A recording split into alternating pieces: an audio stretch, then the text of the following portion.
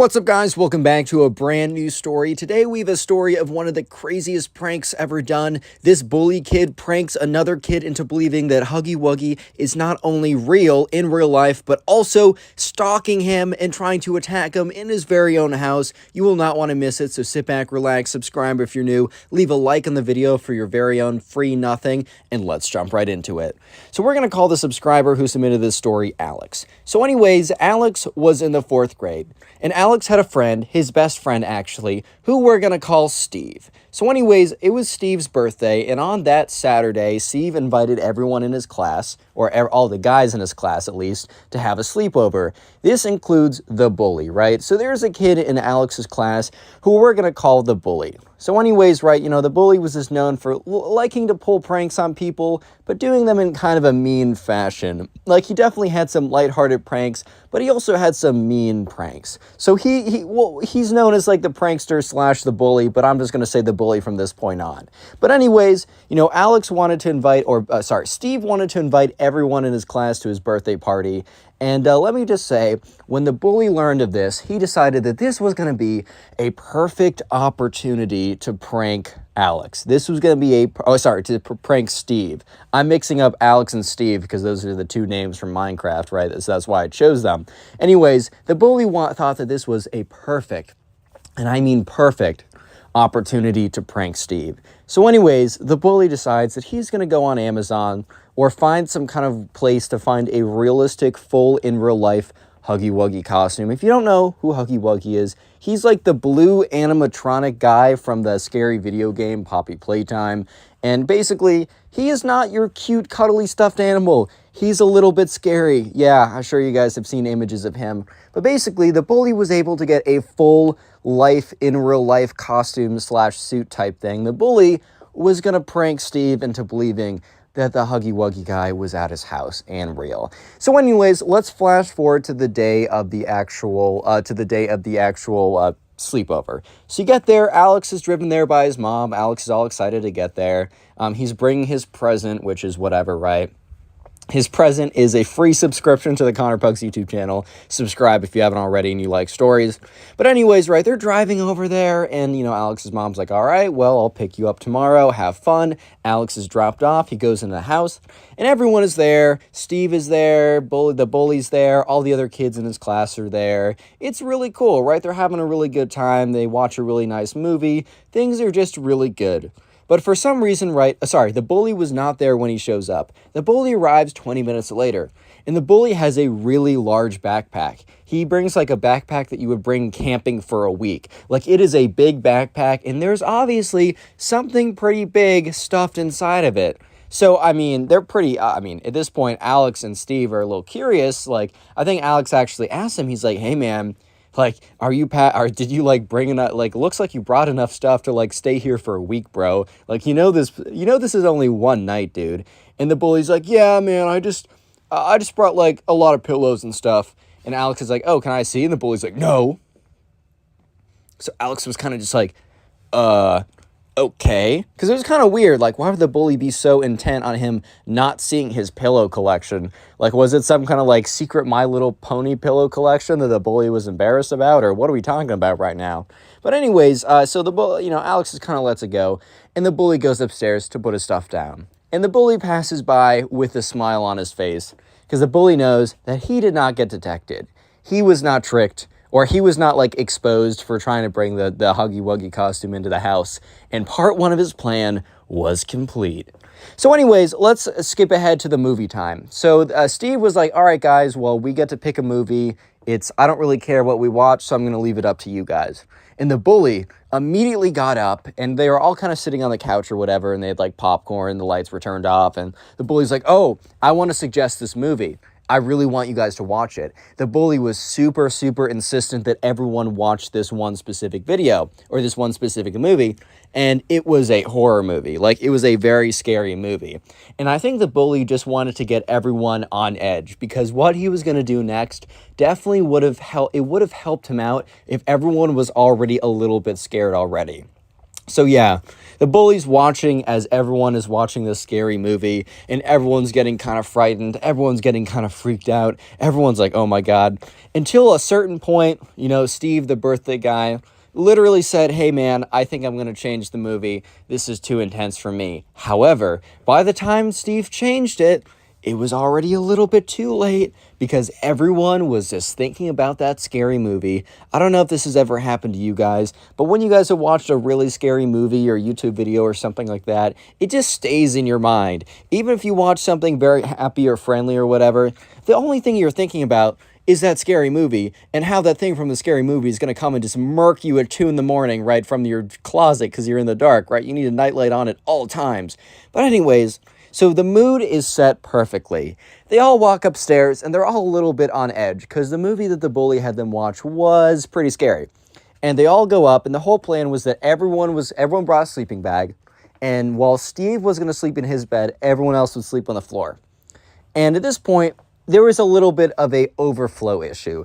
There wasn't room for everyone, so the bully immediately says, hey, it's okay, I'll sleep in the other room, don't worry about me. And he was very quick to offer it up. So even Steve was like, I don't know, man, I think we could all squeeze in here. And the bully's like, no. I'm totally fine with it. I want to make sure everyone here, I want to make sure everyone here is comfortable. Don't worry about me, guys. Don't worry about it. So, you know, Steve's like, all right. And Alex is kind of like, okay, nothing too suspicious yet. And yeah, so now the bully is able to go into his very own room. You know, he's in his very own place at the moment. And it was all part of his plan. So part B, which is to set the atmosphere with a scary movie, complete. And part C of his plan, which was to go into his very own little area so he can do what he needs to do undetected. Part C is also complete.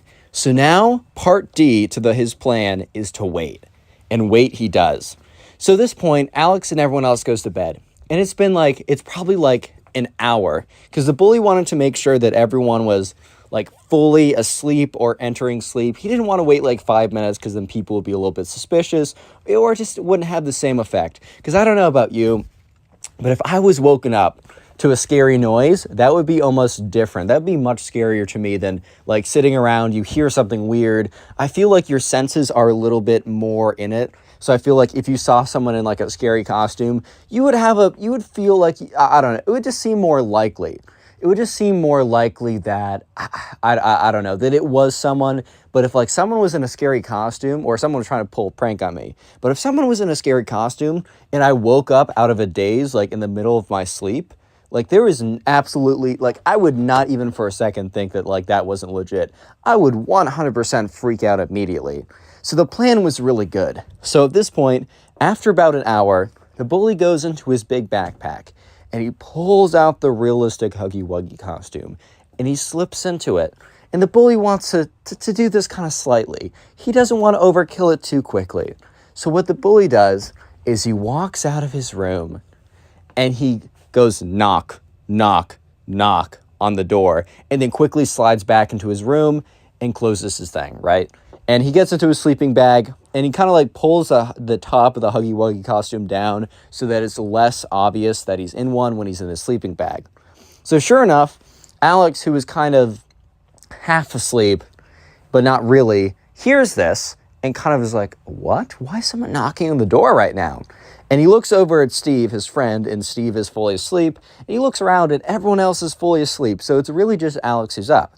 And he kind of thinks that it is like Steve's mom, like coming in to check on them or to tell them something. So Steve, understandably, goes up to the door, opens it, and he's just greeted by darkness.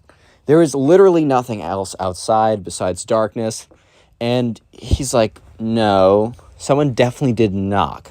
So Steve's starting to get a little bit freaked out Alex is starting to get a little bit freaked out because he heard knocking, but very clearly, nobody was on the other side. Nobody was there. So he's like, okay, this is a little bit weird. He closes the door and he goes back to bed. At this point, the bully notices this. He hears this and he's like, all part of the plan. The next thing though, the next part of the plan, the bully is about to go into full costume and absolutely scare them. Real quick, if you made it this far into the video, comment Huggy Wuggy down below. That'll be the secret word of the day. I will heart as many comments as I can that say Huggy Wuggy. Also, if you want to leave a like in the video right now, I will give you absolutely nothing, which is a fantastic deal. Obviously, subscribe if you are new to the channel and like story videos. And finally, if you want to support the channel, the best way to do so is after this video, go ahead and watch my older story videos. A very easy way to do that is to click the link in the pinned comment, which will have a link to my Storytime playlist, which is simply a playlist of all my story videos. Nice and easy. Got it all ready for you guys. Let's get back to it. This prank's about to be crazy. So sure enough, the bully knows what time it is. He gets back fully into his Huggy Wuggy costume, and he walks down the hallway. And what he does is he goes to the door, and he opens it a little bit. He creaks it open a little bit. And sure enough, the door makes a creaking sound. And the only person who's up right now is Alex, because he just got up to check what the knocking was. And Alex looks up, and he sees the door open a little bit, and he freezes, and his heart is racing, and the adrenaline is pumping. And he's like, okay, that's just the house being old. Because if you live in an old house, you know that stuff is always creaking and crunching and falling apart and exploding. And there's always a few ghosts in an old house. So nothing too crazy, right? Yeah, but sure enough, he's like, okay, that wasn't super normal, but okay, we're rolling with it. We're vibing. We're going with it. And then another creak. The door opens a little bit more. At this point, Alex is pretty certain that, there's something there pushing the door open. So Alex turns over to his friend Steve, pushes him a little bit. He's like, Steve. Steve's like, what? Steve kind of like wakes up a little bit, stretches, kind of looks around, rubs his eyes. He's like, what's up? And all Alex does is point to the door. Imagine you're woken up by someone at the sleepover. You wake up to look into their face, and all you see is a look of pure terror behind their eyes. And then you look at what they're doing, and they're pointing at the door directly in front of you. And that's when both of them see the door open a little bit more. And this time, there is a little bit of the blue Huggy Wuggy paw is visible. At this point, Alex is like, dude, what is that? And Steve looks at it, he's like, bro. And they start to freak out a little bit because you see this big blue paw thing opening up the door. I mean, what are you, first of all, especially as Steve, he was just woken up a second ago, bro. Imagine you're woken up from a dream to your friend freaking out and the door is opening slowly and this blue paw is pushing it open. So sure enough, the bully decides to completely go for it, right? And he just opens up the door more and more, and he pushes his head in, and he has the full Huggy Wuggy costume on, and it's dark. So obviously, if you had this in the light, it would be clear as a costume. But since it was in the dark, it wasn't as clear. And Alex and Steve, they both see this, and they both just let out a massive scream. And that massive scream is like a chain reaction.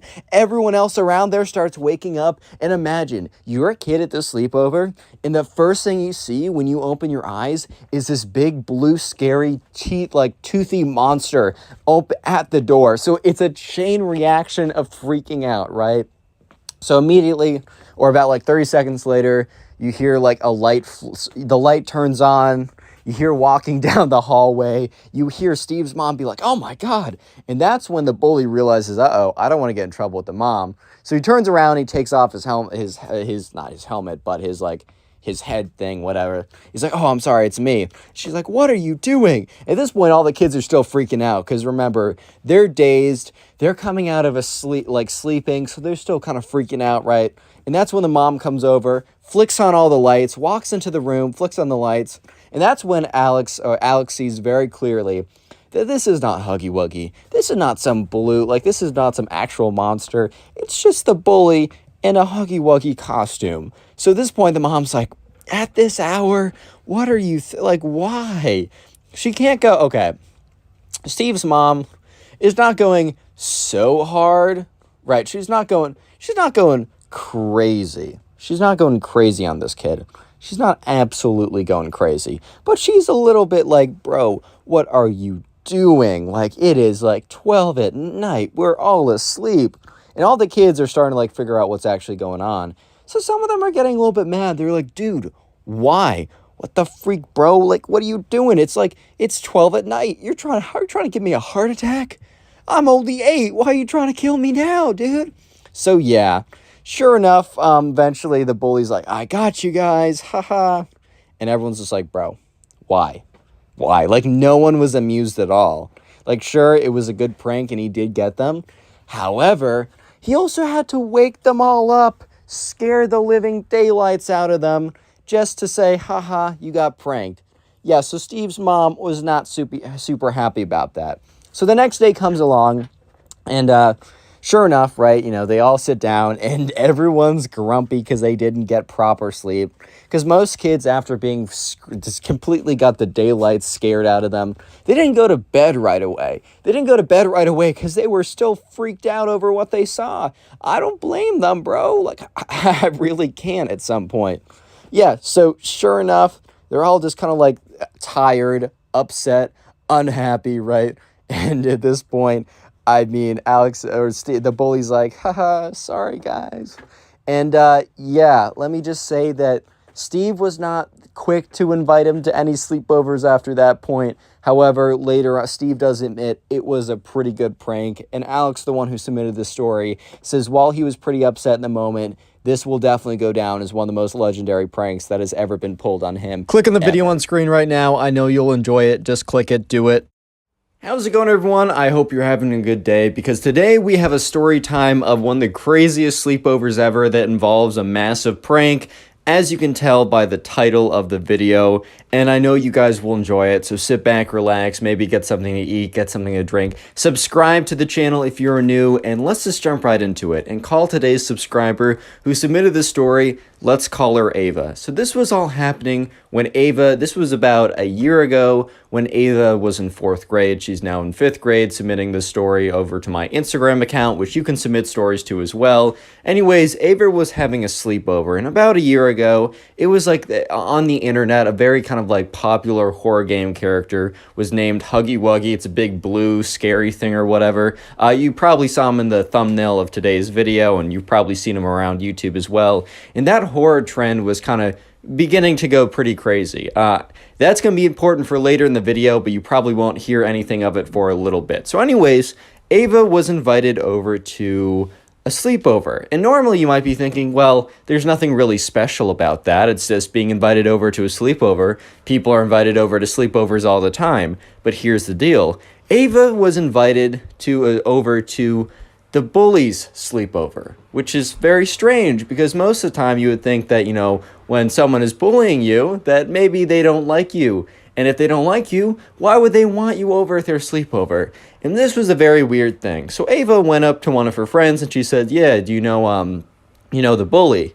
And, the friend's like, did you also get invited to their sleepover? And Ava was like, yeah, like I also got invited to her house. Like I don't understand this at all. She's so mean to us all the time. And the friend is like, well, I don't know. Maybe she just wants to kind of make amends or something, or put the past behind us. Basically, right, there was this girl in their grade that was extremely mean to them. Like, not so cruel that the girl got in trouble, but just kind of known as, kind of the girl that was always mean to them, this wasn't really a good friend at all. And so all these girls who, the bully was mean to, got invited to a sleepover. And they were thinking, oh, okay, well, maybe the bully's trying to make amends. Maybe, I don't know, man.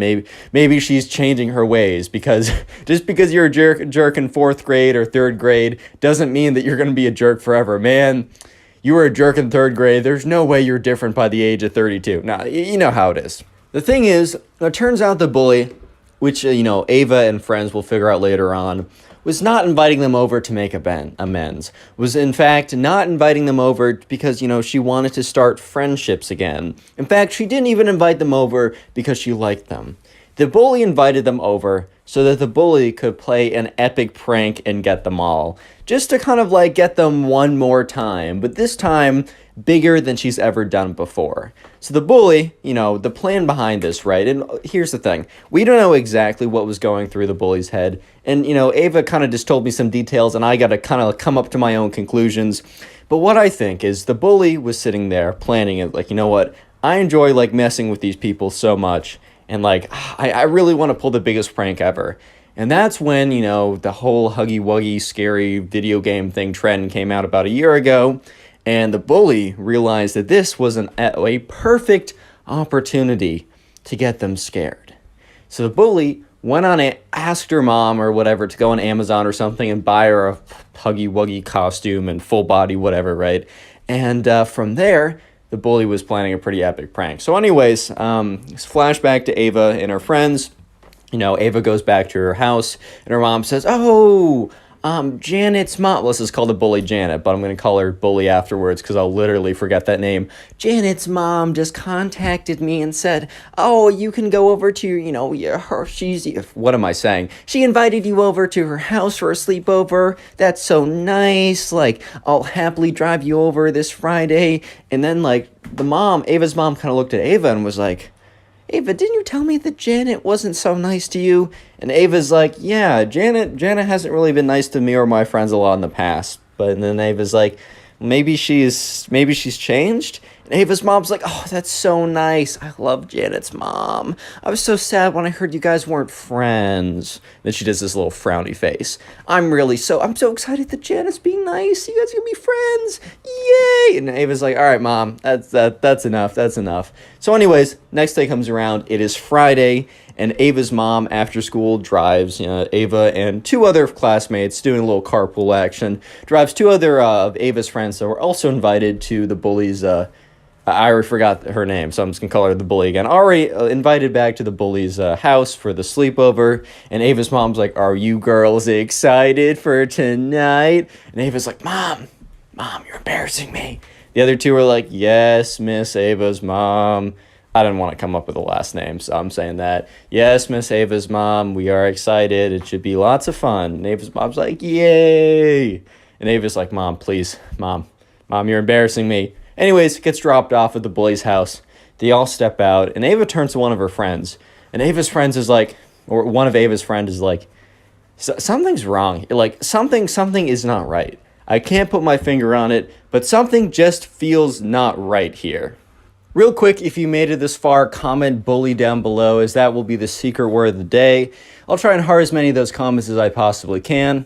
And also, if you want to keep supporting the channel, which thank you so much for the support recently, all you got to do is just binge watch videos, aka just sit down and watch a bunch of videos in one sitting. I have a bunch of playlists, or just watch another one of my videos that are in the recommended. You can do this while you're, drawing, playing video games, cleaning your room. You can have a playlist to help you go to bed. Whatever you got to do, let me know in the comment section what you do so I can say thank you. Anyways, let's get back to the story. So when Ava and her friends got to the house, one of them already said right away, "I got a bad feeling about this." But before they could discuss that or anything, the doors were opened. It was the bully's mom's like, "Oh, welcome, thank you, I'm so excited for you guys to be here." Whatever, typical mom speak, and they all walk in, and the bully looks at them, is like, "Hey guys, so glad you could come." And Ava feels a little bit weird about the whole thing, but honestly is like, you know what, I'm gonna go about this, with, open heart, open arms, open mind. I can't just assume that this girl is evil, right? But anyways, they get in, and, they have some activities planned. They're actually, the bully's mom is going to drive them all to the mall, and they, they do that. They go to the mall. They're having a pretty good time, and the bully is actually, pretty sociable. She is able to keep conversation with all of them, and Ava and her friends are starting to, let their guards down and actually having some fun, Afterwards, they go out to dinner together, and, that's actually also a really fun time as well. And then afterwards, they go out to get some ice cream, and they go back and they watch a movie. And at this point, Ava and most likely her friends were just thinking, wow, the bully has really turned a corner. She's actually, not a bad person. Yeah, she was kind of a jerk to us for most of, all the third grade and most of, the fourth grade year so far. But, maybe she's really turned around. Maybe she's truly different. Maybe she's truly changed, because tonight's been a lot of fun, guys. Tonight's been a lot of fun. And so anyways, it's about bedtime. It's 9:30, 10. And, they're going into bed. It's a big old sleepover in Ava's room. They all go in there, all brush their teeth, do whatever. They sit down in the sleeping bags. They talk about whatever until it's eventually Ava's like, "All right, guys, I'm kind of tired. I'm going to go to bed. So happy you guys could come." And it was a really nice moment. But little did Ava and her friends know that that really nice moment was all a lie for what was about to come. So anyways, Ava, kind of struggles to go to bed. It's difficult for her. She always has a lot of energy, and it always takes her at least 30 minutes to an hour to actually fall asleep. But, at the sleepover, she didn't want to have her eyes open because someone wakes up a little bit and just sees Ava staring at them intensely. Obviously, that would be a little bit uncomfortable for everyone in the situation. So Ava was pretty content, just like, you know what, I'm just going to keep my eyes closed or whatever. And it's about 15-30 minutes later, and Ava hears, kind of movement from, or not Ava, the bully. Sorry. No, Ava, right. Ava hears movement from the bully's bed. And, the bully gets up and kind of like walks by them all. And Ava doesn't think anything of it, right? Because like maybe the, I don't know, bully's going to the bathroom, needs a glass of water. You already know how it is. And, so Ava, like a minute later is like, oh, I got to go to the bathroom. So Ava gets up and she gets out of the room, starts walking down, and she hears like rustling in the kitchen. She hears like walking and footsteps and movement. So Ava just assumes that, it's the bully and she's, I don't know, gonna get a glass of water or something. But Ava needs to go to the bathroom. So Ava goes into the bathroom and locks the door. And that's when she hears footsteps walking back up. But the weird thing about these footsteps is there's a bit of a kind of they just sound different. And the reason why they sound different, a little spoiler, is because the bully is in the full Huggy Wuggy suit. I don't know where she got it, if it's on Amazon or a toy store or something. She's in the full Huggy Wuggy suit. And because of that, her feet are covered in blue something. So that kind of blue felt material is hitting the ground differently than normal socks or felt or like a footstep would. They kind of have this bit of a drag to them. And so Ava kind of hears this, and, she gets up because she was just about to go wash her hands, and she peeps through the peephole of the door. And she gets really frightened because all she can see is, remember, when you look through the peephole, so it's like a little distorted. So all that Ava sees is this like distorted blue creature with big like teeth walking down the hallway. So she's like covers her mouth to try not to scream. And so Ava's just sitting there and it's just like, oh my God. And she watches as the big blue monster walks into, the room where she was. And she sees like the door, she didn't see it, but she hears the door open, and then she hears everybody in that room screaming at the top of their lungs. And Ava, this is like the scariest moment of Ava's life, because like she can't tell from like, first of all, it's dark out. Second of all, she was only looking through like a distorted peephole. She has no idea what that is. And she's in 4th grade. She probably does think or she's in, I don't know, 4th or 3rd grade or whatever. She probably does think that there's a chance that this thing is real, And even if it wasn't, what is it, dude? So she's kind of freaking out in the bathroom. She hears like screaming and crying, and that's when she sees like, or hears, because she's in the bathroom. I keep saying sees, but it's just what she hears. Footsteps come up, and 2 pairs of footsteps, and it's the bully's mom and dad. And at this point, like, it was late at night, everyone had gone to bed, and then she hears yelling from the bully's mom and dad, and the bully's mom is like bully, or I forgot her name. When I say bully, just assume that there's a name in place there. And the bully's mom's like, bully, like, this is so late and this is so mean. You invited all these people over here just to scare them like this. Look at them. Half of them are crying. And Ava can hear like whimpering noises from the other room, and it's like crying, like, you know what? And the bully's mom turns to all the girls and is like, girls, I am so sorry. And looks at the bully and says, you know what? You're sleeping in the guest room tonight. Go up there. They probably don't feel safe with you still here. Girls, I'm so sorry. And with that, they hear like the bully's mom and dad continue to like berate the bully as like the bully is walking away with the mom and dad. And this is when Ava waits for everything to settle down, leaves the bathroom, walks into the room with all the girls. And she's like, dude, what just happened? And some of the girls are still crying. A lot of them are shaken up. And like the girl that was friends with Ava that said earlier, if you remember, like, I have a bad feeling about this, said, Ava, like, I knew I had a bad feeling about it. I should have trusted my gut. Like, I knew I was right about this.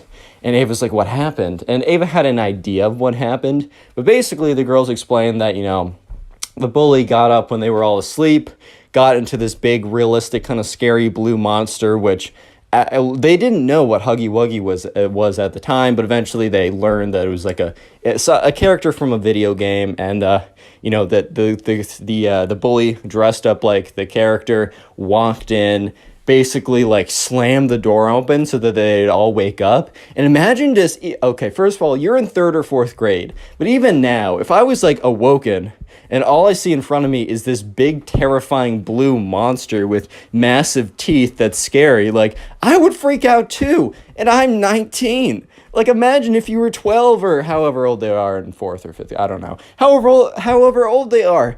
Dude, I would be traumatized. So, yeah, the bully eventually, all the girls were like, wow, like, the bully was really just putting on a facade the whole time, pretending to really be like friends with us and buddy just to get our guard down and to scare us like that. So anyways, they all go to sleep, and it takes them a while. They all get really terrible sleep, but they wake up and they're downstairs, and the bully's mom's like, hey girls, so sorry for what happened last night. I got you guys some good breakfast. And it was actually good breakfast. You got some eggs, bacon, you got some selection of cereals. Life was actually pretty good, and the bully was nowhere to be seen. Apparently she was still grounded to her room by her parents, and all the parents eventually came and picked them up, and Ava and the 2 friends that carpooled with Ava's mom got into the car, and Ava's mom, who had no idea what happened, turns around and is like, hey girls, like, anything interesting happened? And Ava was like, Mom, do I have a story for you? Click on the video on screen right now. I know you'll enjoy it. Just click it. Do it. Today we got a story time of this bully who tricks this little kid into believing that Huggy Wuggy is real. However, the older brother of the little kid figures out what is happening and comes up with some pretty epic revenge. So you'll definitely want to stick around. Subscribe if you're new, and let's call today's subscriber who submitted this story, let's call him Ezra. So this all happened one day when Ezra, the subscriber who submitted this, was just chilling at home, right? He was just hanging out. And he also has a little brother who we're just going to call the little brother. The little brother is in 2nd grade, and Ezra is in, like, I don't know, 8th grade, maybe freshman in high school. There's a pretty big age differential between the two, but Ezra and the little brother have a very good relationship. Ezra's kind of like really enjoys being like the big role model guy to the little brother. So one day, Ezra is just, I don't know, playing Minecraft, playing Roblox. He's just in his room when he hears his little brother come running up the stairs, and he's crying, and he runs into his room because Ezra and his little brother have rooms next to each other on the 2nd floor of the house. So Ezra is like, oh boy, what's going on? Pauses his game or quits his game, gets up from his chair, and walks over to his little brother's room. And his little brother is freaking out, dude. Like, he's full on freaking out. Like, he's kind of crying a little bit. He's like locking all the doors or whatever. So when Ezra eventually gets over, the door's locked. Or there aren't really locks on their doors, but for some reason Ezra can't get in. And he's like, hey, little bro, like, what's going on? And he's like, how do I know you're not Huggy Wuggy? And Ezra's like, bro, like, what do you mean by that, dude? Like, what are you even saying here? And he's like, how do I not know that you're not Huggy Wuggy in disguise? And Ezra's like, all right, so obviously something's going on here. And so Ezra's like, all right, well, ask me a personal question that only I would know, just if you really need proof that I'm not a Huggy Wuggy in disguise. So the little brother thinks about it for a second. He's like, a week ago, you brought me to the mall. Which store did we go to? Ezra's like, we went to Build-A-Bear. And as soon as he says that, he doesn't get a response from his little brother, but he hears the movement of like some kind of big object in front of the door. And sure enough, Ezra pushes on the door again and it opens. And he sees that the little brother moved like a drawer or something that was kind of heavy and prevented him from opening the door in front of the drawer. And his little brother's now sitting on the bed, like kind of freaking out. And Ezra's like, dude, what is going on? He's like, Huggy Wuggy is real and he's out to get me. I have to check behind every corner now. I'm not safe, and you're not safe, Ezra. And Ezra, who, is on the internet, man, he watches YouTubers. He knows about Huggy Wuggy. Basically, if you don't know, it's the guy in the thumbnail. It's also just it's like a character from a horror video game that came out recently that's pretty popular. And Ezra's like, bro, You don't need to worry about it. Huggy Wuggy is not real. He's just something from the internet. He's from a video game. Do you think that, Star Wars is real? It's from, a TV show, or SpongeBob's from a TV show. Like, there's nothing for you to worry about. And the thing is, right, Ezra's little brother has access to like a Nintendo DS, that's probably about it or whatever, has no access to the internet, doesn't even have access to YouTube, just all he can do is play a little bit of games. However, there are people in his class, which you'll learn pretty soon, that do have access to the internet. So Ezra's like, little bro, like, what's up? What's wrong? What's good with you? Like, why are we freaking out right now? And, Ezra's little brother's just like, Ben. Once again, I'm using Ben, bro. I'm sorry. It's the name I always use when I need a name. And, Ezra's like, yeah, isn't that the bully in your class? So Ezra's like, hangs out with his little bro enough to know, like, a little bit of, like, what's going on with the class. And, sure enough, Ezra's like, yeah, dude, I know who Ben is. And, Ezra's like, or Ezra's little brother's is like, Ben came up to me and he showed me this video of this big scary blue thing, and he said it was Huggy Wuggy, and he said that he was real and he was roaming around, and he says that like I need to be super careful, and that he's gonna come after me, and that he was just doing me a favor telling me. And Ezra's like, dude, he wasn't trying to do you a favor, trust me, all he was trying to do was scare you. And Ezra's little bro's like, how do you know? And Ezra's like, look, you know about YouTube. And Ezra's little brother's like, yeah. Because this is a place that Ezra's little brother's not allowed on. His parents were like, don't let him on YouTube. Like, we're not allowing that for a while. But Ezra kind of thought, all right, I'm going to step in here and be like, so on YouTube, there are a lot of videos, right? And he pulls up like a video of Huggy Wuggy. And Ezra's like, ah! And, or Ezra's little brother's like, oh my God, that's it. He's coming for me. And Ezra's like, hold on, chill out. No, you're good. He said, this is a YouTube video of a video game. It is not real. And Ezra's little bro's like, really? Ezra's like, yeah. That bully in your class? Nah, he's just messing with you. At this point, Ezra's not having it. Ezra's not happy at all, right? Because this has been like the 5th or 6th time that this bully, Ben, has, done something pretty aggressive against his little brother. Keeps picking on him, right? And, so far, they did, like, report him to the principal and the teacher, but they were kind of useless. So, Ezra sits down, and Ezra's, like, making sure that his little brother's okay, and his little brother is okay. And, he's calming down. He's like, oh, okay, it's just, like, a fictional thing. And sure enough, Ezra returns to his room, and it's just sitting down, and it's like, dude, like, screw this kid. He's so annoying. Like, I got to figure out a way to make this right. And that's when Ezra had a perfect idea. Ezra and his little bro were going to get this guy back. Real quick, comment Huggy Wuggy down below if you want a heart on your comment. That will be the secret word, or I guess the secret phrase of the day today, just to say thank you for making this far into the video. And also, if you want to support the channel, binge watch videos, just watch a bunch of them in a row, like watch a bunch after this one. And if you do so, please comment on the video, like this person. I will heart it and say thank you, or do my best to give my appreciation. Also, I've been seeing a lot of my profile pics in the comment section. Let me just say that the cult is going strong, bro. Anyways, back to the story. So anyways, back to the prank. And remember what just happened. Ezra is upset because his little brother was just pranked once again by this bully that keeps pranking his little brother. And, the bully told, his little brother that Huggy Wuggy's real or whatever. So Ezra is sitting down. He's like, we got to get back at this guy. I don't know. We got to prank him back in some way, which, look, normally you should always go to, like, I don't know, a teacher or something. But Ezra, was just kind of mad because the teacher wasn't doing anything. Ezra does say that maybe this was not the best response, but it was the way he responded. And all I'm doing is telling the story. I'm not necessarily endorsing it, but it does make for a fantastic story that I know you guys will enjoy. So anyways, Ezra has an idea. And instead of straight up telling you the idea, let's just kind of like, I'll let you stay along for the ride and you'll see what's happening. So anyways, Ezra buys one of those Huggy Wuggy masks on Amazon or one of those like websites or whatever. And within about a week or so, he gets it. And he comes to the door and he like goes to the package. He opens it up. He's like, this is perfect. So he walks into his little brother's room. He's like, little bro, I got an idea. So he sits him down and he tells him the plan that I'm not going to tell you. And the little bro was like, you know what? He was like kind of like all teeming with excitement. He's like, yeah, we're finally gonna get the bully back. Like this is so fire. This is so awesome. And Ezra's like, by the way, remember, you can't get caught. And if you get caught, you're not saying I told you to do it, okay? And the little bro's like, yeah. So once again, I don't necessarily endorse this, but it was pretty funny, so I thought I'd tell that on the channel anyways. Anyways, right, so next day in school, the little brother goes in. And it's a normal day for the little bro. And now we're doing it from the little brother's perspective because, Ezra wasn't there at school. The little bro has the Huggy Wuggy mask in his backpack. And he goes up to the bully and he's like, hey, man, thank you so much for telling me about Huggy Wuggy.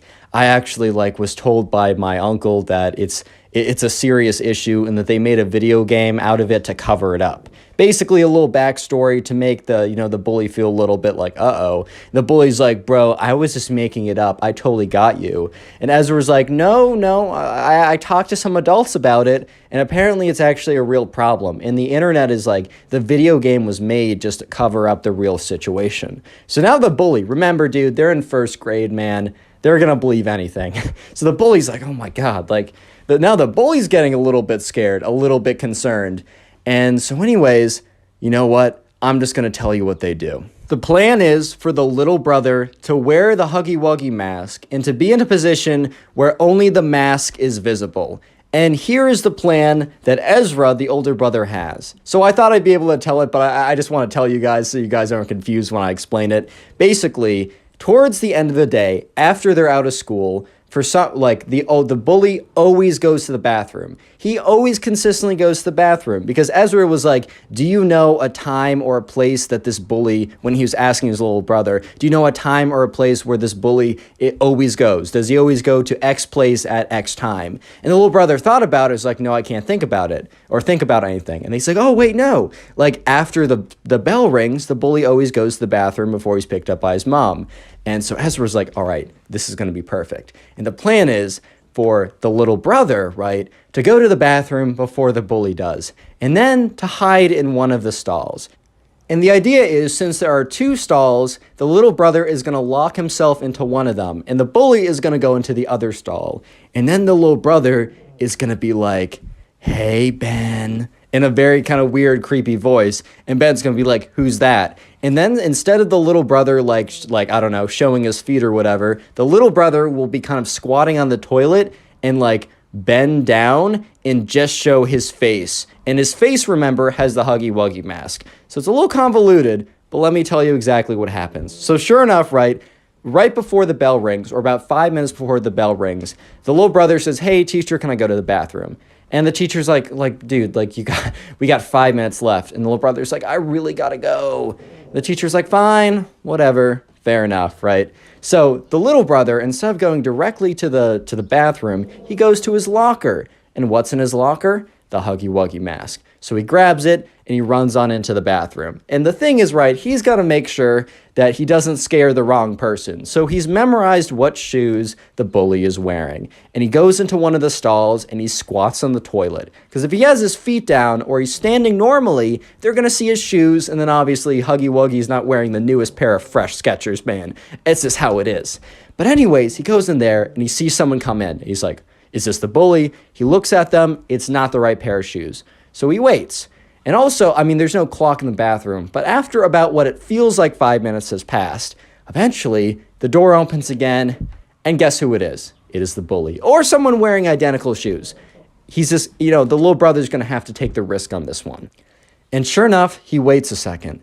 And he doesn't, here's the thing. The little brother and Ezra told him, okay, don't scare him while he's literally going pee or something. Wait till he's basically done.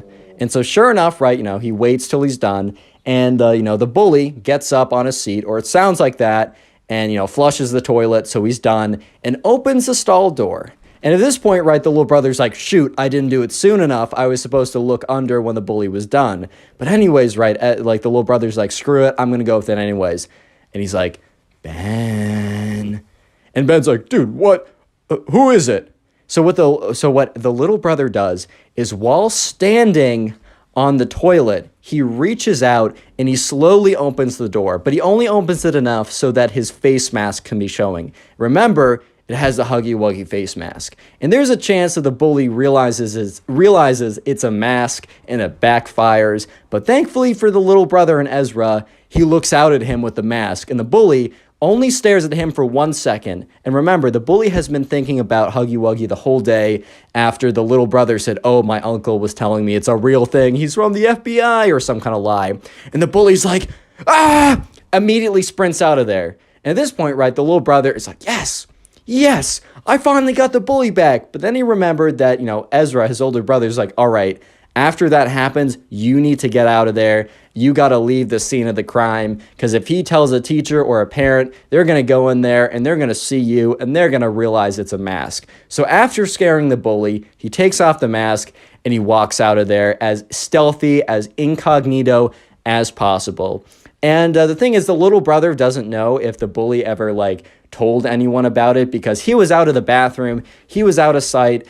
And so let's switch back to Ezra's POV. Ezra's just playing Minecraft again. Remember, this is the subscriber, not the little brother. He's playing Minecraft in his room, and he hears his little bro walk up the stairs.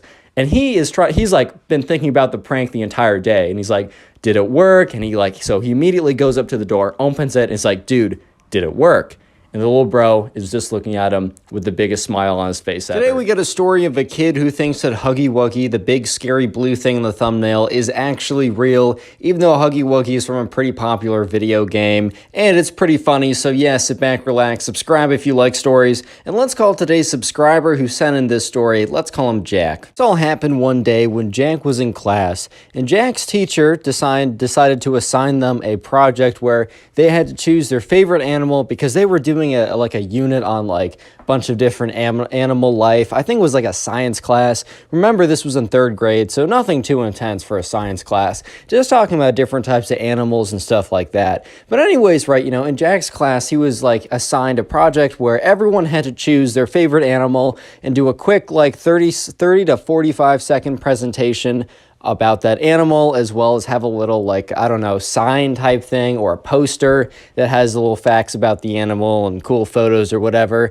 And basically they were allowed to choose any animal that really existed and just talk about it from there. So anyways, right, Jack decided to choose dogs because, I don't know, man, dogs are pretty cool. I mean, my name is Connor Pugs because my first name is Connor, and I like pugs, bro, and pugs are dogs. But anyways, right, so anyway, Jack is working on the project, and he's feeling pretty good about it. And the teacher decides to allow the kids to get together and talk with each other in randomized groups. And sure enough, right, Jack is added into a group with this guy, and we're going to call this guy Ben. So anyways, right, their instructions were to sit down, talk to their group member who was assigned randomly, and basically give a mini presentation. It was the day right before the project, so they were expected to have their project / presentation 90% to almost 100% done at this point. So it was kind of given a little bit of practice, and instead of having to present in front of everyone, they were, expected to present in front of one person to kind of get all the wrinkles out and stuff like that. So anyways, Jack is like, hi Ben, it's good to see you. Jack and Ben never really talk that much, but they were aware of each other. So anyways, right, Jack, he does his presentation on dogs, says some fun facts, how it is, you'll love to see it, yada yada. Anyways, right, and then Ben starts his presentation, and Ben doesn't have a poster because he left his poster board with at home or something. But anyways, right, Jack starts going about I did my presentation on Huggy Wuggy. Huggy Wuggy is from the Poppy Playtime factory. And at first, right, Jack knew what Poppy Playtime was. It was a very popular game. This story happened literally a week ago. And if you don't know, Poppy Playtime 2 came out. I don't play it, but I've seen it around. And yeah, so there's a lot of hype around the game. And Jack kind of stops him for a second. Is like, yo, Ben, you realize Huggy Wuggy isn't real. And bro, the look on on Ben's face is a look of disgust, a look of terror, a look of just repulsion, just a ton of stuff. But then Ben's look of disgust kind of turns to laughter, and he laughs at Jack and is like, oh, Jack, now you're going to tell me that dogs aren't real too? Ha ha ha, whatever. And Jack is looking at Ben and realizes that, Ben is being 100% serious, because Ben kind of thought, or Jack kind of thought that Ben was joking around. I mean, first of all, like, he didn't have a poster with him. Jack would have realized that Ben was being serious right away if he had a poster with like photos of Huggy Wuggy and stuff on it, because no one would have gone that far to like actually make a poster just for like a little tiny gag, a little prank. But Jack legitimately thought that Ben was just joking around, that he was having some, I don't know, some fun or whatever. And Jack witnesses as Ben goes on with a 45-second to almost a minute-long presentation about facts about Huggy Wuggy. And by the end of it, Jack was kind of looking at Ben like, oh, so you're actually doing Huggy Wuggy. And Ben's like, yeah, Huggy Wuggy is my favorite animal. I decided to do the animal because he's my favorite, and then kind of smiles. And Jack is like, oh, okay, well, here's the thing, right? You do know that Huggy Wuggy's from a video game, right? That he doesn't actually exist. And Ben looks at him and says, you're sounding like an idiot, Jack. Next, you're going to say the sky isn't real. Next, you're going to say that my foot isn't real. And Jack, look, my foot is right there. Next, you're going to say this table that we're both sitting on isn't real. And Jack's like, we're not sitting on the table. And Ben's like, it doesn't matter. The point is that you are being ridiculous, and that I think it's time for you to stop talking.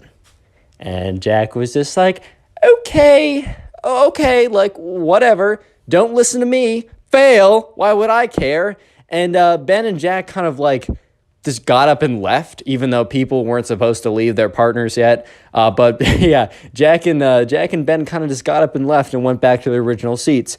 And the teacher noticed this and was about to say something, but I guess just was like, nah, bro, I'm not trying to deal with this. But anyways, right, skip forward to the day of the presentation. This is where everything goes bad. Real quick, comment Huggy Wuggy down below if you want a heart on your comment. If you don't know how to spell that, it's in the title.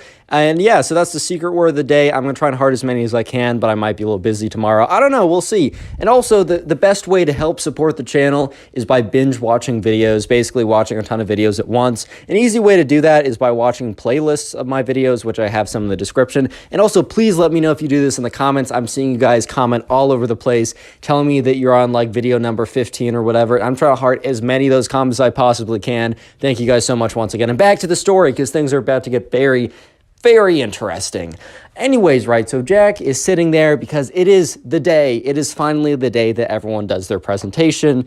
And so the teacher is going down the list and he sees Jack's name. So he calls Jack up and Jack goes up to do his presentation on dogs. And Jack does a pretty good job. His poster is pretty cool. It got a photo of his dog. It got a photo of like a wolf, which is the descendant of a dog. It got a photo of like, I don't know. It's a good presentation. He has some good facts. And it's about a minute long, which is about as long as it's supposed to be. So Jack sits down, the teacher says, very good, Jack, kind of checks off his name, goes through a few more people, and finally he's like, all right, Ben, can you come up here? And Jack looks over, because at this point, Jack has kind of forgotten about the whole fight/feud he got in with Ben yesterday, and it all kind of like flashes back to him right away. And he's like, oh my God, I wonder if like Ben, like, I don't know, took what I said to heart and like real quick made a project on something else, or if he's just like full sending it with a Huggy Wuggy and actually believes that it's real. And sure enough, right, Jack is able to get a glimpse of the poster board that, Ben is walking up to the front with, and sure enough, he sees the blue outline of Huggy Wuggy, and he's like, no way, dude, no way, dude.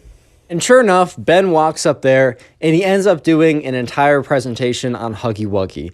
And the teacher is not amused in the slightest. So Jack was watching the teacher's face as Ben was doing the presentation the whole time. And at first, the teacher kind of had a face of like shock and like, what is this thing? What is a Huggy Wuggy? What even is this? And then it kind of turned to a face of like anger, I guess kind of like, oh, he's treating my class as a joke. He's like goofing around up there. Everyone else did such a good job and this kid isn't trying. And by the end of it, the teacher's pretty mad. And so, Ben is like, and that is my presentation, Huggy Wuggy. And sure enough, right, the teacher's like, Ben, like, why, like, I should have known you're goofing around. You're always goofing around in class. Like, why didn't you take this project serious? Like, it was a really big deal. Everyone else did such a good job with their projects. And, like, I'm not expecting an incredible amount, but, like, you know.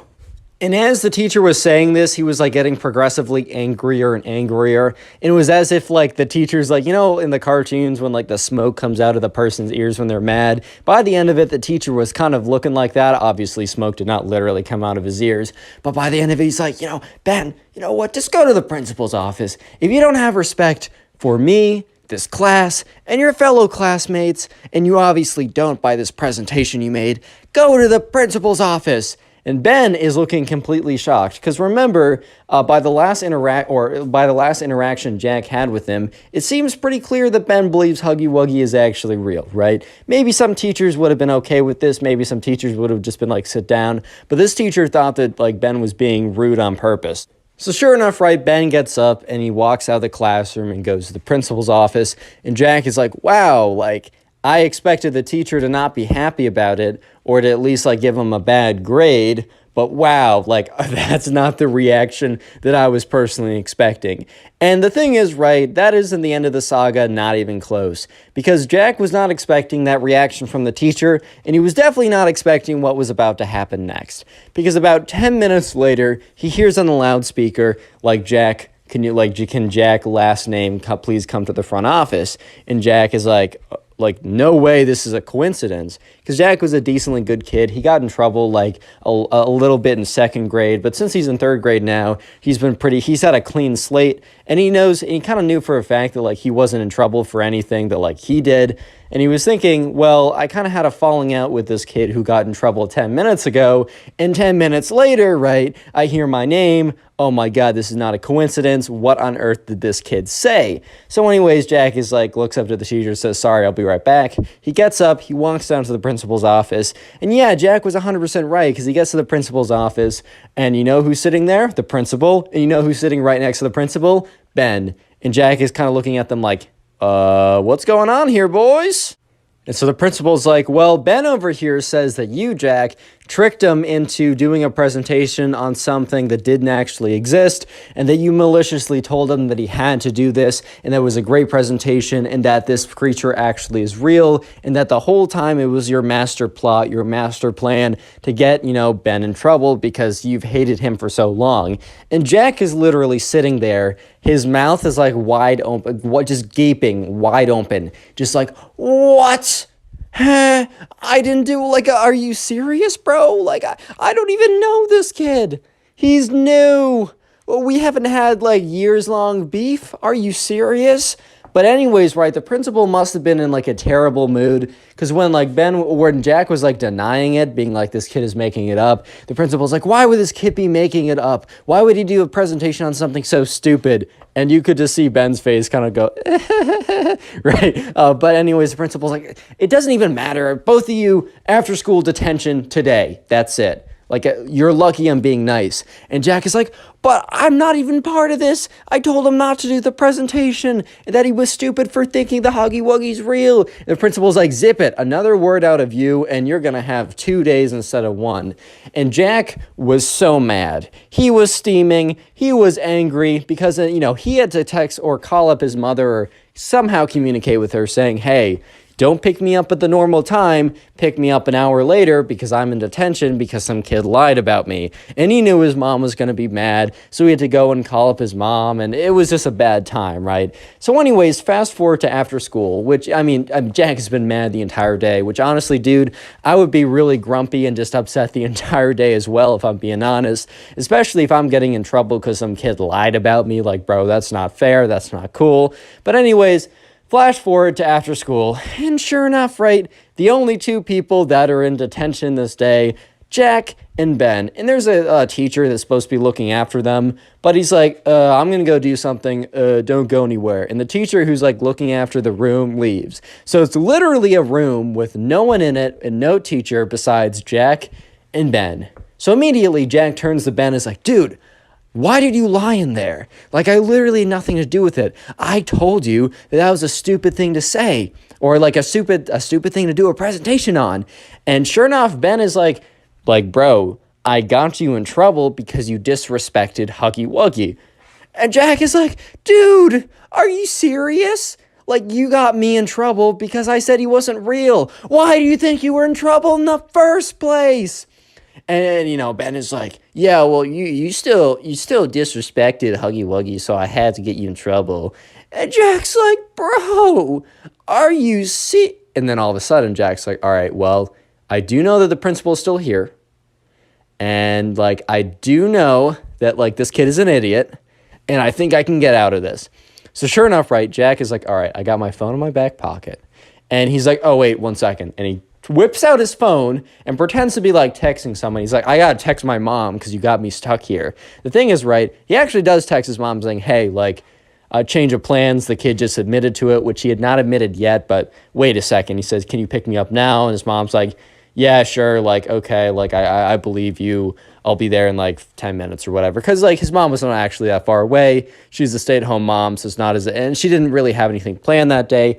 But anyways, right, he's still kind of texting his mom, and then he goes to voice memos, hits record, puts the phone, and kind of just like holds on to the phone, but makes sure that Ben doesn't see his phone. And anyways, he asks again, like, Ben, so you lied about me telling you to do it just because I disrespected Huggy Wuggy. Is this true? And Ben is all proud. Ben is like, yes, I did that. I lied. The entire thing, all those things I said to the principal were lies. And I did them because you disrespected Huggy Wuggy. And the moment he said that, like, Jack looks at his phone, hits end to the recording, and literally gets up and walks out of the room. And Ben's like, bro, you can't go anywhere. You're in detention with me. Jack is not even listening to this kid. He's like, I have no respect for you. And he just ran out of there. Anyways, right, so sure enough, Jack runs into the principal's office, and the principal's still there, and it's like, Jack, you're supposed to be in detention. Like, you skipped detention, you're going to get 2. And he's like, wait, give me a second, please. And the principal, who's still in a bad mood, is like, fine, but you got very quickly, and if you don't have a good excuse, you're getting 2 days of detention.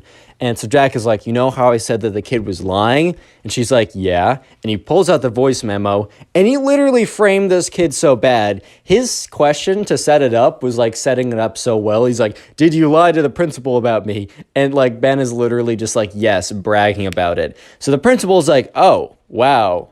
The principal kind of feels a little remorseful, and she's like, oh, I'm actually sorry about that, Ben.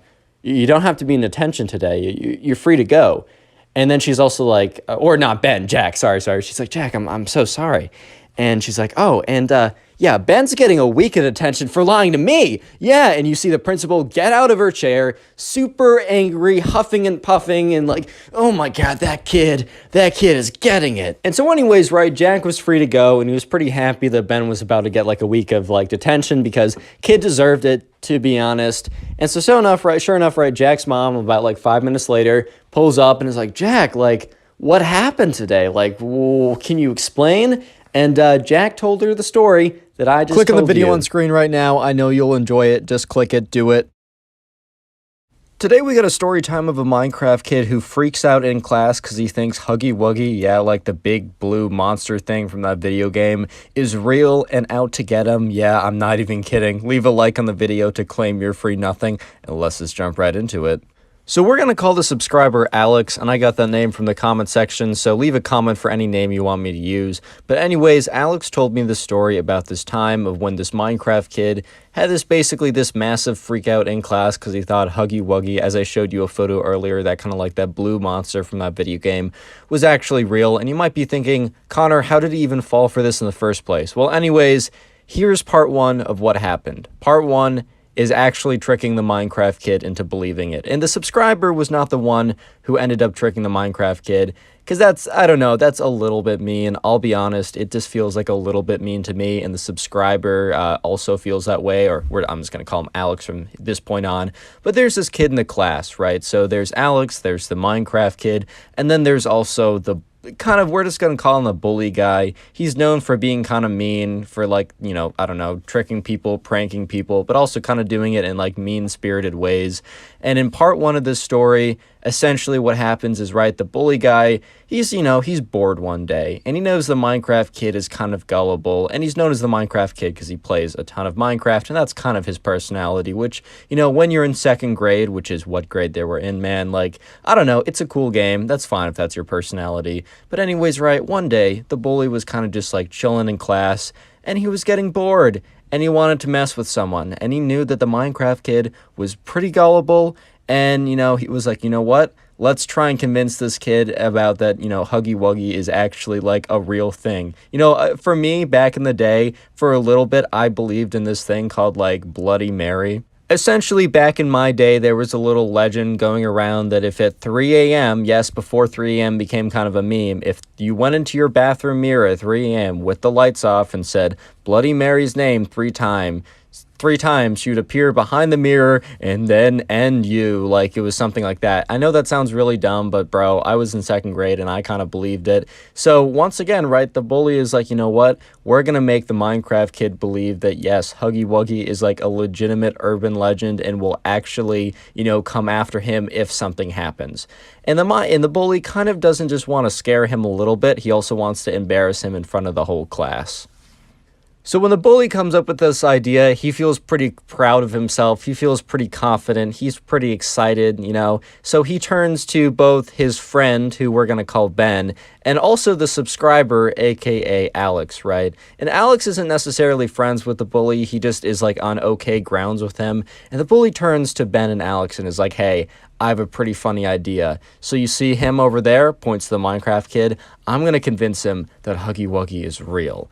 And at this point, Alex is like, that's fine, whatever, do what you want. But then the bully says, and then I'm going to do this. The bully goes on to explain to Ben and Alex that he's going to tell the Minecraft kid that Huggy Wuggy will only spawn when a teacher talks about something called the Black Death. If you don't know, that was something like the Black Plague or whatever. That was something that happened in like the 1600s or maybe earlier, I kind of forget, where there's a disease that wiped out a lot of people on the planet. And the bully knew that they were really close to covering it in history class. And he was going to explain to the Minecraft kid that across schools, across the country, right, that talking about the Black Plague or the Black Death or whatever was banned because the teachers knew it would spawn Huggy Wuggy, this evil creature, whatever, which sounds ridiculous, but man, they were in second grade. And essentially, the bully was going to, show him, try and convince him of, Huggy Wuggy's existence, and then tell him if the teacher, says anything about the Black Death or the Black Plague, he will spawn and, end us all or whatever, knowing very well that the teacher was about to hop onto a unit about, the Black Plague,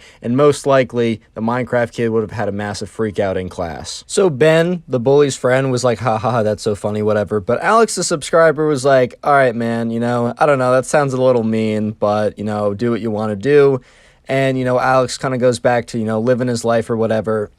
But, he is close enough to, both the Minecraft kid and, Ben, or not Ben, but the bully guy, to hear what the bully says to the Minecraft kid to try and convince him. So anyways, right after that conversation, the bully goes on his phone and finds some kind of scary video of a clip from the video game where Huggy Wuggy jumps out and attacks the player, but make sure not to show that it doesn't show any part that, I don't know, shows that it's in a video game or shows that it's a YouTuber. So he goes ahead and he goes on this downloader app. He downloads the video from YouTube and he cuts it so it's just the Huggy Wuggy jump scare or whatever. He's like, all right, this is my proof and I'm going to go up to the Minecraft kid and try and convince him. So anyways, right, the bully does go up to the Minecraft kid and the bully's like, man, I got something really, really important to tell you. And the Minecraft kid's like, oh, bro, what's up? What's going on? He's like, hey, man, this is just I need to get the word out about this. It's for the safety of others. He's like, dude, my cousin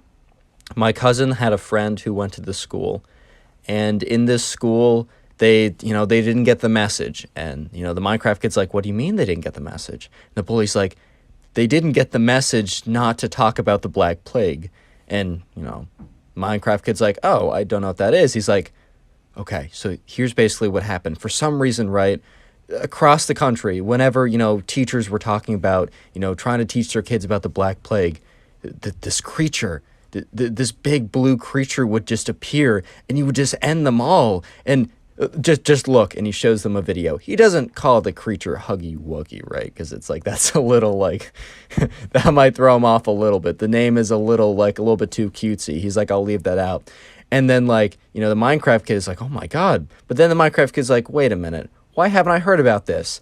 And, the bully, thinks for a second. He's like, oh, shoot. And he's like, oh, The government, they're trying to cover it up, man, because it would be mass hysteria. We'd literally have a civil war. Why would we have a civil war? I don't know. It sounded scary and hyperbolic, so might as well say that. But anyways, the bully's like, they tried to cover it up, but my cousin, he had a friend, and his friend, like, he was leaving to go to the bathroom as the big blue monster came in and ended all of his friends. He was able to escape, and, the FBI came to his house and said that he couldn't tell anyone.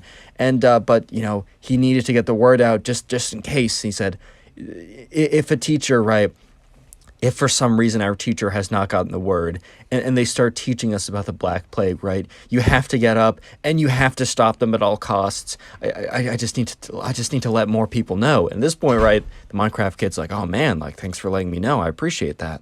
And the bully just like, he puts both hands on the Minecraft kid's shoulders and looks him directly in the eyes. And he's like, just remember, if you have to take one thing away from what I'm saying, if our teacher starts talking about the Black Death, the Black Plague, whatever you want to call it, you'll know it when you hear about it. This is what's going to happen to all of us. And he reaches back into his pocket, pulls out his phone, goes into his videos, and shows him the video again. At this point, right, the Minecraft kid is completely convinced. And just remember, the Minecraft kid was already kind of gullible, plus they were all in second grade. Normally, if you did this to like some random like high schooler, yeah, it wouldn't work. But bro, the Minecraft kid, at this point, he was both terrified and convinced. So the bully walks back, the bully walks over to, back to his table, and he's kind of like smiling, and he looks over at Ben and kind of gives him like a high five or whatever. And, Alex, the subscriber's looking at this like, bro, this kid's kind of a jerk, if I'm being honest. So nothing really happens for the rest of that day, and nothing actually happens for a couple more days. But about 3 days later, they all get into class, they sit down, right? Alex, the subscriber, has more or less kind of forgotten about what has happened in the last couple days, and is just kind of like thinking about like normal things. And he's like, oh, I wonder what we're going to learn about in history today. And sure enough, the teacher goes up and he's like, all right, class, we've reached that period in history where we're going to be talking about the Black Plague. And at this point, right, as soon as Alex heard those words, everything kind of like snapped back into him and remembered exactly what the bully's plan was. And Alex looked over at the Minecraft kid, and he was able somehow to see at the angle he was able to see the Minecraft kid's face. And the Minecraft kid's face was like completely pale, like in complete shock. And the Minecraft kid was about to act. Real quick, if you made it this far into the video, which if you're hearing this, you did, comment Huggy Wuggy down below. That's 2 words, by the way. I just want to see how many people made it this far into the video, as I really, really do appreciate people who watch my videos.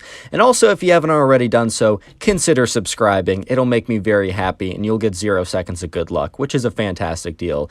Anyways, back to the video. Anyways, right, sure enough, Alex, the subscriber, is sitting there like, oh no, like, the Minecraft kid, what is he gonna do? And yes, sure enough, right, the Minecraft kid, he gets up and he literally says, no! Like, he just screams out no in front of everyone.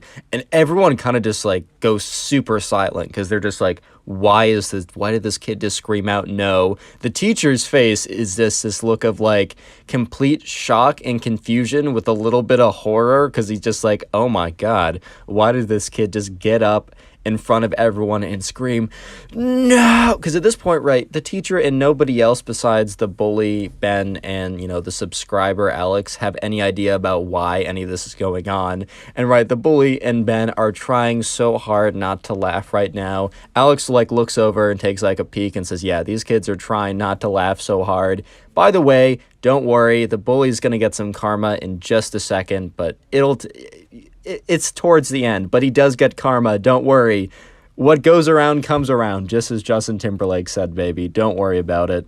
And the teacher finally, after being kind of like shocked for a second, looks at the Minecraft kid and says, what are you talking about? And the Minecraft kid's like, no, don't talk about, the Black Plague. And the teacher's like, it's in our unit. Why do you not want? He's like, a big blue monster. He's gonna come eat us all. And at this point, right, the class is just like, what the heck? What is going on right now, man? What is going on? And the teacher looks at the Minecraft kid and is like, come again?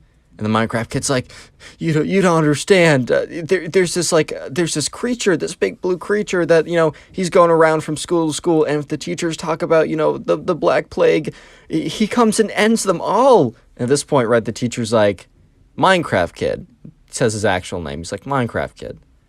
That is obviously not true.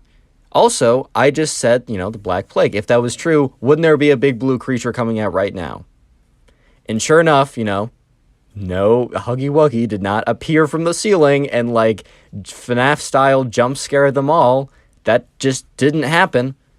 Sure enough, believe it or not, and yeah, the Minecraft kid is, sitting there, still kind of panicked, freaking out. He's like, and then, the Minecraft kid is starting to realize how ridiculous of a statement because he kind of did it on instinct. He was thinking about it because for the last 2 days he was having nightmares about the big blue monster, which happened to be Huggy Wuggy or whatever, right? And he's like, oh my, and he was freaking out about it. So the second that the teacher said the kind of the key word that was supposed to doom them all, he freaked out. But after he said it out loud in front of everyone, he kind of realized how dumb it was, and he kind of sat back down. He's like, sorry teacher, I don't know what got into me.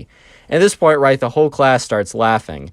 And the subscriber, Alex, he's not having it. He's like, nah, man, this Minecraft kid, he's not a bad kid. I'm not for this. And anyways, right, the bully and Ben, his friend, are just laughing so hard right now. Even the teacher giggles a little bit, which fair enough, right? It's kind of wild what just happened. He's like, all right, class, don't worry about a big blue monster coming out to destroy us all. I can promise you personally that will not happen. And then everyone laughs again a little bit, and then they go on to actually go into the history lesson. And, sure enough, right, Alex is sitting there throughout the entire class. He was thinking to himself, man, this is not right. That was wrong. That kid did not deserve that. So eventually, right, the class ends, and everyone gets up, and they go off to their next class. But Alex, he kind of takes a little longer to pack up his stuff so that naturally everyone will leave before him.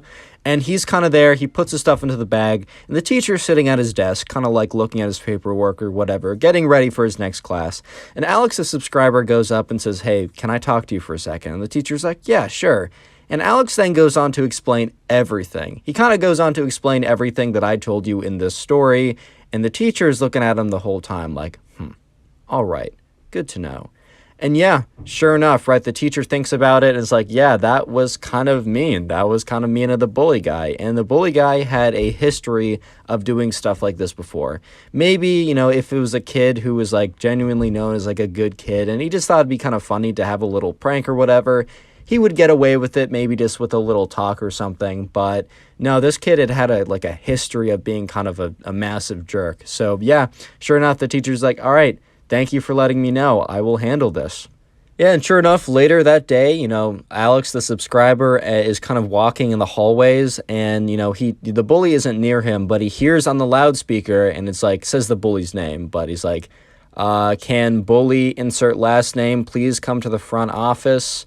I repeat, can bully insert last name? It's first name, last name, you know what I mean? We'll say bend over. So, I'm kidding. I've seen that comment so many times. Anyways, can I don't know, Ben, Steve, or whatever come to the front office if that was the name of the bully. And sure enough, right, the bully got a pretty big talking to. And while he didn't necessarily get suspended, apparently, he was on very, very thin ice. And if he did anything like that again, he was going to be in school suspension for a couple days. And also his mom got called and was told all about that, which I don't know, man. Sometimes that's the worst punishment of them all. What's up, guys? Welcome back to a brand new video. Today we have a story of an incredibly spoiled brat who ends up knocking out his teacher for the worst reason ever. I mean, there's never really a good reason to knock out your teacher in class, but this was just the goofiest thing ever. I know you'll enjoy this story as it's a pretty crazy spoiled kid story. So yeah, sit back, relax, and let's get right into it. And of course, leave a like for your very own free nothing. So we're going to call the subscriber who submitted this story Teddy. And we're also going to call the kid in Teddy's class who is the spoiled brat. We're just going to call him a spoiled kid or a spoiled brat. Whenever I give him a name, it always gets kind of complicated. So anyways, this kid in Teddy's class was just known as the spoiled kid. He was just known as the kid who was just very entitled. I mean, his parents like had a lot of money. He was always given everything like that. But he just embodied being super entitled. He just embodied being super spoiled because he was super spoiled and he was super entitled. And this all started one day when there was a new girl in class. So this girl, anyways, this is 7th grade, so they've been going to the same school with the same people forever. But whenever someone new moves into the neighborhood, they obviously join the high school. And yeah, so there's a new girl who moved in over the summer, and we're just going to call her Kate, because that's the name I use for basically everyone at this point, or any girl at this point. So yeah, Kate's the new girl. She comes in, and immediately, spoiled kid, who has zero charisma, or riz, as you guys might call it, has zero charisma, right? Has zero play, has zero riz. He immediately decides that he's the one to make the move. So anyways, it's like the first day of class, and like Kate's the new girl in the class, and it's a little tough when you're the new kid in class because everyone else is talking to each other, everyone else knows each other, and you're kind of just chilling there, you're kind of just sitting there, kind of just twiddling your thumbs or whatever, not really sure what to do. But anyways, immediately, like within, I don't know, as soon as like class began, the spoiled kid went over and sat right next to her, which she had no problem with because, I don't know, when I'm new and someone makes like a move to be friends with me, I'm very happy with that, you know? And she probably just thought that like, I don't know, he's being nice because he knows that I'm new. Anyways, spoiled kid sits down and says, "Hey, what's up? My name's Spoiled Kid. Nice to meet me." She kind of just looks at him like, bro. And Teddy's watching the whole thing go down. Oh, yeah, by the way, we're calling subscriber Teddy. I don't know if I said that or not. So Teddy's watching this whole thing go down. And he's just chilling with his boys. And he's just thinking to himself, oh, no. Bro is at it again. Bro is at it again, being a menace to society and being a menace to this new girl. Poor Kate, bro. So the spoiled kid sat down. He's like, "Yeah, what's good? Nice to meet me. I'd be super happy to meet me too." And she's like, He's like, "Yeah, so I just wanted to know if you wanted to go in a car ride with me on this Friday." It was like a Monday, so he's talking about like the upcoming Friday, implying like, do you want to basically go on a date with me? He's like, "Yeah, my car is pretty cool. I bet it's a little nicer than any car you've driven in, so it would be a really cool experience. It's a great opportunity for you. Yeah." And Kate's just kind of sitting there very awkwardly. This is like an in real life try not to cringe challenge, and she was about to lose real hard. So she's like, I don't know. I might be doing something with my parents this weekend, so it's a very nice offer. He's like, "Okay. What about next weekend? Are you free next weekend?" And she's like, maybe. I mean, I don't really know, but I can get back to you." He's like, "That's not gonna cut it, actually. I'm gonna have to know right now because I have a lot of women who want to be in the car with me." Which, like, when Teddy heard this, he kind of rolled his eyes because he knew for a fact that the line of women, like, he's saying that, like, the spoiled kid's saying that there's a line of women going out the door to, like, be on a date with him. When in reality, the line was 0 people long. It did not exist. There is no line out the door to be dating the spoiled kid. Nobody wanted to do that, bro. He has no charisma. He's got no risk. He's got no game. He's got no nothing. He's got no play. Nothing, bro. Nada. Not a single speck of that, right? So Teddy's kind of just rolling his eyes like, "Oh, okay. Whatever, spoiled kid. Like, nice try, but she's not going to fall for it." So anyways, class begins, and, you know, spoiled kid can't be talking throughout all of class without getting kicked out by the teacher, right? But, you know, one would believe that. But the spoiled kid is, like, whispering, like, while the teacher's talking or whatever. He's like, "Hey, what's up, Kate? Like, I just want to say you looked really good in your dress today." The teacher's like, "Sorry, spoiled kid, could you not talk during class, please?" He's like, "All right, sorry, teacher."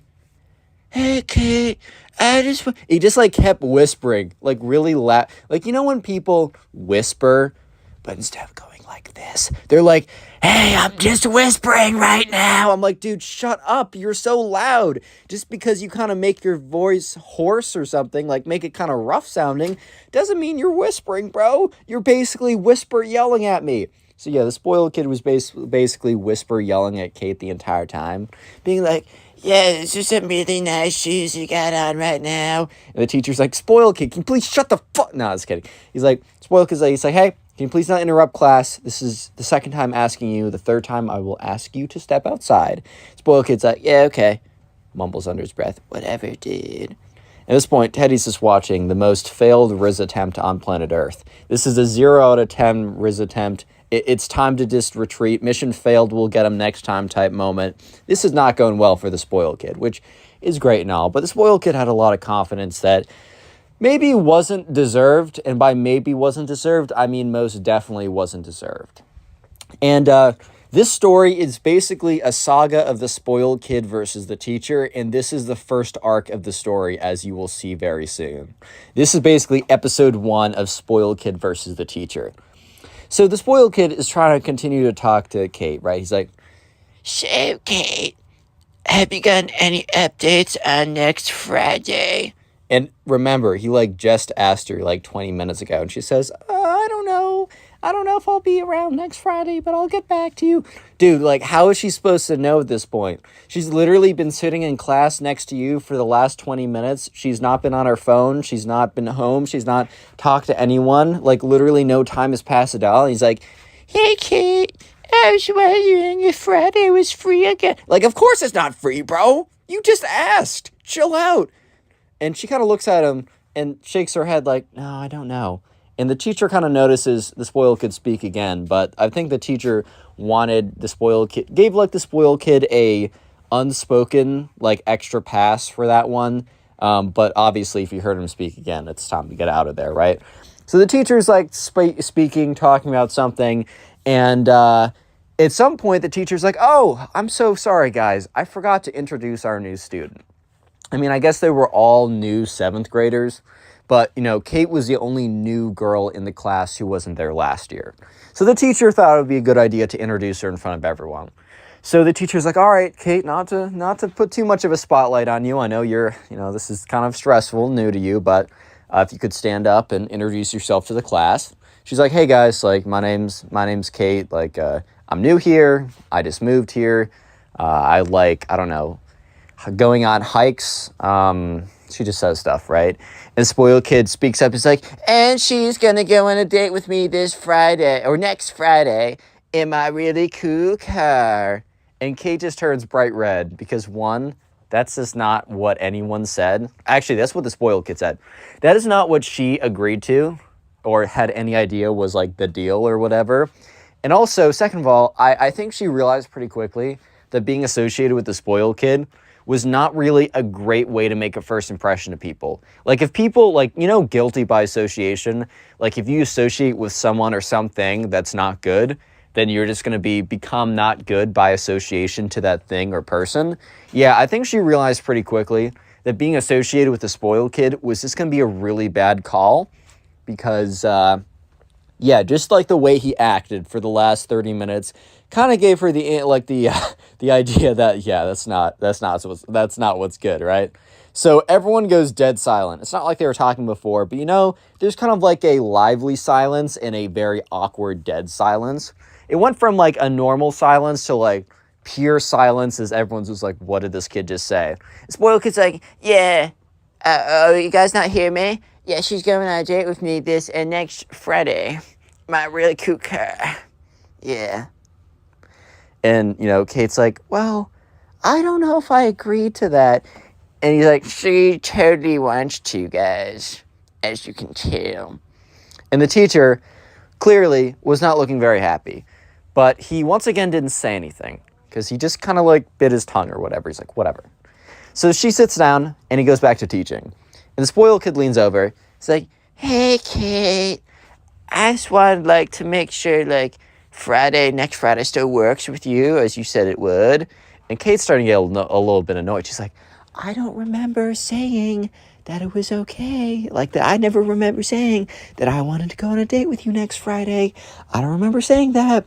He's like, what? But in this time, the spoiled kid doesn't even start. He doesn't even whisper anymore. Just straight up is like, what? But I thought you said you wanted to go on a date. And the teacher turns around and is like, spoiled kid. And they kind of have a showdown. They're staring at each other. They're having a showdown. And the teacher's like, spoiled kid, I gave you 2 warnings and let a lot of other things slip. But this is your 3rd strike. Stand outside. Spoiled kid's like, but I was... Because, like, I think the spoiled kid was, like, upset because, like, he was rizzing, whatever you want to call it, Kate, right? Which is just not the case. He was failing, bro. I don't know how else to say it. But he was like, but you can't do that, teacher. No, I'm just not going to do it. Teacher's like, spoiled kid, I will give you a 0 on today's participation if you don't step outside right now. And the thing is, in that class, participation was like 50% of the grade. So even getting a 0 even on one day, which doesn't sound that bad, actually has a bit of an impact. And the spoiled kid's like, well, I'm still staying here. And the teacher's like, you will get a 0 on this month's participation, which basically meant the kid was going to get a C or below. And eventually spoiled kid stood up and is like, very upset. This was the beginning of a long saga of spoiled kid versus the teacher. Oh yeah. Anyways, moving on to the second arc of spoiled kid versus the teacher. There's a big test in this class. And so this is like 2 weeks after the Kate incident, right? Which is the very beginning of school. Actually, no, this is like a month after because it's the test, of course. So the test, like the first kind of test or whatever, happens about a month into school. The spoiled kid and the teacher in this time period have had a few mini spats with each other. But the first big thing was the Kate one. And the second big thing that led up to the final explosion, aka him knocking out his teacher, which we'll get to, is pretty crazy. But the second thing that led up to that, the first thing being the Kate one, but the second thing is as follows. So they had a really massive test about a month into school. And, or like, I guess a test. All tests are kind of massive. You know, if you only have a couple and they count for a lot of your grade.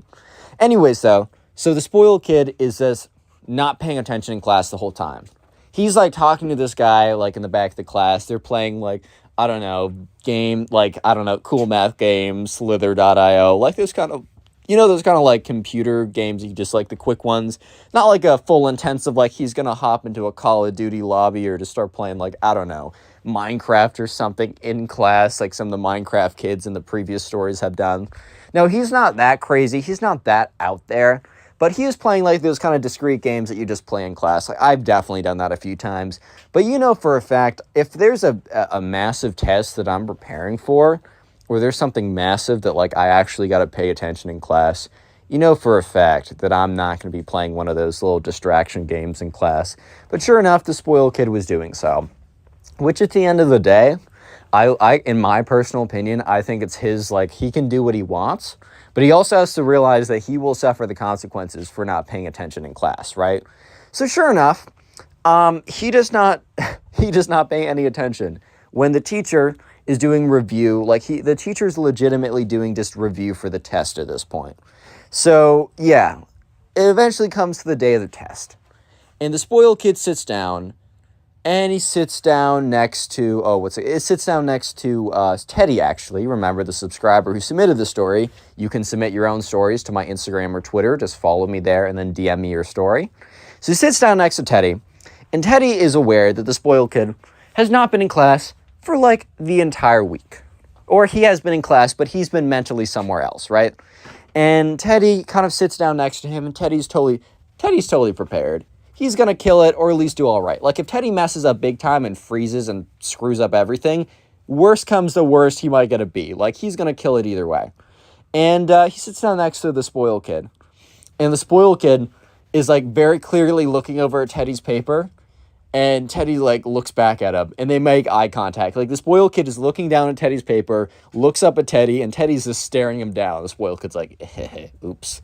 So, yeah, Teddy kind of, like, moves his elbow so that it makes it very, very difficult, if not impossible, for the spoiled kid to read his answers. And the spoiled kid's like, oh, crap. So yeah, the spoiled kid goes on to not really be able to answer any of the questions correctly. Yeah, the spoiled kid just kind of like fumbles around. He's like, well, maybe if I do... Wait, if this is multiple choice, can I just select all the answers and get partial credit? Damn it. Right, so the spoiled kid just does not do well on this test. And eventually he has to hand it in because he's the last one in class scribbling it down. And the teacher picks it up. And 3 days later, the teacher has all the tests graded. And the teacher's walking around the class. And the teacher's handing back these tests to all the students, right? So he hands him back to Teddy and his friends or whatever, and eventually gets over to the spoiled kid.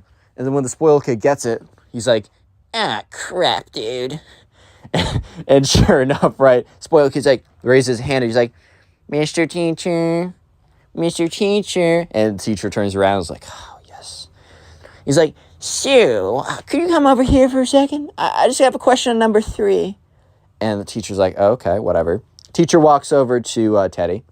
And, not Teddy, sorry, the spoiled kid, who is sitting not next to Teddy, but close enough that Teddy can overhear what's happening. And so the teacher comes over to the spoiled kid.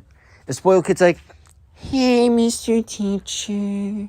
So I'm not really that happy with the grade I got on the test. Could you help me out? Maybe bump me up 20 or so points? And Teddy, when he overheard this, is just like, hey, yo, bro, what? You want to bump you up 20 points? Huh?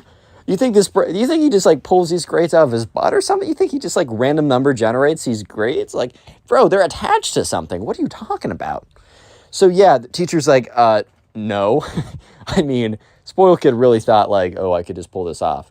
And that's when the spoiled kid says, well, I guess I thought you'd say that. So maybe this will help you reconsider. Spoiled kid reaches into his pocket, pulls out his wallet, opens it up, and takes out a $20 bill and starts waving it around. It's like, teacher, this will be in your desk by the end of the day if you promise that you will change my grade to a 100%.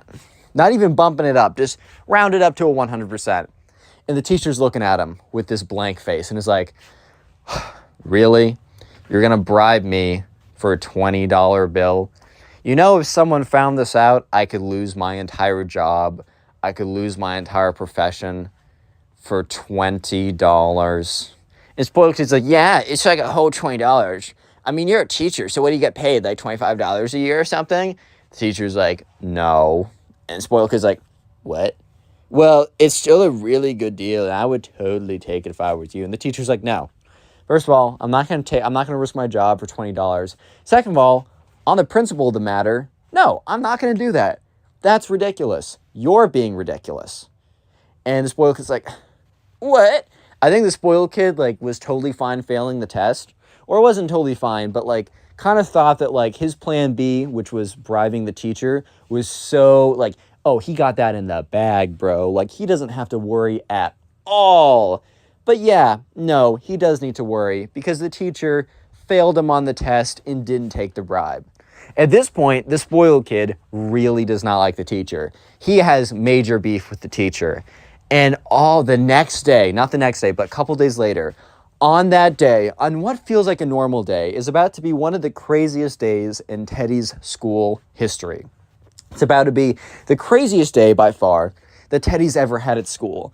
Because on that day is when the spoiled kid legitimately knocks out the teacher, dude. Yeah, not even kidding.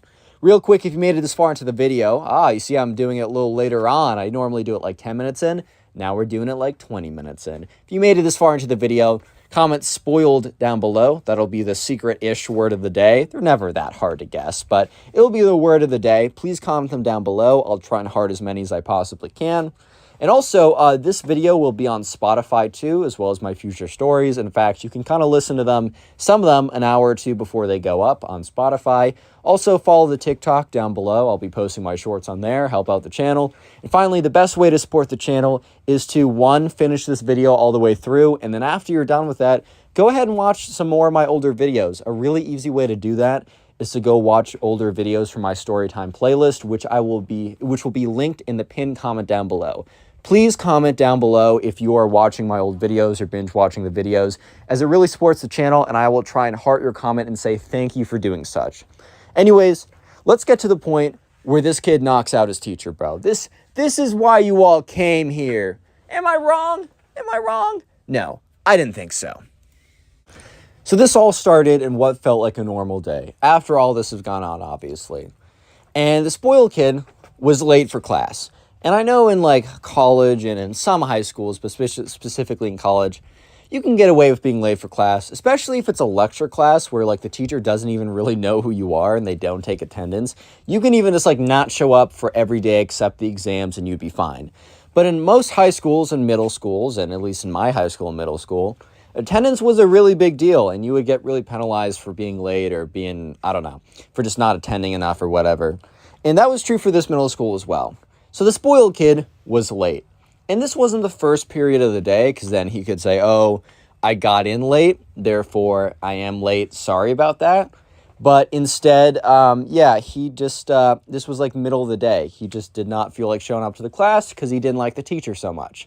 So the spoiled kid came in very salty. Like when the spoiled kid opened the door, he didn't simply open the door.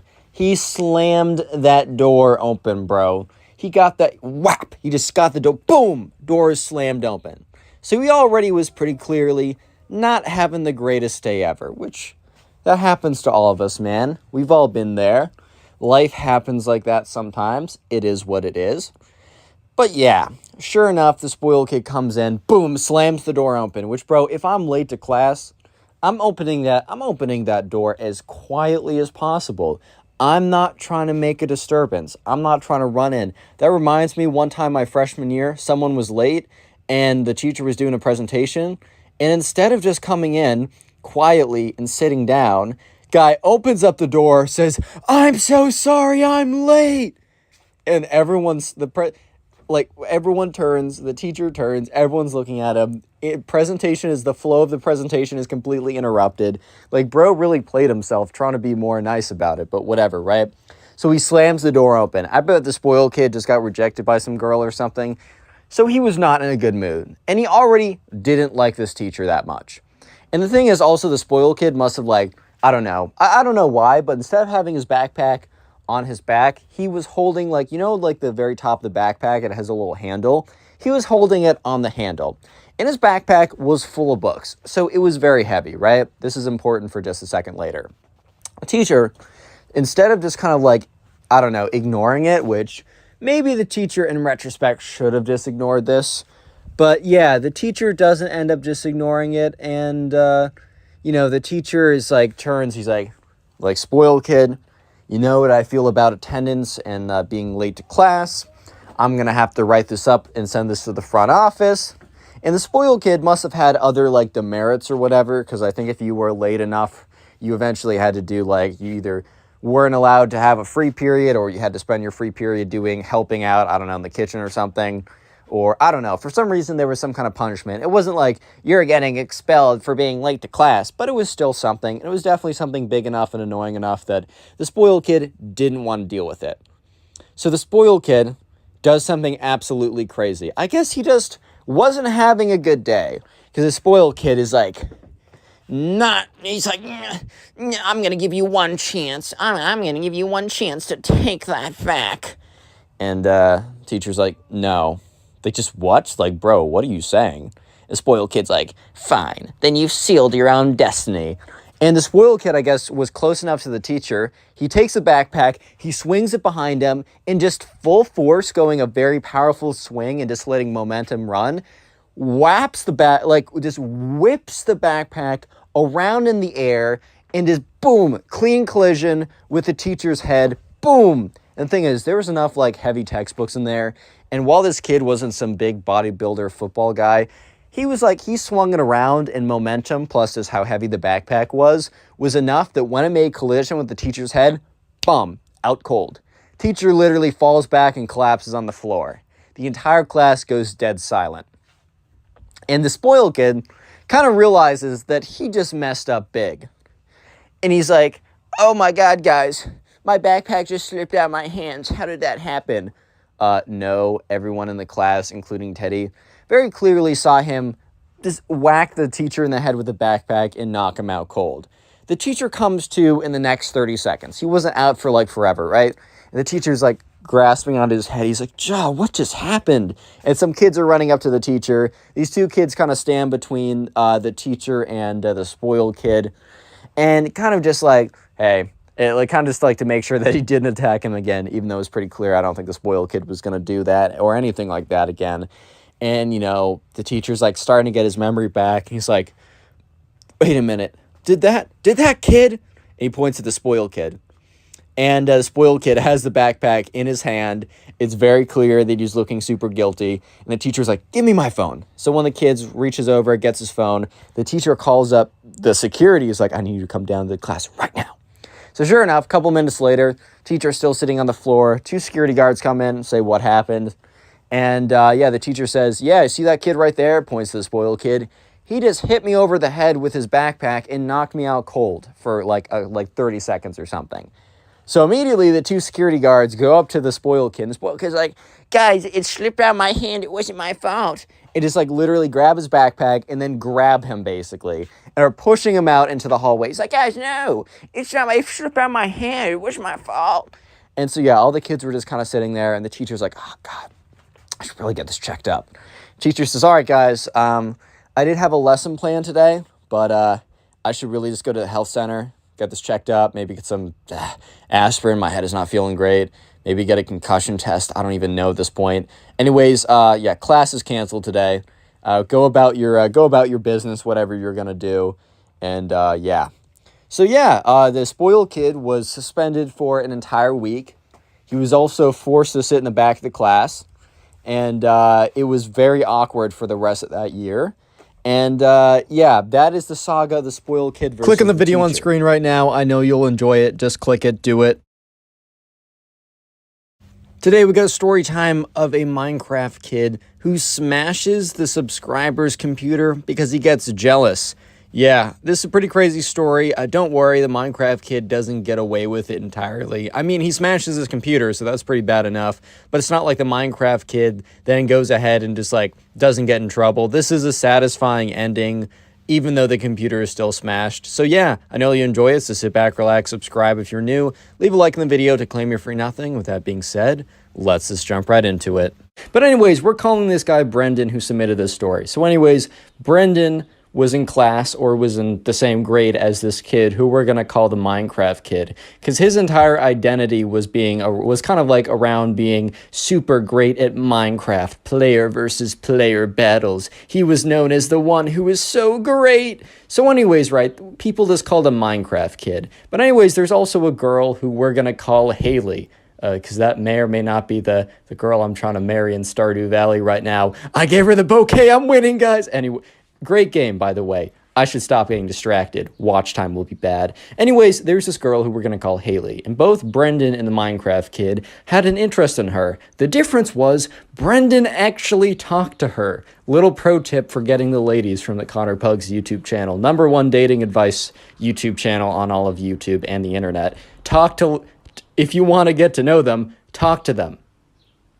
Yes, believe it or not. Wow. But anyways, right, Brendan actually talked to Haley, and they were getting along pretty well, and the Minecraft kid literally never did. The Minecraft kid thought that his magical and powerful skills at Minecraft would literally just be so great and so wonderful and so enticing to the women, right, that he wouldn't have to talk to Haley to make her fall in love with him. She would just see his epic PvP Bed Wars abilities, and she would be like, "Oh my God, I'm not throwing in that joke. Never mind. I got a family-friendly audience on here. I forgot." Anyways, right, so Brendan, or the Minecraft kid, was aware that Brendan was probably also trying to go for Haley because Brendan was talking to her all the time. The word on the street was that, you know, Brendan and Haley, oh my God, they're going to be a thing soon, dude. They're in 6th grade. Like, that's how it goes. Oh my God, are they going to get to 5th base, aka holding hands? Oh my God. Anyways, right, so the Minecraft kid comes up to Brendan one day. And remember, Brendan and the Minecraft kid aren't necessarily boys. In fact, they don't even know each other that well. But the Minecraft kid is like, so, I see that you're trying to court Haley. And in Brendan's mind, he's like, bro, this is 20 whatever, right? I think this story was a little old. I'm not sure. I actually don't know when this story happened. It was submitted to me on my Instagram. You can go follow it. You should go follow it. Anyways, Brendan's thinking to himself, did this guy just say court like it's literally the 21st century? Are you serious? And then the Minecraft kid goes on to say, I offer you like a quest, or I ask you that we duel in Minecraft to decide who will get Haley's hand in dating. And I mean, Brendan was kind of just like, in his head, he's like, all right, well, first of all, I'm not dating her. Second of all, the winner of a Minecraft PvP battle is not going to decide who she decides, right? It's not up to them. This isn't like, I don't know, the barbaric era of like, oh yeah, like, I actually have, like, all men have control, women have no say. Like, oh, I want to marry you, so you're marrying me.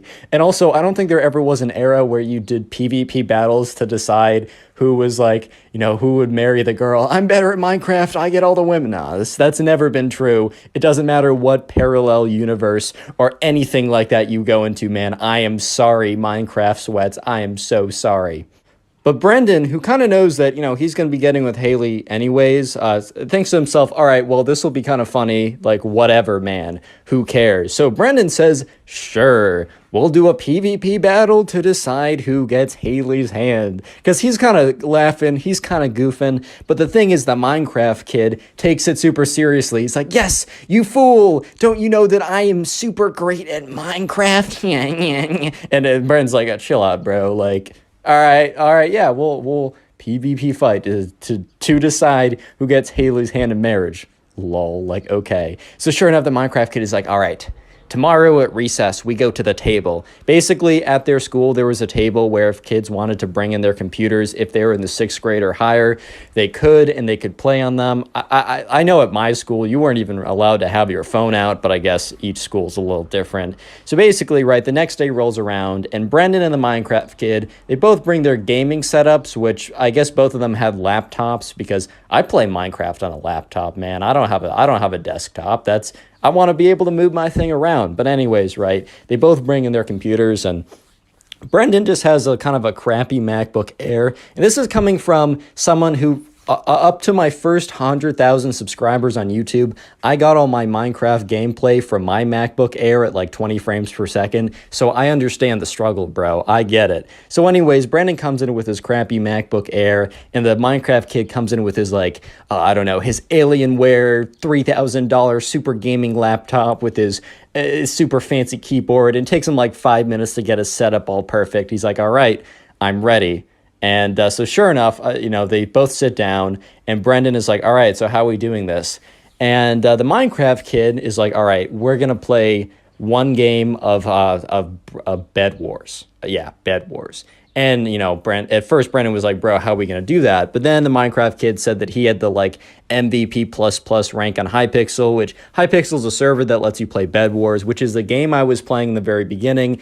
And if you have plus, like, MVP++, you can make private games where it's just you and your friends. So anyways, the Minecraft kid, you know, sent a duel request to Brendan or a Bed Wars party, whatever. Anyways, all you got to know is they were playing Minecraft and they were playing Bed Wars, and it was just them. It was just Brendan and the Minecraft kid in a game.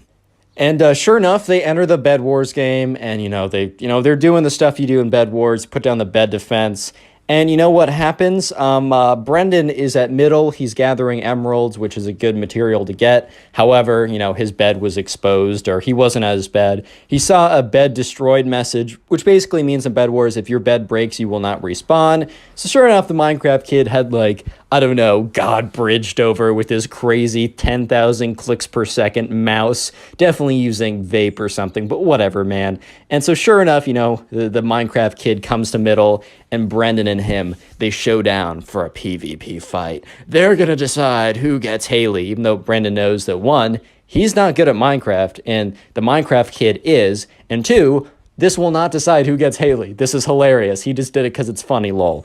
So anyways, they enter their PvP battle, and they go in, and Brendan loses because he is just simply worse. And the Minecraft kid, after, you know, hitting, you know, Brendan enough times with a sword that he dies, is like, yes, Haley is mine. And everyone, because remember, it's recess time, because dude, they had like, I don't know if it's called recess, but they had like a break period. So everyone was kind of around there, and a bunch of kids turn around and are kind of like, what? Huh? Are you okay, sir? And sure enough, the Minecraft kid is like, you fool, you should never have dueled me for Haley's hand in dating in Minecraft. You should have known by my reputation that I would have absolutely slapped you. And Brendan looks at him with this face of like, yeah, man. Ah, that sucks. Wow. That is just too bad. This kind of reminds me of the first season of Parks and Rec, if you saw that, where this isn't really a spoiler, but Andy really wants to get his girlfriend back, so he like offers like a pool game with this guy named Mark, who disappears after season 1. I don't know, maybe the actor wanted to do something else, and he's kind of like, oh yeah, I'll bet Anne, the girlfriend of Mark at the time, on this pool game, and Andy wins. He's like, yes, she's mine, but reality kind of kicks in, and he's like, wait. Huh? But I won her fair and square. Same thing here. So the Minecraft kid is still like, I don't know, Fortnite like doing the little dances, doing the L dance, doing the little other cringe stuff. He's like, Haley is mine. I didn't even have to talk to her, and she's gonna be my girlfriend. I'm gonna go to 10th base and hold her hand. and Brendan at this point is like really trying to hold back a smile. He's like, all right, this is so funny, dude. Don't blow it. Don't make it apparent. And he's like, yeah, man, you totally, oh man, I can't do this. You totally won. I can't do this, man. He's really trying to do it. He's like, yeah, you totally won Haley's hand in dating because you beat me in Minecraft. Yep, that's totally what happened. Holding back the laughter, holding back the tears at this point. And sure enough, right, Brendan's like, all right, man, go ahead. And he's like, yes, I'm gonna tell everyone about my victory dance so everyone knows that you lost to me in Minecraft, and that's why Haley is mine. The Minecraft kid runs away to go tell his other friends. Well, I don't know about that. I think his friends are his Bed Wars win streak and nothing else. But whatever, right? So Brendan goes over and finds Haley. Says, hey, so I just played this guy because he wanted to duel me for your hand in dating. And Haley's like, what? And Brendan's like, yeah, I thought it'd be funny. So, by the way, I lost the duel because obviously you can't do that, but I thought it was funny. And I lost. So he's going to come over to claim his prize, I guess? And Haley's like, all right, well, this is kind of funny, but this is an awkward situation. And Brendan's like, yeah, I probably should have told you about this beforehand. If you need me to be here, I can subvert. Yeah, I can come in and help you with the situation. She's like, all right, well, thanks for giving me context, I guess. So sure enough, a little while later, the Minecraft kid comes around and he finds Haley. And he comes up to her and he says, so, Haley, did you hear the news? This might be the first time the Minecraft kid ever spoke to Haley in his life. He was too busy sweating at Minecraft to even bother with the ladies. They'll come to me, man. I got a Bed Wars win streak. Real quick, comment Bed Wars down below. That'll be the secret word of the day. And if you want to help the channel out, go ahead and binge watch some more videos after this one or when you're doing something else. And let me know in the comment section if you do so I can say thank you. Anyways, right, so the Minecraft kid's like, so Haley, did you hear the news? And she's like, well, I was told that you and Brendan had a little Minecraft video game session and that you won and that you now think that I'm your girlfriend. And the Minecraft kid's like, that is exactly what happened. You're so observant. You'll be a great girlfriend. And Haley's like, dude, like, that's not how it works. And the Minecraft kid's like, we had an agreement. And Haley's like, yeah, well, I wasn't part of that agreement. Do you think Brendan or you have the right to me as a girlfriend? And this is when the Minecraft kid starting to piece together that his offer to duel Brendan made literally no sense. He's like, oh, well, so when we were playing Minecraft, I beat Brendan. Do you want to be my girl? And then eventually, like, Minecraft kid starts to realize, dude, he messed up, bro. He messed up big time. And he's like, wait, did Brendan, wait, who told you? And, at this point, Haley was like, yeah, so Brendan told me about this. And then the Minecraft kid's like, so Brendan knew the whole time that this wasn't going to work? And Haley's like, yeah, well, anyone who is logical, middle, just gets cut off. The Minecraft kid sprints away. And Brendan walks up to Haley and is like, so, is that terrible? And Haley's like, well, he's pretty mad at you, and he ran away, so I don't know what he's cooking up. And that's when that's when Brendan and Haley and everyone else in the room heard a noise. The noise was something being thrown on the ground, smashing and flying into a million pieces. And that's when Brendan walks out and Haley walks out too. Basically, everyone walks out. and they see the Minecraft kid standing above a pile of disk computer parts. And that's when, at first, Brendan thinks, oh my God, he smashed his computer out of rage. But Brendan looked at the table to see that the Minecraft kid's computer was still there. And in fact, the only computer missing was his. And that's when he realized that the Minecraft kid obliterated his MacBook. And there was a teacher present. So the teacher is like, Brad, like, Minecraft kid, like, what did you just do? And Brendan speaks up and says, he just smashed my MacBook. And all of a sudden, the teacher looks at Brendan and looks at the Minecraft kid and says, you two, come with me. Sure enough, teacher brings him to the principal's office. Principal's office hears what the teacher says. She hears both sides, which the Minecraft kid literally has nothing to say. Like, what are you gonna say, dude? And yeah, parents were called, and the Minecraft kid's mom had to reimburse Brendan's mom to buy a new computer. The Minecraft kid had to write a formal apology to Brendan, and also write a formal, and actually both of them had to write a formal apology to Haley because Brendan had to explain the situation, and the teacher's like, dude, that's not cool. And also the Minecraft kid got a week of detention for this. So moral of the story is, one, if you're just playing Minecraft all day, you may not, that may not be the most ideal or most optimal strategy to get the ladies to love you. Maybe I'm wrong, man. Maybe I'm wrong. Don't listen to me. I don't know. Today we get a story of probably the cringiest emo kid, and when I say the cringiest, I mean the cringiest emo kid of all time. Leave a like in the video to claim your free nothing, and let's call today's subscriber, let's call him Daniel. So anyways, right, one day Daniel was in the mall with his friends. And Daniel and his friends decide that they want to go into Zoomies, which is it's a store that has like a lot of like skater type clothes. They also, like, I used to go in there a little bit, even though I was never kind of like a skater kid. I just like the shirts with the cats with the middle fingers in them. I always thought those shirts were pretty funny, and honestly, I'd probably rock one of those today if I still had some of those shirts with me. But anyways, right, Daniel and his friends, you know, they decide to go into the store, and they're kind of just looking around, browsing the t-shirts, looking if there's anything they want to buy. And Daniel kind of goes towards the back of the store, and towards the back of the store is where there's a bunch of skateboards or whatever, and there's these two kids, and they're like long dark hair. There's like I don't know, a lot of like black eyeshadow and makeup, all black clothing, kind of like dripped out with like skull chains, whatever, dude, just like kind of looking like this guy. So anyways, right, Daniel doesn't like think anything of it. He's like, oh, that's interesting, I guess. Because here's the thing, Daniel doesn't really care how you dress. Daniel doesn't really care how you act. As long as you're like decent to other people, he literally doesn't care if, I don't know, man, like you can do whatever you want. But anyways, Daniel's kind of walking towards the back of the store when he sees one of the two emo kids look at him, go up to him, and hold out their hand, kind of like someone, like, you know, the traffic guards like go out and hold up their hand to say stop, and the emo kid's like, hey bro, only emo kids back here, you wouldn't get us anyways. And Daniel kind of looks at him like, bro, I'm just trying to shop in the store. So obviously Daniel's like, dude, like, I'm just gonna go back here real quick, I just want to see what they have, I'm not gonna like spend too much time here, you don't have to worry. And the other emo kid steps up and he's like, dude, I don't have to worry because you're not coming back here, because you're not one of us. We can tell that everyone understands you, unlike us, because society doesn't get us like how we get each other.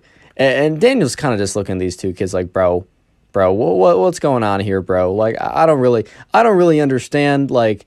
And Daniel says, all right, man, like, I'm sorry society, like, does you so dirty or whatever, dude. And Daniel's like, I'll just be a quick second.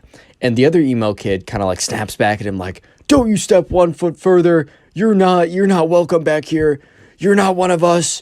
You're not an emo kid. I don't know if he literally said emo kid. I don't know if they refer to themselves like that, but he's like, you don't get us, man. Only people like us, societal rejects, the people that nobody understands and how deep it is and how hard it is, can be back here, and you're definitely a normie, bro. I can just tell. You step 1 foot back here, and, you know, I'm going to send you back to, and he takes like a second to think of something. He's like, Pain Town with my knuckle sandwich.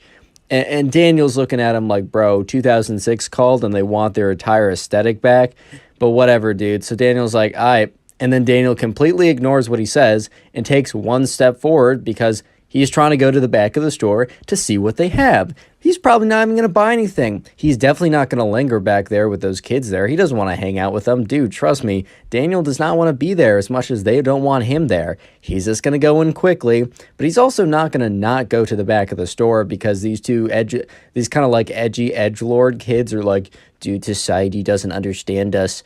Leave us alone, bro. Like, nah, dude, he's still gonna go there. And like, honestly, like, I don't know if I would have done the same because I'm very not confrontational, but I would have been pretty annoyed. So sure enough, right, Daniel takes one step to the back of the room. And the thing is, Daniel didn't even take one step like aggressively towards the emo kid. He literally took it past the emo kid. He was taking a step in the direction of like the back of the store, not towards the emo kid.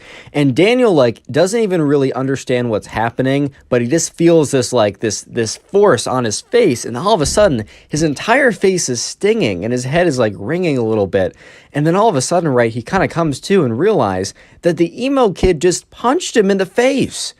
And Daniel looks at him, he's like, dude, what did you like, did you just punch me, bro? And he's like, dude, I said only societal rejects allowed back here. You just didn't heed my warning. And so the guy, like, at the Zoomies, like, the front of the desk of Zoomies is seeing what's going on, sees the kid punch him, is like, you guys got to get out of here. Like, I'm not having any of this in my store. And the emo kid is like, bro, this kid literally attacked me. And at this point, Daniel's like, dude, what? Dude, I was just trying to go to the back of the store.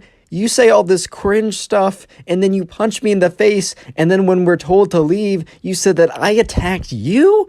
And the emo kid's like, bro, look, he's lying. Look at the way that he's so angry. He's getting so angry because he's lying, dude. And he's talking to the guy at the front desk. He's like, don't kick me out and my friend. Kick this guy. This guy's causing up a huge storm. And the guy at the front desk is like, I really don't care. I need all of you guys out of the store immediately. And, Daniel's other friends are at the other side of the store, and they're looking over like, what is happening?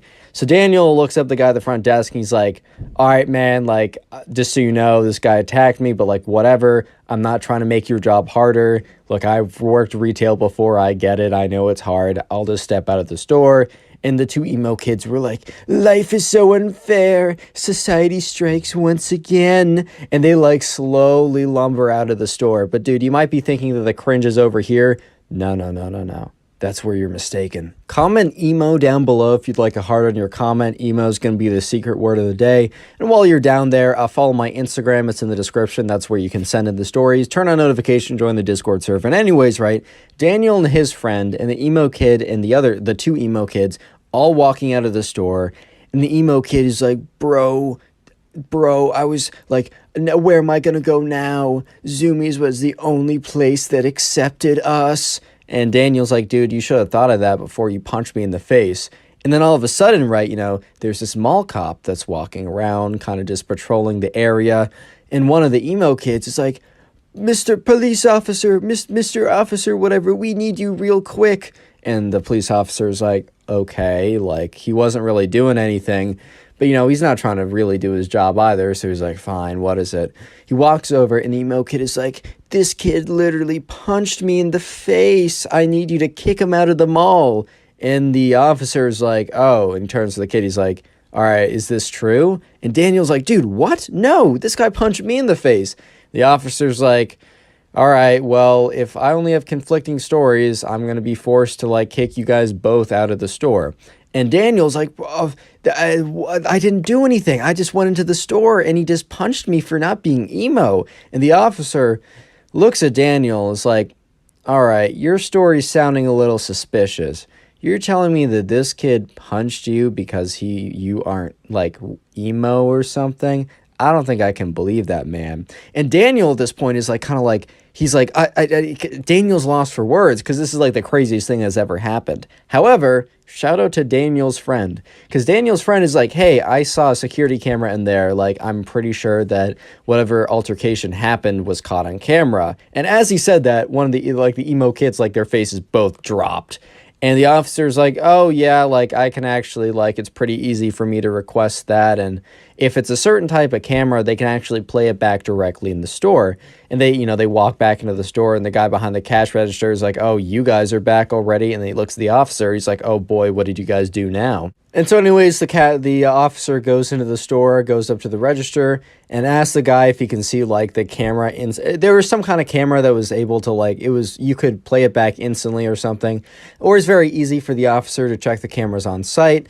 So anyways, he goes to the footage, looks back at it, is looking at the kids, like, kind of like looking at the camera, then looking at the kids, kind of to make sure that he's, like, seeing who is who.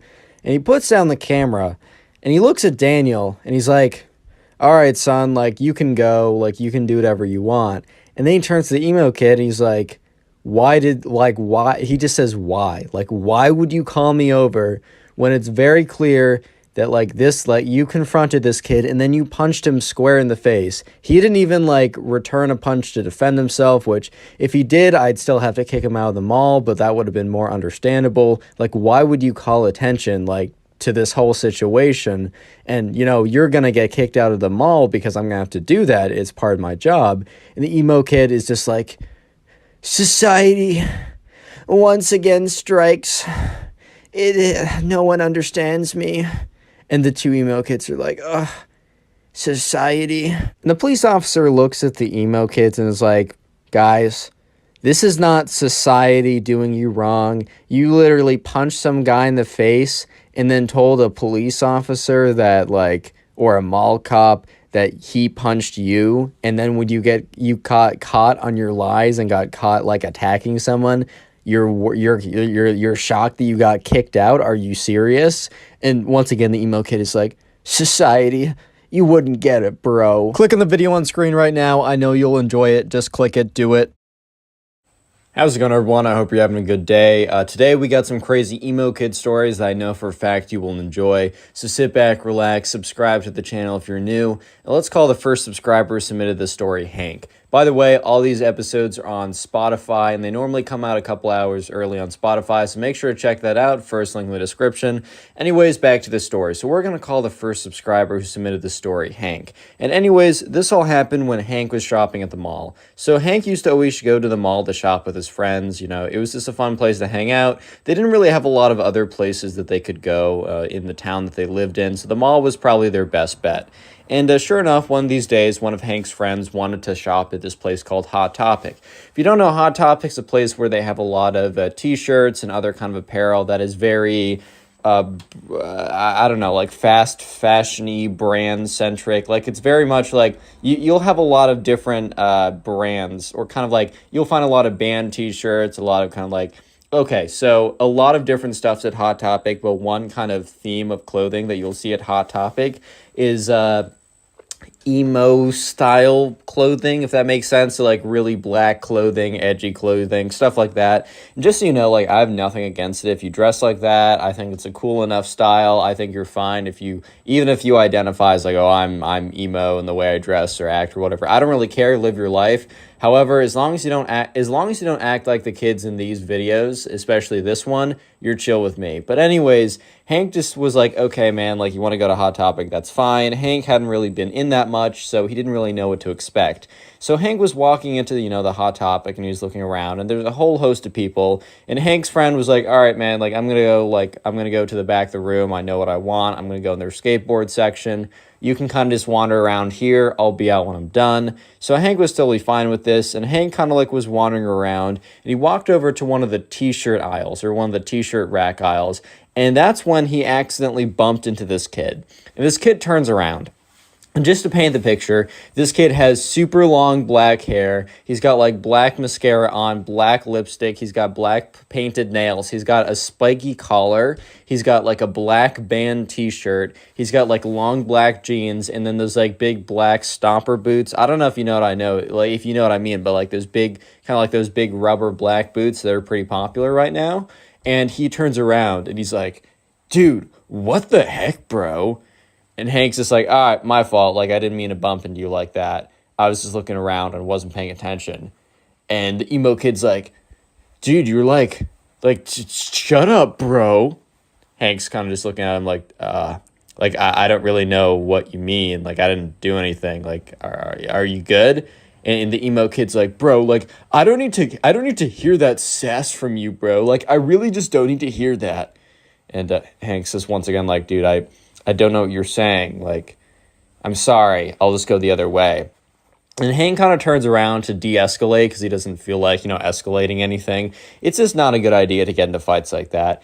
And that's when the emo kid's like, yeah, you would run. You're dressed like one of those jocks anyways. Which, like, Hank kind of turned around because he didn't know what that even means. First of all, I mean, isn't jock a positive thing? Like, I get that there's a bit of a negative connotation of, like, oh, you're a dumb jock or something.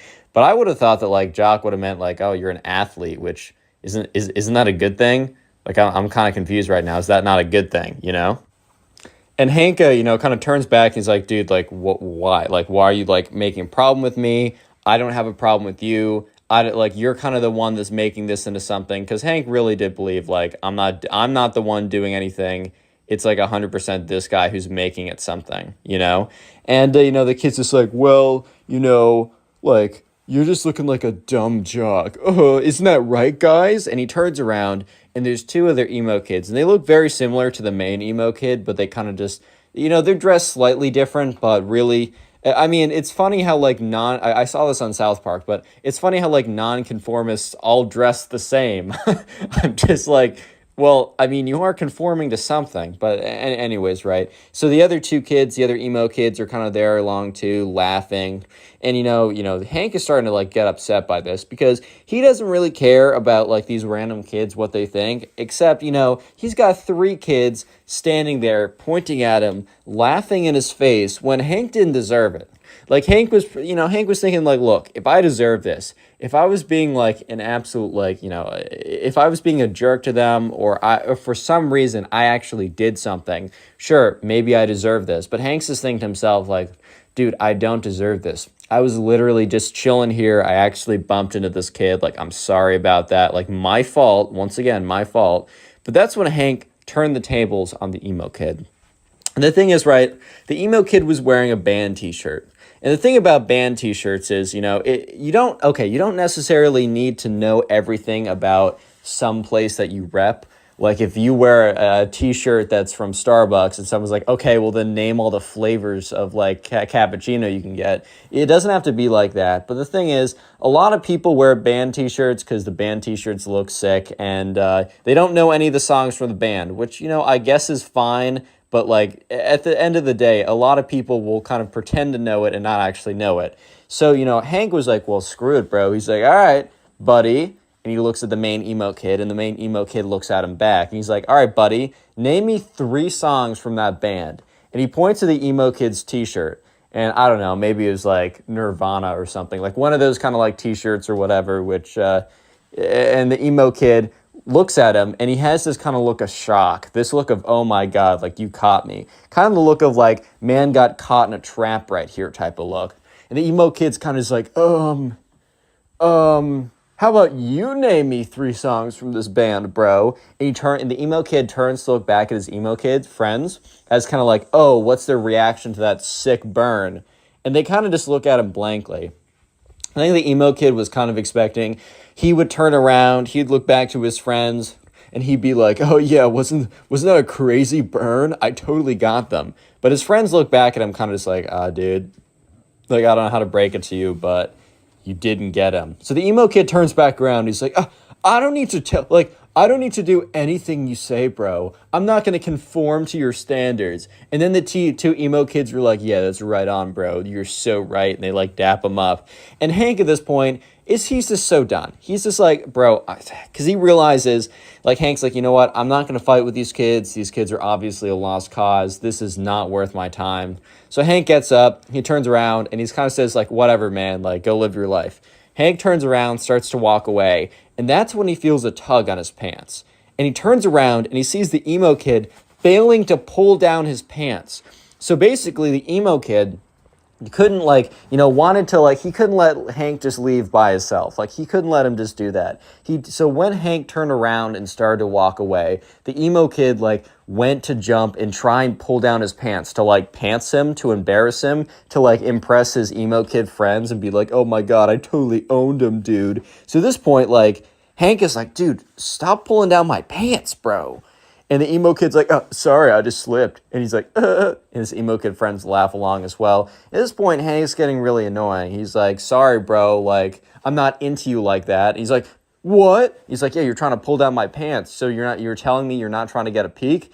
And the emo kid's like, dude, it's not like that. I was trying to pants you. And Hank's like, yeah, you wanted to pants me so you could see my bare bottom. Did you really want to see my bare bottom that bad? And at this point, the other two emo kids start laughing a little bit. And the main emo kid turns around and he's like, stop laughing, it's not funny. He turns back around, he's like, dude, you don't know what you just did. And the emo kid walks up to Hank with his chest puffed out. He's like, bro, you literally don't know what you just did. You don't know who you're messing with. Okay, I don't know if he started to tear up or anything. But at the exact same time, the mall cop that happened to be like going around the mall to make sure that nothing's like happening looks into the Hot Topic and sees basically this kid walk up to this other kid with his chest puffed out. So the mall cop outside kind of slows down walking and looks inside. And sure enough, right, Hank is like, hey, look, I'm not looking for any trouble. And the emo kid's like, yeah, that's what I thought. You're freaking scared, bro. Don't tell me otherwise. You're freaking scared. And at this point, Hank's like, dude, I'm not scared. It's not like that. I just don't want any trouble. Like, you're not worth my time. And he's like, I am worth your time. I'm worth all of your time plus some because I'm worth more than you, dude. You don't know who you're messing with. At this point, right, the emo kids was really kind of just showing his true colors and being like, I mean, kid's insecure. That's fair enough. He's trying to act all tough in front of his friends. So once again, Hank's like, he turns around and he's like, all right, man. He's like, dude, I'm just not doing this. Once again, have a good life. Hank turns around, and as Hank's turning around, the emo kid is like, in his head, he's like, I can't let this slide. So the emo kid literally raises up his hand and swings on Hank. Real quick, if you made it this far into the video, go ahead and comment emo down below. I just want to see how many people made it to the end of this video, as I do appreciate you guys. Best way to support the channel, as always, is just watch a bunch of the videos. The more watch time you give to the channel, the more we get promoted in the algorithm, and I really, really do appreciate it. Let me know in the comment section what you do while watching my videos. I genuinely want to know. Just so you know, all these episodes are on Spotify. It's in the description, the first link. Please rate us 5 stars when you have a chance. If you want to submit these stories, and please do, because, that's how I make these videos, go to my Instagram or Twitter. They're both in the description, but they're also at Connor Pugs. I got a Discord server, link in description, code ConnorPugs for 10% off gamer subs. Let's get back to the story.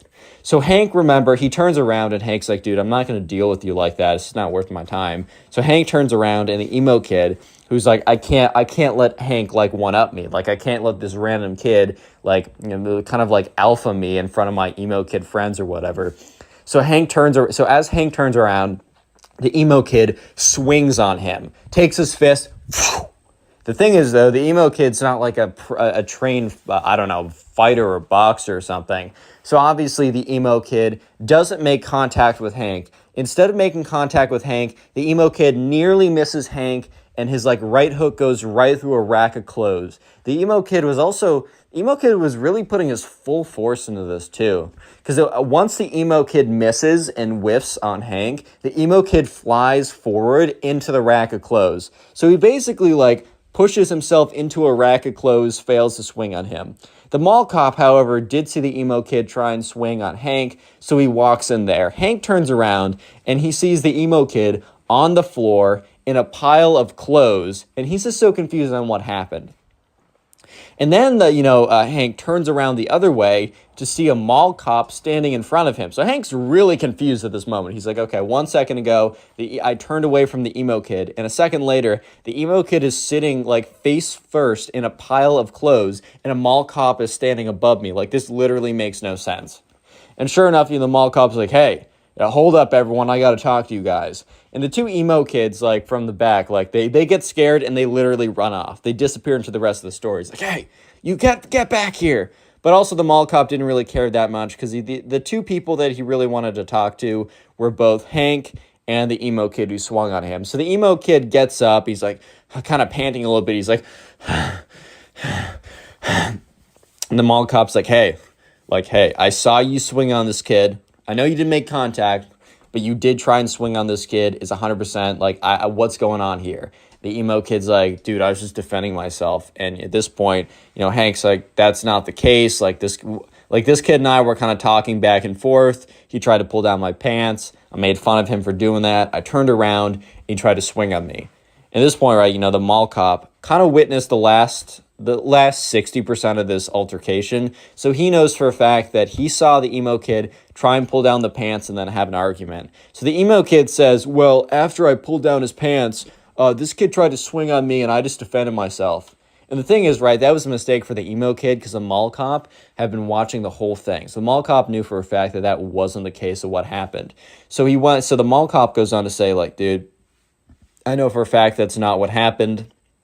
I saw you guys kind of like bickering in the store and I wanted to make sure that we had no like nonsense going on. Obviously some nonsense did go on and I watched the whole thing. I saw you try and pull down this kid's pants. He did not swing on you. I don't know what he said to you that offended you or anything, but it's very clearly that, you're the aggressor here and like, I can't have that. So he's like, hey, I'm going to need you to come with me. And the emo kid's like, all right, buddy, go ahead with him. And the emo kid is like looking at Hank and kind of giving him this look of like, come on, bud, like go ahead. He's asking for you. When in truth, that the mall cop is not asking for Hank. The mall cop is asking for the emo kid. So the mall cop's like, sorry, man, you must be mistaken. I'm not asking for this guy over here, pointing to Hank. He's like, I'm asking for you. And he points at the emo kid. And the emo kid is so absolutely stunned by this revelation. He's like, at this point, the emo kid is practically speechless. The emo kid is standing there, is just like, you must have some kind of mistake or something. Like, you can't be talking about me. That's insane. Like, there's no way. Like, what do you mean? Hanks is looking at the emo kid with this bit of a smirk, and the mall cop is kind of like, come on, bud, like, we don't want to have any trouble here. Make this nice and easy for all of us, and just come along with me. And, at this point, the emo kid is looking at Hank and kind of just giving him this look of like, this isn't over, buddy. This isn't over. And Hank is kind of just like, wow, this like a lot just went down the last 5 minutes, because this was like no longer than like 10 minutes of an altercation. And as soon as the mall cop basically drags the emo kid away, his friend comes rushing up to him and he's like, dude, like I just checked out the thing I was getting. And in his hand, he had this like skateboard thing or whatever. He's like, dude, I just saw like a mall cop over here. I saw some kid getting dragged out of the store. Did you happen to see what happened? And Hank just looks at his friend and is like, did I happen to see what happened? He's like, buddy, I lived what happened. Okay, so we're going to call the subscriber for the next story Bobby. I got a little King the Hill theme going on with these names because I got Bobby and Hank. If you know, and you're cool. Anyway, so Bobby was like hanging out at home one day and one of his friends hits him up. And, Bobby, doesn't see this friend this often because they happen to be going to two different schools, even though they live relatively in the same area. They're both in high school and they're both seniors in high school. So Bobby's friend, who we're going to call Ben, actually happens to have a car at this point. And, Bobby's friend Ben hits up Bobby one day and Bobby's just chilling at home and he gets a text from Ben saying, hey, do you want to like hang out today? And Bobby is feeling kind of lazy. So he's like, maybe, like, what do you want to do? His friend's like, dude, I want to go to the skate park. And Bobby in his head, he's like, I don't know if I want to go. Like, this is, I don't know. I don't know, man. I really don't know. And Bobby should have stayed home that day based on what was about to go down, but he didn't because he wanted to see his friend Ben, and he was like, wait, what else am I going to do today? Watch Netflix? I know for a fact by the end of the day, if I'm just sitting here watching Netflix, I'm not going to be a happy camper. So sure enough, Bobby texts him back. He's like, yeah, man, like, I don't got a ride, but if you can pick me up 100%. So sure enough, this friend, I don't know, an hour later, pulls up to Bobby's house and says, hey, man, get in. And, Bobby shows up to the window. He's like, hey, what's up, Ben? Haven't seen you in forever. Just so you know, I don't have a skateboard, just so you're aware. And Ben's like, dude, I got two in the back. Don't worry about that. I got you. So sure enough, Ben hops into the car with Bobby. And, they drive, or Bobby hops into the car with Ben. They drive over to the skate park, which is like 15 minutes away from where Bobby lives. And they get out, and, Bobby used to skate a little bit back in the day with his friend. It's been a while, so he's not going to do any tricks or anything like that, but he's just getting along, he's just getting on the board. He's kind of riding around a bit, just getting a little bit of exercise, and mostly he's out there just to hang out with Ben, because he hasn't seen Ben in a second, and they used to be really tight. So sure enough, Bobby and Ben are just chilling at the skate park. They're having a good time. They're kind of just living their life. And that's when a very specific looking group of these emo kids, they pop out of nowhere basically. And they just appear at the end of the skate park. So this skate park is pretty big. It's not like a massive one. It's not like where you'd have a professional skater event or something. But it's a pretty big skate park. Like the city definitely puts some like a good amount of bread into making this. So sure enough, they're looking over and they see this group of kids. And this group of kids has like a ringleader that's like standing in front of the other two. And he's kind of dressed like they're all dressed like kind of like the other emo kids in the last story time. So I'm not going to go ahead and describe them. They're dressed a little bit differently, but it's all kind of the same, if you know what I mean. So sure enough, the kids are just standing at the end of the park, and it's really awkward because like Bobby goes over to Ben. He's like, dude, like, see those kids? And Ben's like, yeah, I just been staring at them. And Ben's like, dude, they just been looking at us for like the last, and he checks his watch. He's like, dude, they just been looking at us for like the last like 2 minutes, bro. That's really freaking weird.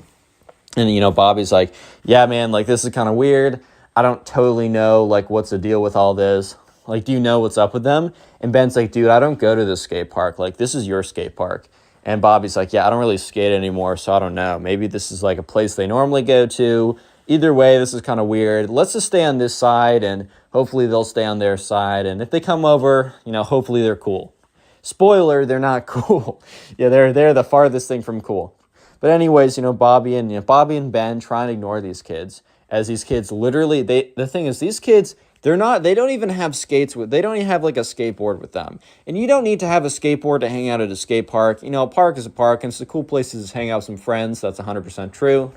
However, I will say it is a little weird to like show up in a group of kids or a group of like a bunch of people, stand there and watch other people without saying anything to each other, without doing anything like that. I will say that itself is pretty weird.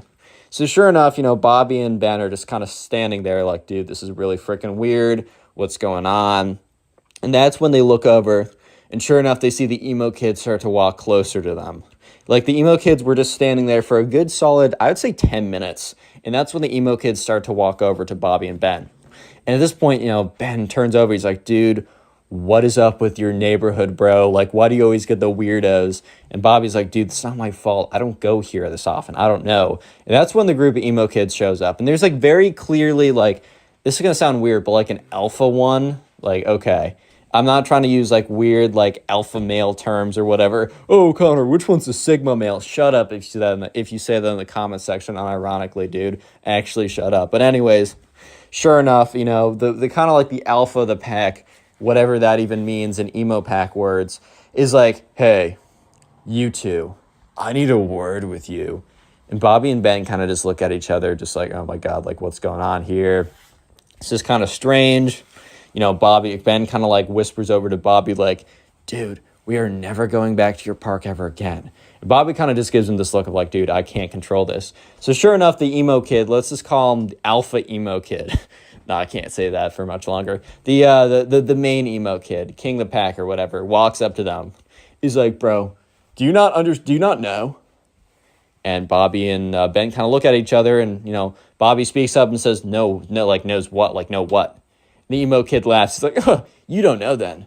This is our turf, dude. And Bobby and Ben kind of look at each other, and Ben speaks up like, turf?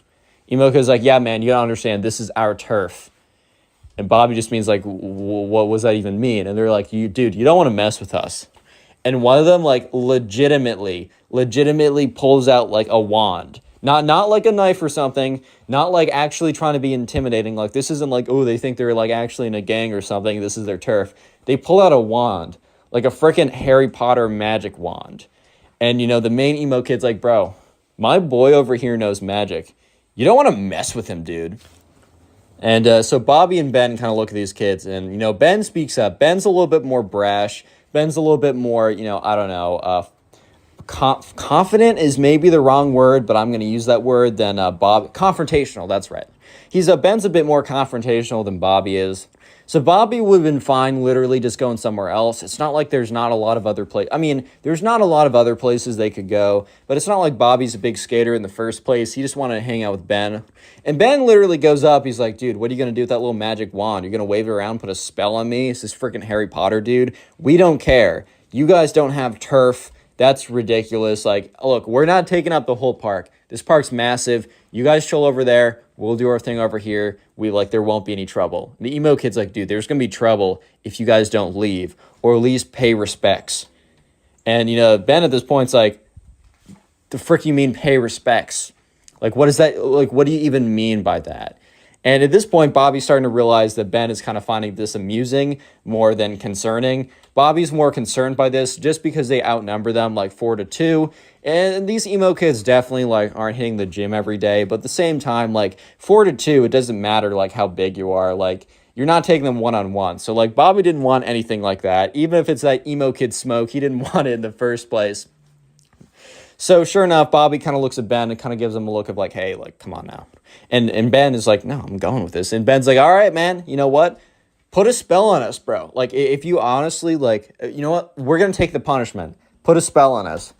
And the main emo kid looks at them and is like, dude, you don't want our smoke like that. You don't want us to, like, drop a spell on you like that, bro. You don't know our power. You don't totally get it. And Bobby is just looking at them. And Bobby's, like, kind of, like, completely freaked out at this point. Not that they're going to actually put a spell on him and, I don't know, curse him or something. Bobby's just so freaked out by everything going on, that he just doesn't want anything to do with it. So Bobby is like, I don't know, man. How about we just, like, we stay here and you go over there? And the emo kid's like, I'm not talking to you, little boy.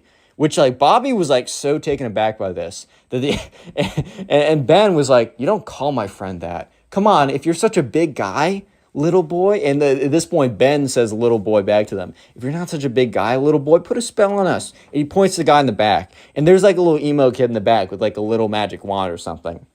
The main emo kid says, you know what? Gentlemen, I don't want you guys to be seriously hurt. So I'm going to give you one more chance to leave the premises. Or my friend will put a spell on you. And you will be cursed so badly that you will not make it out of this park alive. We have magical powers that you simply don't understand. And Ben is looking at them. And Bobby is looking at them. And the emo kids are looking back. At this point, it's one of those classic Texas standoffs. Like, who's going to shoot first? But instead of shooting, it's either staying there or shooting your magic spells through your wand or whatever. And, Ben was like, all right, no, we're staying here. Put a spell on us. Do it. And the emo kid is like, fine, you've sealed your fate. And all of them walk away. At this point, Bobby and Ben look at each other. Bobby's like, dude, those kids are weird. Like, I have no idea what's going on. Ben is like, really is your neighborhood spawning out the most NPCs in the world, dude? Like, this is crazy. And, Bobby and Ben were probably going to go back and forth a little bit about how weird these kids were, but they were unfortunately interrupted by chanting. So they look over and they see the emo kids like holding hands, chanting, like kind of like going in a circle, like kind of like moving in a circle, holding hands, chanting like demonic tongues. At this point, Bobby's like, bro, I'm kind of freaked out. And Ben's like, dude, this is a comedy routine. Please, like, chill out. And at this point, they do, like, the chanting gets louder and louder. And it's kind of weird. Like, it's really strange. It's like they definitely been rehearsing this. And Bobby admits to me that for a split second, he was thinking, like, dude, what if these kids actually have magic powers? Spoiler, they don't. They're just weird, right? And by the end of the chant, one of the kids comes over. The main one grabs the wand, starts swinging it around, and starts walking over to them. He's like, one last chance, boys. I'm giving you one last chance to literally survive. I'm giving you one more chance unless you want to, if you want to leave here and see your parents again. And Bobby was just in his head like, dude, this kid's legitly weird. And Ben says, bring it on, dude. I want to see the worst you have. And Bobby was like, he admits, he was a little bit concerned just because, I don't know, just like the confidence these emo kids had was kind of startling. And the main emo kid's like, fine. Takes up his wand. He starts like saying a bunch of like random gibberish and waving his wand in a circular motion, pointing it at Bobby, right? Or at Ben, not Bobby. And Ben, kind of looks at Bobby and gives him a wink. And Bobby knows that, but Ben's about to be up to some mischief. And the kid is like, ha-da-da-da, ha-da-da-da, ha-boo, or it does like what is very clearly like the final motion. And Ben literally like opens his eyes super wide, clutches his heart, and drops to the ground and doesn't move. Bobby is like a little bit freaked out, but he also remembers that Ben just like gave him a big wink. And you hear all the emo kids, like some of them are in the back like, oh my God, it actually worked. The spell actually worked. And the main emo kid has this look on his face, like the most scared look you've ever seen. The main emo kid was terrified because for a good 30 seconds, the main emo kid actually thought that he just killed this kid from his like magic spell or whatever. So sure enough, the emo kid like drops his wand, rushes up to Ben and is like, no, the spell, it was too powerful. I should have held back. And Bobby's just looking at him. And the emo kids, the other ones, are standing like talking to each other. And they're like frantically talking to each other. They're really concerned about this. They're like, dude, do we call the cops? Do we bury the body? Like, what do we do? Like, what if our parents find out? All this kind of nonsense, right? And that's when you hear giggling. It started as giggling, but then it just evolved into laughter. And that's when Ben flips over and you can see that he's just been laughing. He couldn't hold it in any longer. And he gets up. He's like, oh my God, you fell for it. This is the funniest thing ever. He's like, guys, you're not wizards. You're just weird. Go to that side of the park. We're going to be here. And there's nothing you can do about it. And that's when I think the emo kids kind of realized that, they weren't going to scare them out of there, and they definitely were not going to fight them out of there either. So sure enough, the emo kids they don't even say anything. These kids they're kind of done with trying to scare like Bobby and Ben out of there. So they pick up their stuff, they get up, and they leave. And Bobby and Ben, they go back to doing their whatever they were doing before. But it really was just never the same after that, because like for the rest of the day, Ben would just continuously make emo kid jokes and Bobby would laugh and make them back. So in fact, the rest of the day was better than ever before. And this happened a long time ago. Like this happened like 4 or 5 years ago. And Bobby and Ben actually reunited about a year ago. And literally the only thing they did during their when they reunited was retold this story and made jokes about it the entire time. And this is probably, if you want to continue supporting the channel, please click watch on the another video on screen right now. Bye. I know you'll enjoy it. Just click it, do it. How's it going, everyone? Today we have a story of one of the cringiest emo kids of all time. So sit back, relax, subscribe to the channel if you're new. We're calling today's subscriber who submitted the story Brent. So this all happened when Brent was at soccer camp. And so Brent went to the soccer camp every single year. And it just happened that this year he encountered the emo kid at soccer camp. So anyways, this was just another summer of Brent going to soccer camp. His mom dropped him off, and once again, he was pretty excited to go. Unfortunately, some of the friends he made from the year before, they didn't show up this time, so he was very proactive about finding people, meeting new people, and trying to make some new friends. So anyways, in the very beginning of soccer camp, they had kind of a get to know other people type deal. And all of a sudden, right, Brent sees this girl, and she was at kind of the girls' soccer camp. So it was kind of split up like boys' soccer camp and girls' soccer camp. However, it was all under the same umbrella of the soccer camp program. So they would eat lunch together, do non-soccer activities, but the morning soccer practices were kind of split up by gender like that. And so anyways, right away, Brent saw this girl, Emily, and he immediately kind of fell in love with her. Not actually, but was like, OMG, lol, she's cute. I'm going to try and hit. No, I'm just kidding. He's like, I don't know. He's gone to soccer camp. He's not trying to hit, bro. That's crazy. But anyways, right, so she's going to be an important character later on. But for the meantime, we don't need to think about her because someone much more important comes into the picture. So while Brent is thinking about oh my God, look at that girl over there. I got to start talking to her. That's crazy. He accidentally bumps into this guy and he turns around. This guy is I don't know, a little bit bigger than him, a little bit heavier than him, just kind of a bigger guy. And he's got this long black hair that's swooshed over. He's wearing the standard soccer cleats, but otherwise it's this black band heavy metal t-shirt. He's got black painted nails. He's got a spiky wristband on or whatever. And he turns around. He's like, yo, what did you bump into me, bro? And Brent's like, oh, my fault, like, didn't mean to do that. He's like, you don't think that I'm an alpha? Is that what you think? Brent's like, what? He's like, I'm an alpha male, just in case you weren't aware, which I know that you subconsciously were, because, all betas instantly know when there's an alpha present.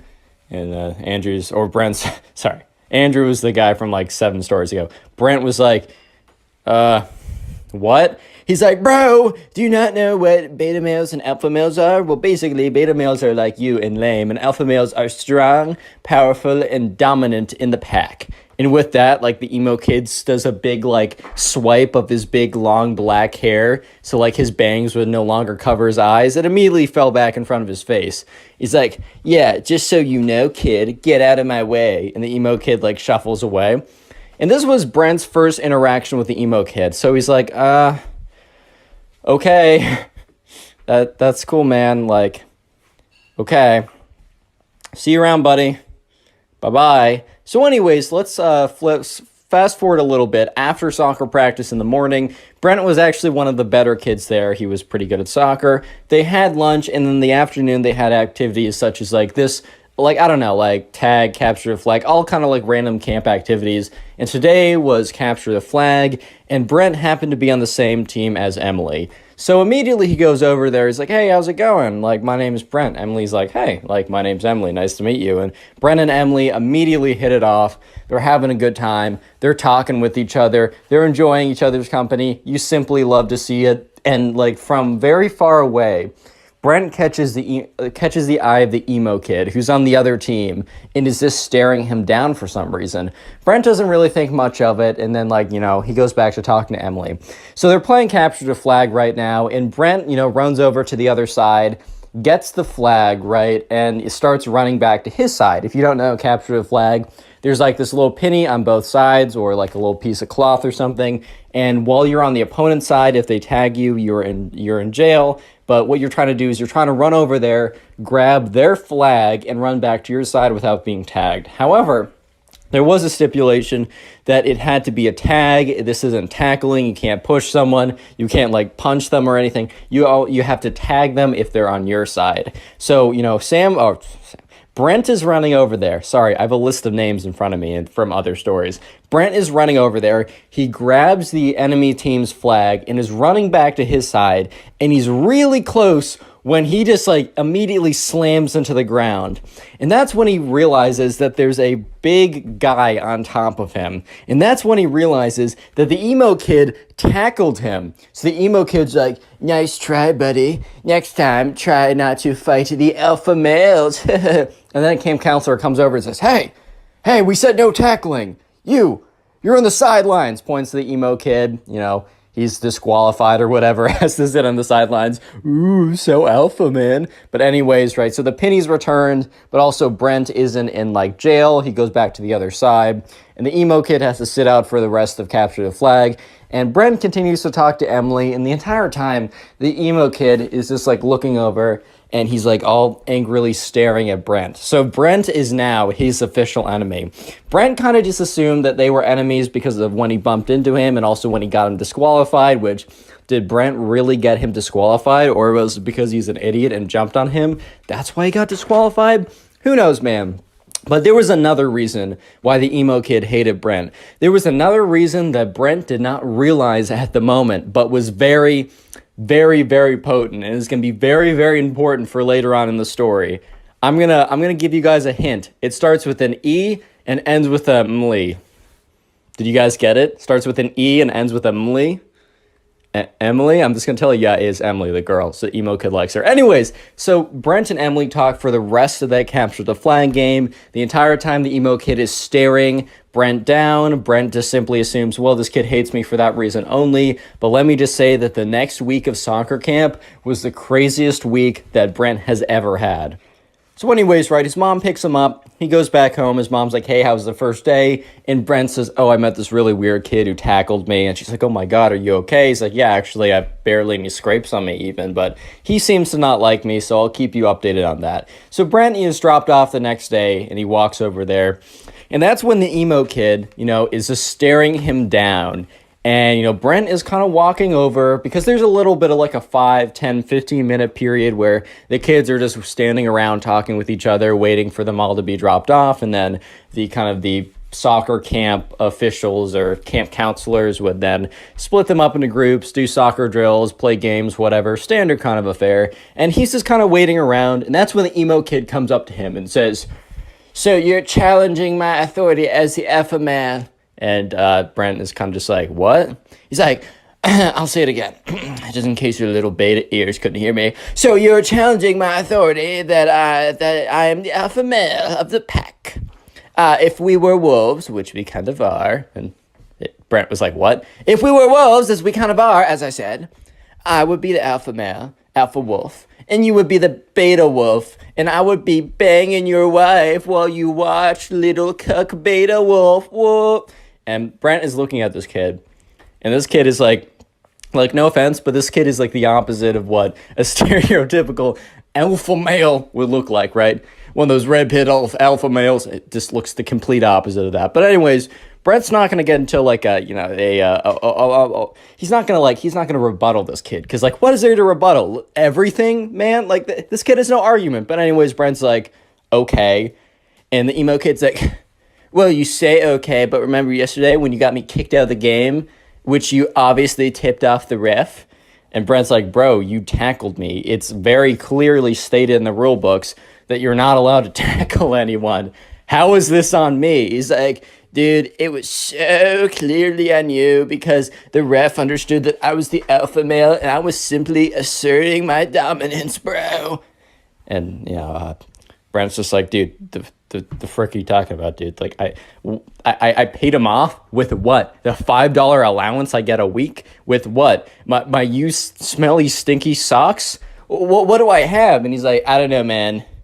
I don't know. Maybe you took his daughter on a date because his daughter's so ugly she'd never get a date." Oh. And Brent's like, was that a diss? Like, does he even have a daughter? He's like 20, bro. What? And the emo kid's like, "Anyways, I just wanted to let you know that I'm the alpha man. You're the beta man. I will do your wife when you have one." And scene. And the emo kid walks away. And Brent at this point is like, "What? Why? Why is this my life?" Anyway, so skip forward to the soccer practice. They're put into groups, and the emo kid was in Group B earlier, so they basically split them up into Group A and Group B. So the Group A is the better players, and Group B is the I'm just kidding, the players who are newer to soccer. And the emo kid apparently was on the cusp of Group A. It was at the very top of Group B, and because his performance was good enough, he was actually moved up to Group A. So now Brent, instead of having a morning to himself to focus on soccer, now had to deal with the emo kid being, thrown into the mix here.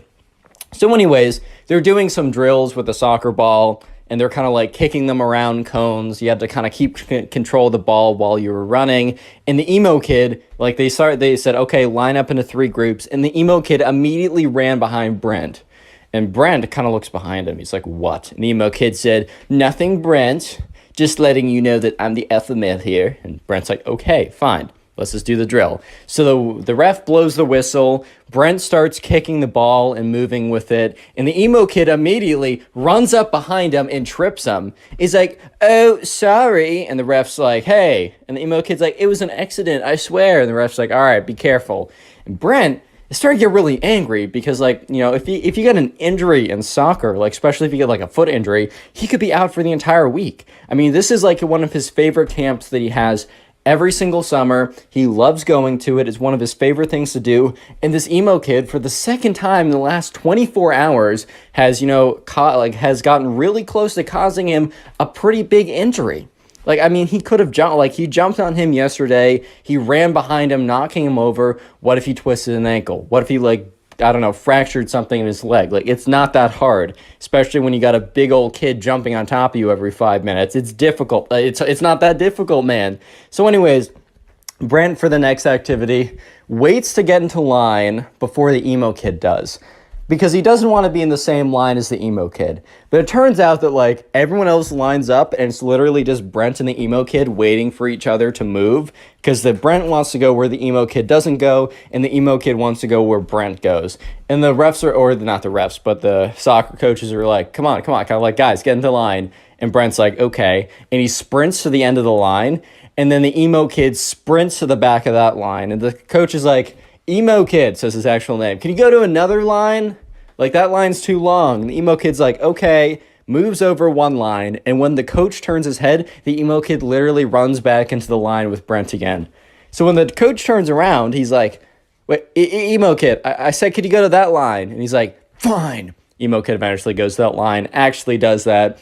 So for the rest of the soccer practice, the emo kid tried to like bump into Brent, tried to make his life difficult, basically was just being a big butt the entire time. But thankfully, right, that nothing really happened. He didn't bump into Brent successfully again. In fact, the emo kid, most of the time when he tried to bump into Brent would do some like very slick soccer move, kind of like break his ankles, not literally, but you know what I mean. And the emo kid would like fall flat on his face because he kind of like tried to run into Brent, and then Brent sidestepped him and completely swerved out of his way.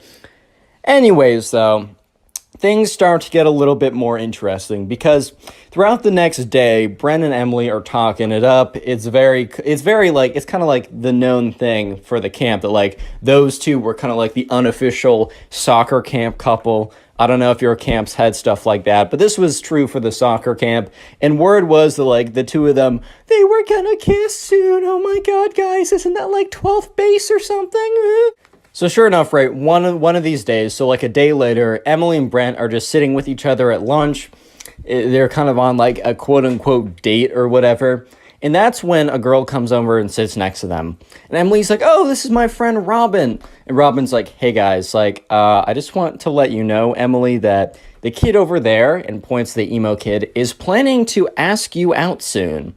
And Emily's like, dude, I don't know that kid. I've never spoken to him in my life. And Brent's like, oh my God, I know exactly who that kid is. Emily's like, what? And Brent basically tells her the story that I told you guys for the last 13 minutes.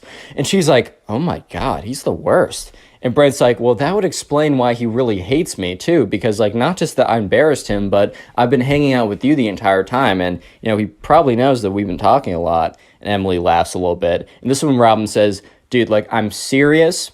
This kid is going to come over and ask you out within like the next 24 hours. He's going to do it publicly. It's going to be really embarrassing.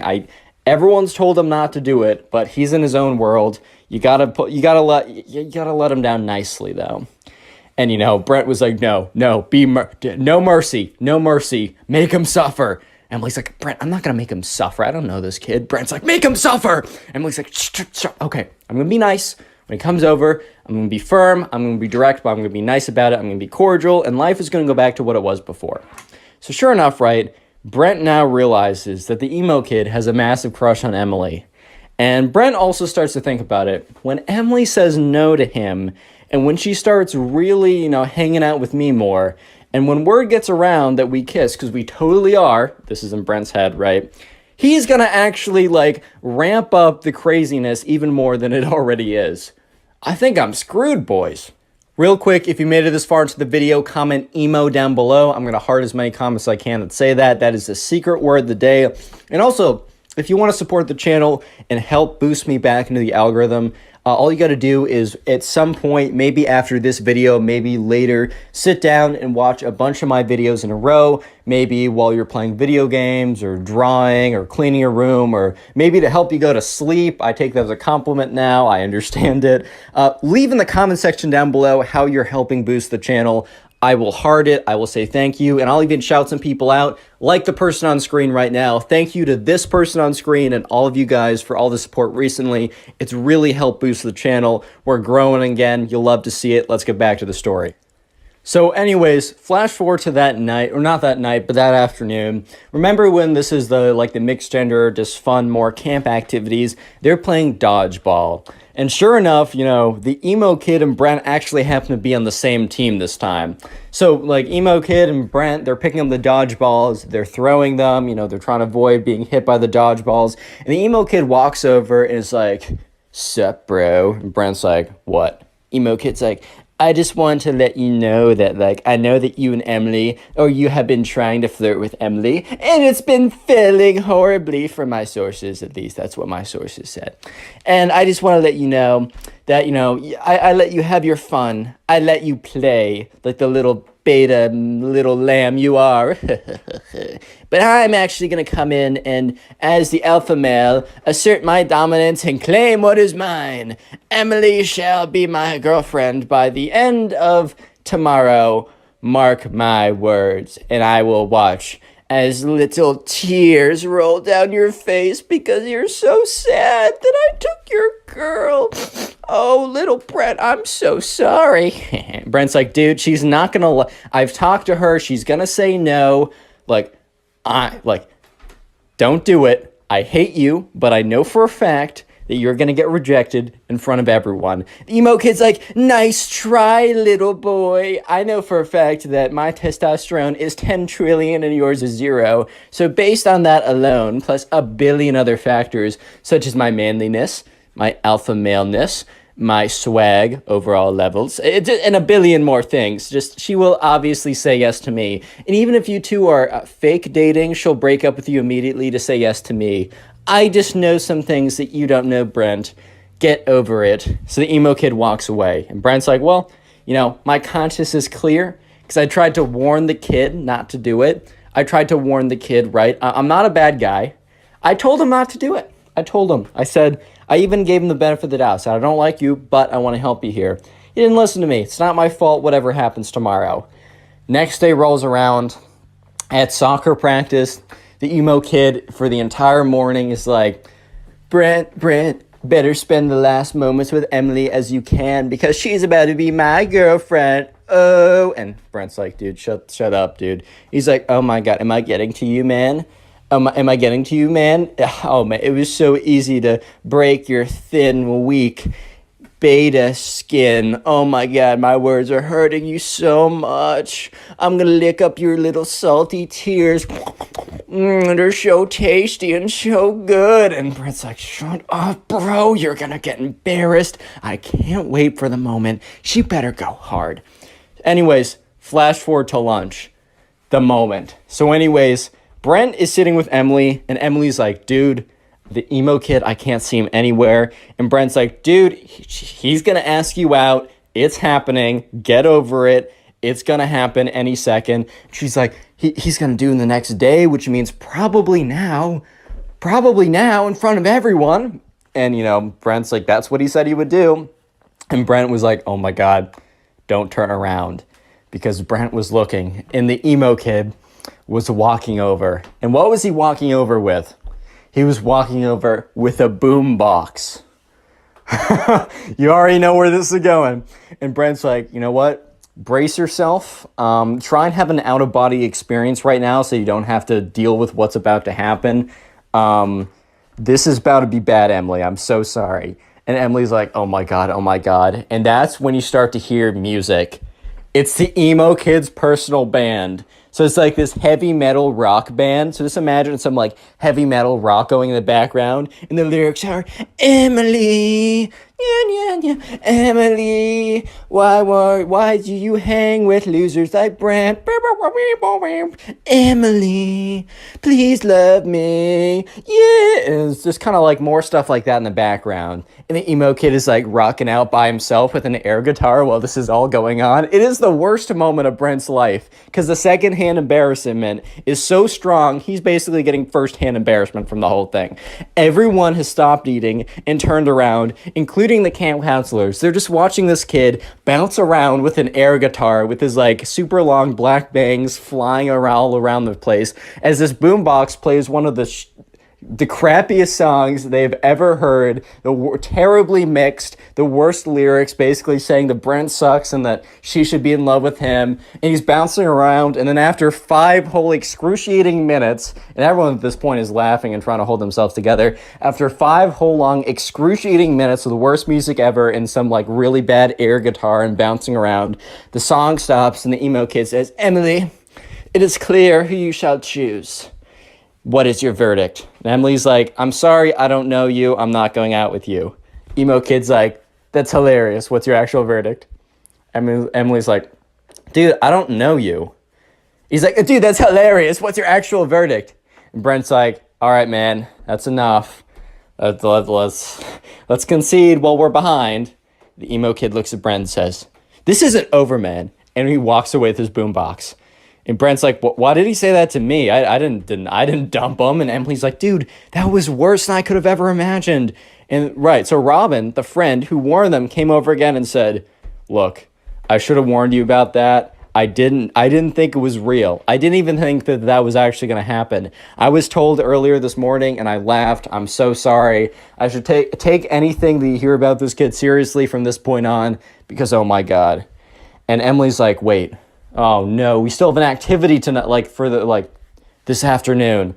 And Brent's like, oh my God, he said this isn't over. And sure enough, it was far from over. So they get to the activity that afternoon. So it was probably the worst possible activity that it could have been, because it was small groups of charades. They kind of ran out. They had something else planned, but since it started to rain, they had to go inside. So they're like, all right, we're going to break you off into small groups of 3, and we're going to have you play charades with each other. And at this point, they're like, okay, what are the odds? Brent's like, what are the odds that I'm put with? And the person says, Brent, Emily, and emo kid. And Brent's like, you got to be joking, man. You gotta be joking. Apparently, right, Robin tells him this later on, once the camp is over. Apparently because she was talking with one of the camp counselors about everything that went down. The camp counselor said that once it started to rain, the emo kid went up to them and asked what they were doing. Camp counselor said, oh, we're doing small groups of charades. And the emo kid requested that his 2 best friends and him were put together in a group. So it wasn't just random, it was the emo kid, but Brent didn't know that at the time.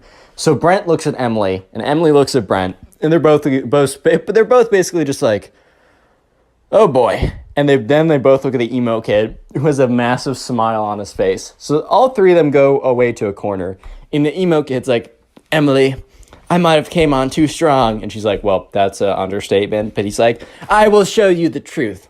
Brent, I challenge you to an alpha battle. Brent's just like, what's an alpha battle? Ha! You're such a beta for not knowing what an alpha battle is, beta. He's like, an alpha battle will be proof that I am alpha and you are a weak beta. And then Emily will choose me, and Emily's like, I'm not. And he's like, wait, your heart will tell you otherwise after the alpha battle. Emily's like, okay, I'm still not going to. She's like, God, stop, silence, woman.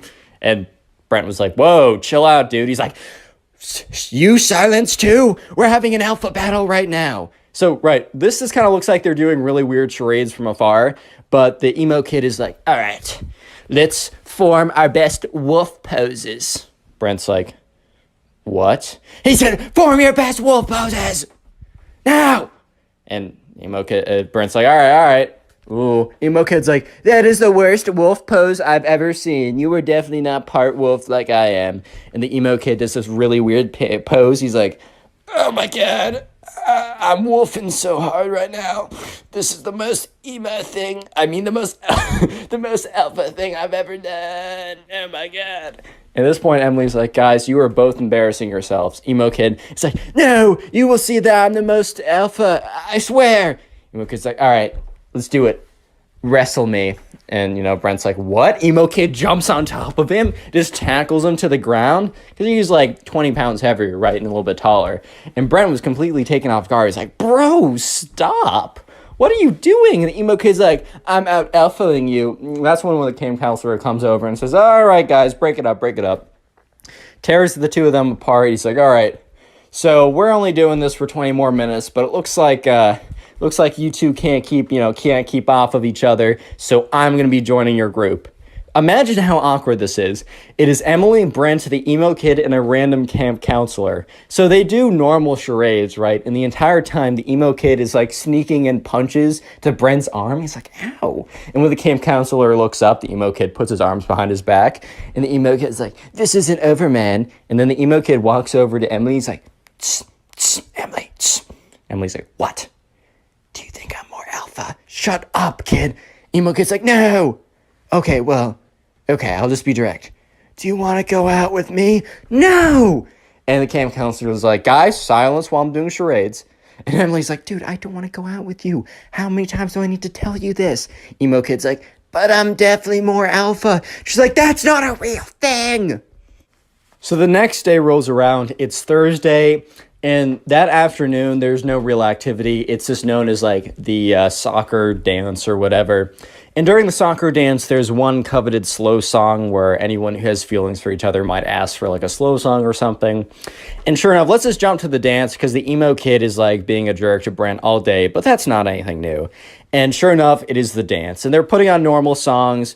And Emily and Robin and Brent are all together like, dude. And Robin's like, dude, the emo kid is definitely going to try and get that slow song with you. Like, Brent, you got to swoop in right away. Because at this point, Brent and Emily were, like, unofficially a thing. They're only at camp for a week, so they're not going to make, like, a long-term relationship. Let's have kids, baby. Okay, you know what I mean. But sure enough, the slow song comes on. And Brent's like, oh my God. And Emily's like, quickly. And you can see the emo kid sprinting from the other side of the room. So Emily and Brent quickly like get together in the slow song, kind of like whatever. And Emily's standing there and she feels Brent being ripped off of him. And the emo kid grabs Brent, rips him off Emily and tackles him on the ground. And this is what the camp counselors are like, oh, okay, foul play, foul play. They go in, they grab the emo kid and they like run it, like they take him off. They're like, all right, buddy, this is like your third strike and you are out. So they call up the parents of the emo kid. They say, your son can't come tomorrow. He's like fighting this one kid again and again and he won't stop. And so sure enough, the emo kid was picked up, taken away, and Brent and Emily finished off with a slow song together. The next day rolls around. It is Friday. It is only a half day where basically the parents come and watch a little like soccer presentation that all the kids have done. And by the end of it, right, most people are packing up. Brent and Emily are gone. And you remember the friend Robin from the beginning? One of the camp counselors and Robin were like friends or whatever, or like friendly. And the camp counselor's like, do you happen to know about that like emo looking kid? Like, do you happen to know what was up with him? And Robin's like, do I have a story? Click on the video on screen right now. You? I know you'll enjoy it. Just click it. Do it. Leave a like on this video and I'll actually give you nothing at all. No, but what's up, guys? Welcome back to a brand new story. And just imagine you're chilling with your girlfriend. Life is awesome. You stare into her eyes lovingly. And then all of a sudden, this emo kid walks in and says that you must fight him to the death to decide who gets your girlfriend. And at that moment, you seriously just sit there and question your life choices. That is the story I'll be telling today. So sit back, relax, subscribe if you're new, and let's just jump right into this story. So we're going to call a subscriber who submitted the story James. So anyways, there was a kid in James's class who we're going to call the emo kid. He kept to himself. He wore crazy makeup and the dark clothing and whatever. And honestly, it doesn't really matter what you wear. But he was also extremely melodramatic. Like, he would come in and he'd be like, society doesn't understand me. No one gets me. I'll never fit in. He was kind of like one of those kids that kind of just like would say this stuff and then would be like, why do I not have friends? I'm just a melodramatic freak all the time, which, I was pretty weird in middle school, so like I can't really speak. But then again, hey man. Anyways, so there's also a girl in, I don't know, I'll just call her we'll just call her Kate, right? It's name of my friend back home. So anyways, James and the emo kid, unfortunately, had to cross paths because they both had a thing for this girl. And this Friday, right? So this story all starts like this weekend, or not this weekend, we'll say starts on Monday. And this Friday, remember, not actually this Friday, I mean this Friday in the story, was going to be the school dance. And the whole thing was like whoever got the slow dance with this girl was basically going to like, so the thing at James's school is if you slow danced with a girl, you were basically dating her at this point. You guys were practically in love at that point. So it was a pretty big deal who was going to get the slow dance. And it was the emo kid versus James. And this became very public knowledge. Like the emo kid was telling everyone that he was going to 100% get the slow dance. And people kind of knew James because James was more popular. He wasn't like, I don't know, some like really annoying popular person. He was just like a cool guy that everyone liked. I mean, at least according to James, who submitted this story. So who really knows? But We'll go with it, right? So everyone kind of knew that both the emo kid and James were both fighting for this girl, Kate. And Kate made it pretty clear that, she was not going to say yes to the emo kid. Like, sorry, unlucky. Life just works out like that. But she was considering saying yes to James. She was kind of just keeping... the truth was that she was going to say yes to James if he asked. However, she just wanted to keep him kind of like on his toes and questioning or whatever, right? So, yeah, throughout that whole week, the emo kid and James, they didn't really, they weren't, in a fight with each other, but it was kind of like, they were kind of like rivals in a sense, even though they never had any direct confrontation. And let's just skip ahead to that Friday. It was the day of the school dance.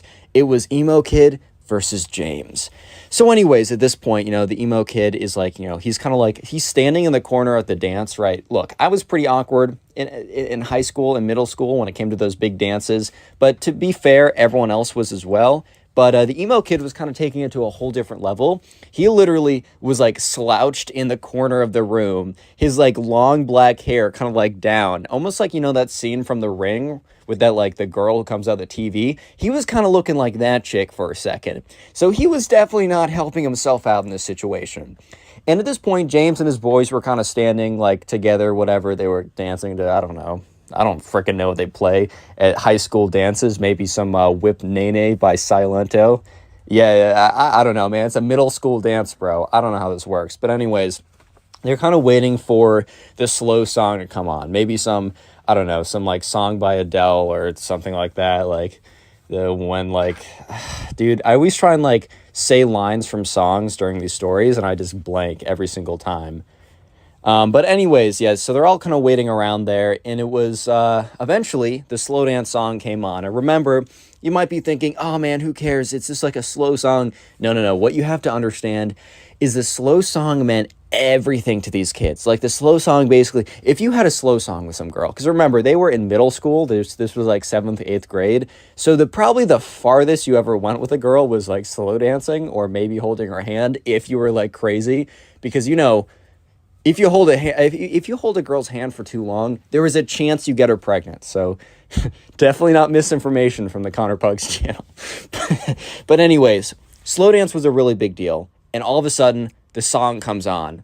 And the thing was, right, the emo kid was too busy kind of sulking about society in the corner of the room to react quick enough. So James was like, all right, bro, that guy's playing himself. I'm going to go in. So James very quickly goes in. And boom, he gets there, goes up. He's like, hey, Kate, can I have this dance?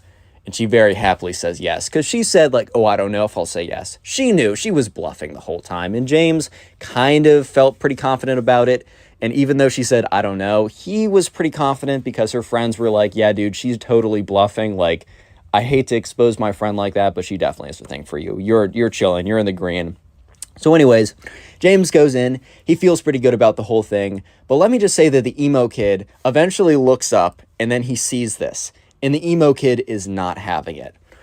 So he does something pretty insane. So strap in and definitely prepare for the cringe. If you have your cringe seatbelt unbuckled, I'm actually going to fine you for your own safety.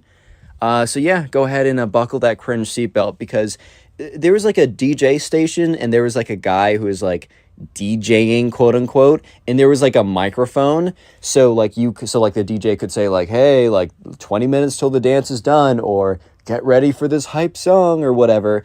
And other than that, he was really just a Spotify playlist. He just edited the Spotify playlist, right? However, the DJ let the Spotify playlist run on autoplay or whatever, and he went to the bathroom. So the emo kid ran up to the spot or whatever. He grabs the microphone. He stops the music. First of all, he goes up to the Spotify, clicks pause on the music, and screams into the microphone, "Wait!" And everybody turns around. Everybody turns around and they look at this kid. And they're all kind of looking at this emo kid who's standing at the front of the room with the microphone. He picks it up.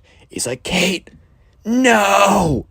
So at this point, everyone's kind of looking at this kid oh my God. Because they all knew that he wanted to have the dance with Kate, but James obviously got it. So they were like, that's tough, man. Life sometimes doesn't work out the way you want it to. That's just unfortunate how that goes. However, he goes up there and he goes in the microphone, he says, "Wait!" And everyone turns around. The music is off. He's like, Kate, may I have this dance?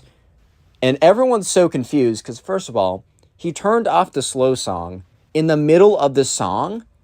And also, she was already dancing with someone.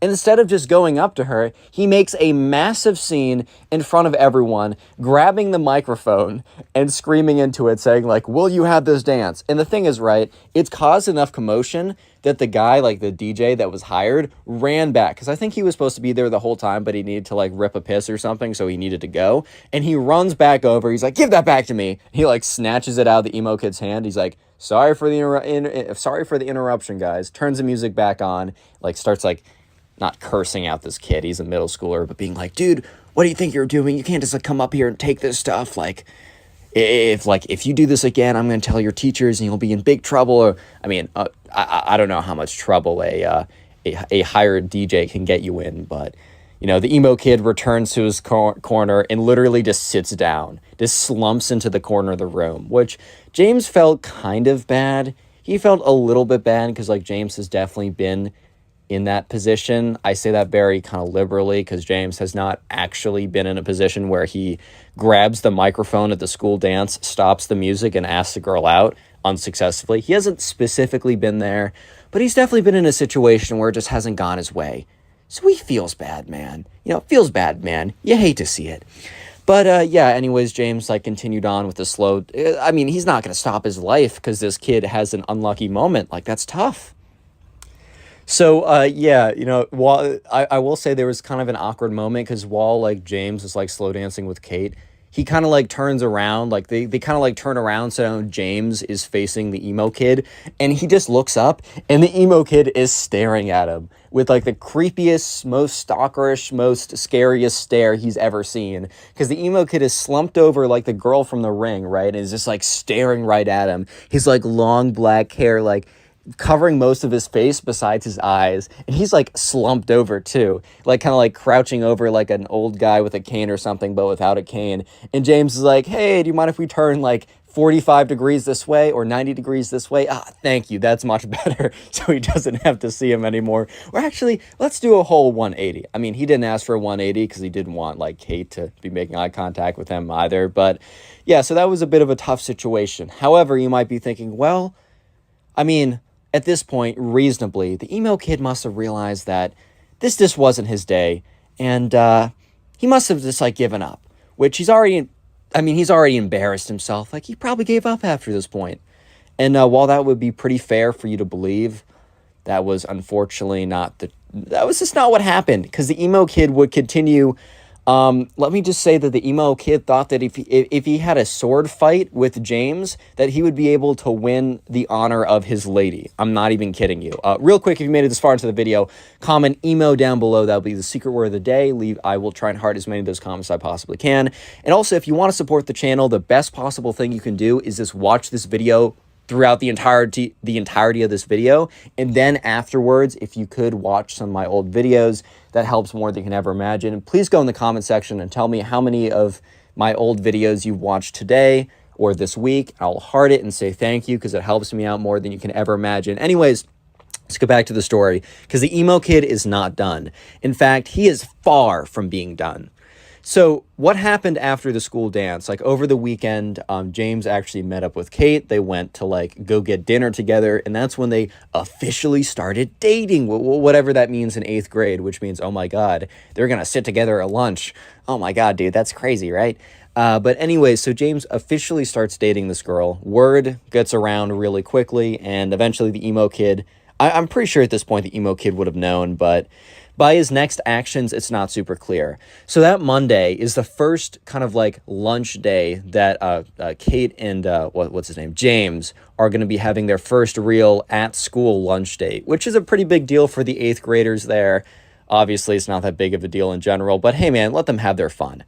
And so, yeah, he sits down, like, he finds Kate, they sit down, and they're at a table by themselves, and, like, people are looking over and talking and be like, ooh, someone's dating, whatever, right? And, however, James, you know, Kate is facing away from the door, but James is facing the door, and James sees the door open up, and he sees the emo kid walk in, and James is like, this is tough. Because James feels bad. He legitimately feels bad because, I mean, if the roles were reversed, he would feel bad, like, seeing the girl that he really liked a week ago sitting with the guy who was low-key his, like, enemy rival on a date. Like, that would be tough to see. And James started to feel a little bit worried when the emo kid starts to approach him, right? Starts to approach him. And, yeah, so the emo kid walks up to their table. And at this point, Kate also realizes that someone's walking up, so she turns around. And the emo kid walks up and doesn't look at James. He's not paying any attention to James. He's actually acting as if James doesn't even exist at this point.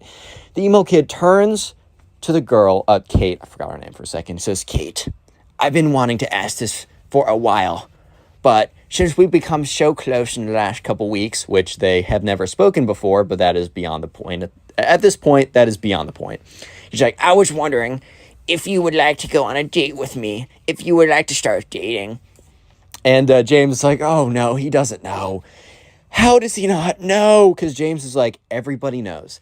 Everybody told everybody, but I guess everybody didn't tell the emo kid. Of course they didn't.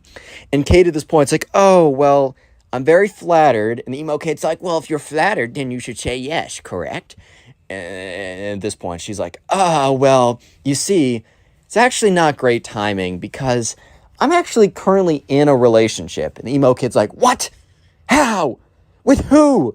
And James is like, "Oh my God, this is so awkward. He doesn't know." So James has kind of assumed that the emo kid didn't think anything of the fact that James got, like, the dance with her, which in all reality, the emo kid was kind of the one who had the most common sense in that situation, because just because someone dances with a girl once doesn't mean anything, right? But at this middle school, if you got the slow dance, you were basically in. You were locked in at this point, is what I'm trying to say. So Kate has to go on to awkwardly explain to the emo kid that, well, the guy that she's sitting at right now on the lunch date with happens to be the guy that she's dating. And the emo kid turns to James, looks at him, looks him down and up, like does like the elevator look when he looks at like the top of his head, looks all the way down, then looks all the way up, turns back to Kate and is like, "Really, dude? You decided to date this guy when you could have dated me?" He's like, "Bruh." And he just kind of like storms out of there. And James looks at Kate and he's like, "Dude, how did that kid not know that we're dating at this point? Like, I swear to God, all your friends told everybody." Like, and Kate's like, "Dude, my friends didn't tell everyone." And James is like, "If you ask anyone at the school, besides the emo kid, apparently, they will know." And Kate's like, "Yeah, okay, my friends do talk a lot." And they're like, "Well, that was pretty awkward. Hopefully nothing else happens again." You might be thinking at this point, Connor, the emo kid must stop. There's no way he continues on. There's not a chance that he continues, right? Well. I got some news for you guys. He does continue, and it's bad. Because you might be thinking that, oh, well, the emo kid stormed off and he was done. No. About 20 minutes later, when there's only like 10 minutes left of lunch, James sees the doors open up again, and he's like, "You gotta be kidding me, dude." Because the emo kid walks through. But this time, he is like stomping towards James super angrily. He runs up to the table practically, looks at James, looks him in the eye, and says, "It's not over between us.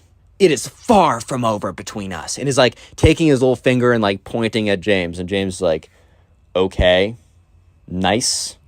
Like, I like, we do not care. Like, I don't know what else to say at this point. Like, okay, cool, nice." Like, okay, what do you want me to say? And the emo kid after that is like, "You better watch yourself. It's about to get bad." And he like storms out of there. And, you know, at this point, James is like, "Okay, well, I guess that answers my question." So the next day at lunch is where things get really, really, really crazy. So he's sitting there with Kate on his second date. James is enjoying himself. He's having a good time with Kate. They're enjoying each other's presence. They're doing well. I mean, they're kind of clicking, so things might continue on, right? And that's when the emo kid walks in, and he's carrying like two sticks, like two pretty good sized sticks that he probably found in the backyard of the school. So in the backyard of the school, there's like a mini forest, nothing too crazy, but there's like a pretty big forest back there. And the emo kid must have gone back there and like found two decent sized sticks. He walks into the cafeteria with one stick in one hand and one stick in the other, and James is just looking at him. And he's like, he kind of says like to Kate, he's like, oh, okay, we got trouble. Kate turns around, looks at it, and it's just like, turns back around and is like, what? And James is like, yeah, I have no idea what's happening, but I guess we're about to see. So the emo kid walks up to the table, like kind of like waddles his way up, and he's like, you. And he like hands the stick to James, and James is like, like, I need a little explanation. What do you want me to do with this? Like, it's not super clear. The emo kid's like, you and I will have a sword battle, and whoever wins the sword battle will have the will win the honor of your lady, and will. At this point, like, Kate's like, what? And James is like, dude, what are you saying? He's like, fight me to the death. The winner gets your girl. And James is like, no. And the emo kid's like, oh, so you're scared of me then? You know that you're gonna lose, and that's why you don't want to do it. And James is like, well, I'm not convinced I'm gonna lose. I mean, I'm not an expert at random stick fighting or whatever, but at the same time, why would I want to even engage? Like, why would I even want to do it? And the emo kid's like, well, I mean, for the sake of your honor, bro, like, do you really want to be known as the guy who chickened out because he's a chicken? And James is like, well, I mean, I don't really care, but I also don't want to be known as the guy who went on, who during the dance last Friday, grabbed the DJ's microphone and like stopped the music to like ask out a girl who was very clearly in the middle of dancing with someone else, and then come into school the next day super angry with a bunch of sticks and try and like fight some guy to get the girl that already obviously said no to him twice. At this point, the emo kid's like, so what you're saying is that you're too scared to fight me, and because you know you'll lose. James is like, dude, we're going in circles right now. I'm not fighting you. I'm not having a sword fight to the death. Like, okay, I'm just not doing that. At this point, the emo kid's like, fine. Well, you're about to see me in my final form, where I am the most powerful. And James is like, okay. Like, word. And then the emo kid reaches up to James and rips out like a strand of his hair. And James is like, dude, like, that hurt. Like, why would you do that? And the emo kid's like, I need that for my wizardly spells. And he like laughs really awkwardly and like shuffles out of there. And James turns to Kate. He's like, dude, like, what life choice did I make to get myself to this position? Like, what did I do wrong? Like, what choices did I make that got me here? And Kate's like, I don't know. Like, this is kind of tough. He's like, yes, why me? Like, why? Why? Like, you just came up to me with a bunch of sticks and says, I want to fight you, right? And then all of a sudden, you know, he just, like, pulls a piece of hair. Like, what? Huh? Bro? I just don't know. I just don't know what to do at this point. And Kate's like, yeah, I don't know. But, like, I think eventually he'll just get bored of whatever he's doing and give up. So anyways, next day, it is lunch. Lunch once again. And James comes in and he finds Kate. And he's almost like they sit down. And he's almost like, he's really stiff. He's like not talking that much. And Kate's like, are you good? Like, is everything okay? And James is like, dude, it's not you. It's just I just don't know what that kid's going to do today. Like, I'm not trying to lose any more hair. Like, that really hurt last night. Like, I was starting to bleed from my scalp where he pulled me. Like, that was ridiculous. And, you know, Kate's like, yeah, that kid's pretty weird. Like, sorry you have to go through with that. And speak of the devil, dude. Because at that point, the emo kid walks in. And at this point, he has a backpack on. And he has a smaller stick. And he has a stick in his hand, a smaller one. And a spirit Halloween wizard hat on. and James is like, you gotta be kidding me, bro. Like, you gotta be kidding me. And at this point, Kate's like, what? She turns around and she's like, oh my God. And the emo kid walks up and he's like, ha ha ha, like, this is where you made your mistake, James. This is where you made your last mistake. And he walks out, and he sits next, and he like stands up next to them. He reaches into his backpack or whatever. He takes out a piece of chalk. He takes out a plastic bag that has a hair in it, presumably James's hair. And he also has like a candle set and a lighter. And he sits down On their he like sits down next to them, and so they had concrete floors in the lunchroom. So next to them, he draws like a pentagram, puts a bunch of like candles around like the pentagram, takes James's hair, puts it in the middle, lights all the candles. At this point, like this is taking like 2 minutes to do. Kate and James are just sitting there looking at him, completely aghast. Like, what is this kid? What is this kid on? Like, whatever he's on, dude, like, maybe get me some of that. Oh my God. No, but they were just like, I mean, what are you supposed to do? What are you supposed to say? So eventually the emo kid has his whole, I don't know, his magic setup is all done or whatever you want to call it.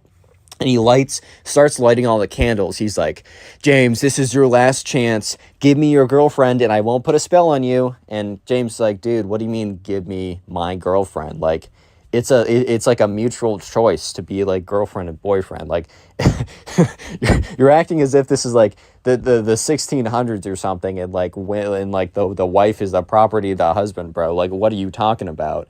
And he's like, one more chance, bro. I'm about to put a crazy spell on you if you don't give me your girlfriend. And Kate, this is when Kate speaks up and is like, dude, like, even if he said that he was going to give me to you, I'm not going to be your boyfriend. Like, I'm not going to be your girlfriend, dude. And the emo kid's like, well, I'm going to put a spell on you too, dude, if you don't become my... He literally threatens Kate. And he's like, oh, if you don't become my girlfriend, I'm going to put a spell on you as well, which... Okay, I might not be the smoothest individual. I might not be, I don't know, the one that has the greatest pickup lines of all time. My Tinder one's pretty funny. I did steal it from my friend, but maybe I'll 5,000 likes and I'll reveal it because it's pretty funny, but it's also a little embarrassing. But here's one thing I do know. There's a very decent chance that if you threaten to cast a spell on a woman if she doesn't become your girlfriend, she's probably, not 100%, but probably not gonna become your girlfriend. I know I might be going out on a crazy limb right now, and you guys might completely disagree, and maybe you found your wife of 10 years who loves you very much from threatening her with magical spells. I just don't think that's a great way to do it. So eventually the emo kid finishes up, and then he lights the hair in the middle, and then he takes his magic wand, waves it around, and just starts saying a bunch of nonsense. And at this point, half the entire cafeteria is just like looking. They've almost like circled around it like it was a school fight or something. They've circled around it and they're just like, what the frick, bro? Like, oh my God, like what's going on right now? And eventually the emo kid like points his magic wand at James and is like, ooga booga, or I don't know. He's just saying some nonsense. And like literally 15 seconds of pure silence happened. And then very clearly nothing happens. And he's like, I'm going to give you one more chance. I'm going to count to 3. If you don't, you're going to explode because of my spells. And James is like, I think I'm going to take the risk. He's like, 3? I'm going to give you one more chance, bro. Like, I'm going to give you one more chance. And James is like, nope. I'm going to take the risk here. 2? And he's like, yeah, no, I'm good, man. Like, you can go ahead with this. If I explode, I explode. Like, that's tough. 1? Last chance, dude. I'm being super generous right now. Just give me your girlfriend and we'll be all good here. And James is like, nah, I'm chilling, bro. He's like, fine. Kicks it. The emo kid literally kicks over his magic, like, whatever set. Because I think he knew it wasn't going to work anyways. Which, thankfully, it was concrete floors and nothing, like, flammable. Because, like, the candles fly all over the place or whatever. And he storms out of there. He, like, storms out of there. At this point, James sits back down. He's like, maybe we should go on dates at night when we're not in school. And Kate's like, that's not a bad idea. So the next day, Kate and James actually don't sit together at lunch. They sit separately. So they decide that if they're going to like do anything, at least for a little bit, to do it outside of school, like after school or at lunch or something like that. But the emo kid once again comes up to James, and James is like, oh my God, dude, like, what? What now? And the emo kid, like, he literally goes on one knee and, like, kind of, like, presents, he's down on one knee, puts his head down and says, like, I concede the battle, you win. Like, I tried everything possible, but you are the better duelist. Like, I honorably concede. And in James's head, he's like, bro, he didn't say this, but he's like, bro, you did not honorably concede. You did the least honorable, you did not concede honorably. But at this point, James sees this as a perfect opportunity for the emo kid to just stop. So he's like, all right, man, like, it was a good battle. It was really close, and you'll get them next time. Like, honestly, James is trying to be as chill as possible so that the emo kid doesn't come back and be like, well, actually, I'm going to try more magic or something. And the emo kid stands up, and he, like, kind of, like, nods his head, and James nods his head back, and the emo kid bows and leaves. And yeah, after that point, James and Kate actually were able to, like, do, like, lunch dates or whatever in school again. The relationship lasted, like, 6 months. It didn't last crazy long, but Kate and James are still cool to this day. And, yeah, the emo kid never Click on the bothered video them on after screen this right point. now. I know you'll enjoy it. Just click it. Do it. How's it going, everyone? I hope you're having a great day, because today I have probably the craziest emo kid story I have ever received to date. I'm not even kidding. So sit back, relax, grab something to eat, grab something to drink, subscribe if you're new to the channel, and let's just jump right into it. We're calling today's subscriber Ty. So anyways, Ty was going off to camp, and this was his first time doing an overnight camp, so he was a little bit nervous, and it was kind of like a wilderness-based overnight camp, but they were mostly in cabins. Ty's parents did it before, and they actually met at this camp, so they were really pushing for Ty to go. But the summer before, he just said that he, wasn't ready and was going to do it the next year. And of course, the next summer rolls around, and Ty's like, oh my god, I said that? So sure enough, Ty and his parents ship him off to this camp. Ty's a little bit nervous about it, but they say, hey man, it's going to be good for you. Trust me. Like, I know it's scary, but you just got to do it. So anyways, they arrive at the campground, and they walk over, Ty and his parents walk over to the person who is signing everyone in. And it's some 25-year-old dude with a big old goofy smile on his face. He's like, hey guys, welcome to Camp Awesome. That wasn't actually the name, but we're going to call it Camp Awesome. Hi there, buddy. What's your name? He's like, Ty Gooden. And he's like, Ty, let me see. There you are, buddy. All right, so you're going to be in group B over there. And he points to this group of kids and like one counselor or whatever. And Ty turns around to his parents, and his parents are like, all right, well, we'll see you in 2 weeks. And Ty's like, Mom, like, I don't know if I can do this. And Ty and his dad kind of sits down and he's like, yo, you got this, buddy. Like, you don't need to worry about it. Like, trust me, the 2 weeks are going to fly by, and you're going to have so much fun, you're not going to want to leave. That's a guarantee from me. And Ty's like, all right. So Ty walks over, and he goes over to Group B, and there's a big group of kids, and, the counselor's like, hey, guys, my name is Ben. Don't worry, he's not the evil guy. But hi, guys, my name is Ben. Welcome, to the camp. These are going to be the guys who are in our group. We're going to be in the same cabin together. We're going to do a lot of activities together. You can still meet people in the other groups, but these are going to be the guys you're going to be seeing all the freaking time. So start getting to know each other. Let's go around, do some names. And so they went around and did some names, and Ty was just kind of observing, all right, well, that person seems kind of cool and whatever. Oh, we have that in common. And then it kind of comes around to this one kid that Ty didn't even realize was there until until he spoke up. And this kid had these long black swooshed hair, right? He wore all black. He had these rock band t-shirts, these big black boots. He had this spiky bracelet necklace type thing. And by the way, if you kind of dress emo, that's totally chill. I don't really care. As long as you don't act like this kid, you're cool in my book. I say this every single time. And this guy was kind of just known as the emo kid, and since I don't want to give him a name because I will forget it and then it'll be very awkward, but we're just going to call him the emo kid from this point on. And Ty didn't think anything negatively. He was just like, oh, this guy really does put a lot into the way he dresses, and he definitely dresses with a lot of character. Ty legitimately had no ill will or feelings of just ew, this guy's dressing different than me, or anything like that. It was just an observation. And so later on, they have they go to dinner together as a group, and then afterwards they have the welcome to camp ritual, whatever. They all sit around a big campfire, and they're inaugurated in the class of 2015 or whatever. I don't know. This took place a little while ago.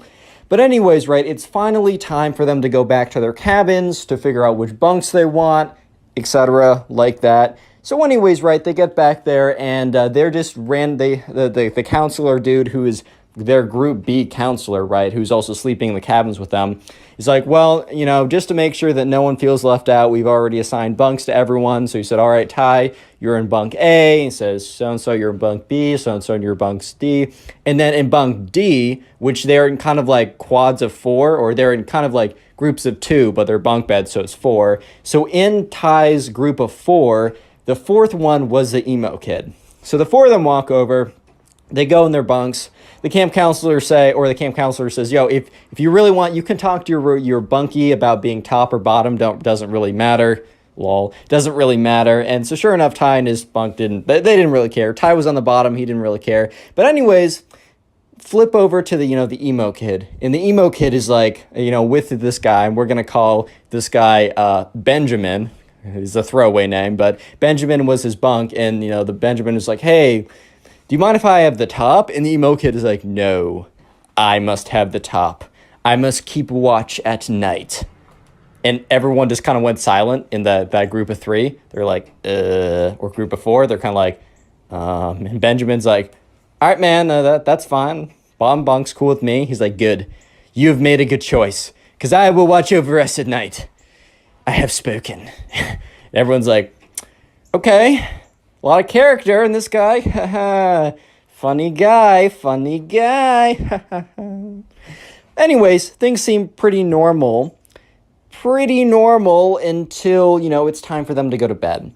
So anyways, they go and they brush their teeth, and then they get into bed, and the camp counselor guy comes around and is like, all right, group B, section A, or whatever you want me to call you guys. Let's call you the A squad. Yeah, we're going to have a lot of fun in the next 2 weeks. Just make sure no leaving the camp or no leaving the cabin overnight. Make sure that, you follow any rules that, we ask you to. Be nice and, like fair to everyone, and just, have fun. Anyways, good night, guys. And he walks out of there. And so, the lights are turned off, and Ty in his top bunk, and also Benjamin across from him, they were talking for a little bit. And the emo kid didn't really join in. He was just sitting cross-legged, but kind of sitting very stiffly. So he was very much not going to bed.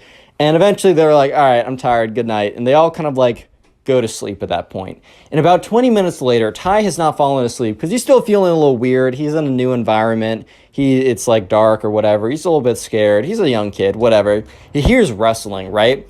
And that's when he hears steps, right? And he realizes that the steps are coming from across from him, and it's coming from the top bunk across from him, meaning the emo kid, is starting to walk down the bunks. He's like, all right, well, there's nothing too weird with that. And that's when he hears, because there's a door next to their cabin, so there's multiple exits from the cabin. He hears the door open, and he watches as the emo kid walks out. So Ty at this point is like, what? So he kind of gets up, and the person above him is completely asleep. But Benjamin, the kid from the side of him, is still awake, and he's like, yo, Benjamin. He's like, yo, what's up? He said, emo kid. Cause I maybe said his actual name, but we're calling him emo kid. He's like, emo kid, he just walked out the door. Benjamin's like, you can't do that. And, Ty's like, dude, but he did. So anyways, they both get up, and they both look out the window, but they're trying to do it stealthily so that they're not caught, right? And they see the emo kid literally just standing there looking into the moon. It is the creepiest, weirdest thing they have ever seen. Because the kid is just literally freaking standing there, bro. He's just standing there observing the night sky. And they're all like, oh my god, dude, that's freaking weird. What is going on right now? And, sure enough, Ty and Benjamin were like, all right, this kid is a little strange. Make sure he doesn't, strangle us to death or something in our sleep. I'm a little freaked out. And that's when the emo kid, out of nowhere, does a 180-degree turn and turns right looking out the window. Ty and Benjamin quickly jump down there, like, oh my god, do you see us? Do you see us? Do you see us? So, Ty starts to look up. He, peeks a little bit into the window and quickly goes down because he sees the emo kid walking towards the window. And he's like, dude, Benjamin, he's walking towards the window. He's like, crawl back crawl back to your bunks, crawl back to your bunks. So they both crawl out of sight of the window and they crawl into their bunks, and it's dark enough in the room for them to do this without being super obvious. And they're both in their bunks, and Ty turns around under the sheets, right? And he peeks out, and the emo kid is literally standing right with his nose up against the window looking in. And he's like, oh my God, this kid's insane. Anyways, emo kid walks back in quietly, goes up the stairs again, and sits in the bed and supposedly goes to sleep. Ty doesn't fall asleep for like another hour afterwards, but eventually he opens his eyes to the camp counselor being like, Ty, come on. We're going to be late. And Ty's like, oh my God. And everyone else is like, yeah, you slept in, man. Actually, everyone in this bunk besides emo kid slept in. And that's because everyone was so freaked out that they couldn't go back to sleep. But anyways, first day activities. They go outside, and during the day, they don't totally have to stick with their group. They're actually assigned to random groups. However, a lot of people in the random group will be from their group because they're just trying to make friends within the group. So, and they also go to meals together, so like lunch or dinner or whatever is together. And so anyways, the first activity of the day is not with the emo kid. It is actually like kayak/canoe or whatever, either or, one of those two. And, Ty has a lot of fun. And they go back to dinner or lunch, sorry. They go to lunch as a group together. And Ty's, talking about what he was doing. And the counselor kind of went around the table and was like, oh, so Ty, what did you do? And Ty explains, oh, so Benjamin, what did you do? Benjamin explains, oh, so emo kid, what did you do? And he was like, I prayed to the overlord. And they're like, oh, haha, I don't remember that being an activity. Emo kid's like, it's not. It's necessary. And he's like, okay. Anyways, guys, so I'm going to read off the people in your next activity because the way it worked was at meals. So at breakfast, the camp counselor read off what group everyone else was in for activities. And then at lunch, the camp counselor read off what people would be in for the afternoon activities. And so the camp counselor is like, oh, so Ty, Benjamin, and emo kid, you're all going to be in the group 7 or whatever. And that happened to be like something with like wood tool making or something kind of cool like that. So anyways, after lunch, they all head in that direction. And Ty and Benjamin are like walking together. However, the emo kid, it's not like they were walking away from him, but the emo kid intentionally stands walks 10 feet behind them, never breaking the distance. Like, they always have 10 feet between them, and the emo kid never breaks it. And he kind of walks weird. He walks very stiffly, yet he's kind of like propped forward at a 30-degree angle. His arms shoot straight down, and he kind of waddles a little bit like a penguin. But it's very intimidating and very weird. And Benjamin kind of whispers like, Ben, I can feel his eyes in the back of my head. Or not Ben, but Ty, I can feel his eyes in the back of my head. Ty's like, dude, Benjamin, I know. So anyways, they get there. And the camp counselor dude is like, hey guys, welcome to woodworking. It's going to be a lot of fun. You can make whatever tools or whatever you want.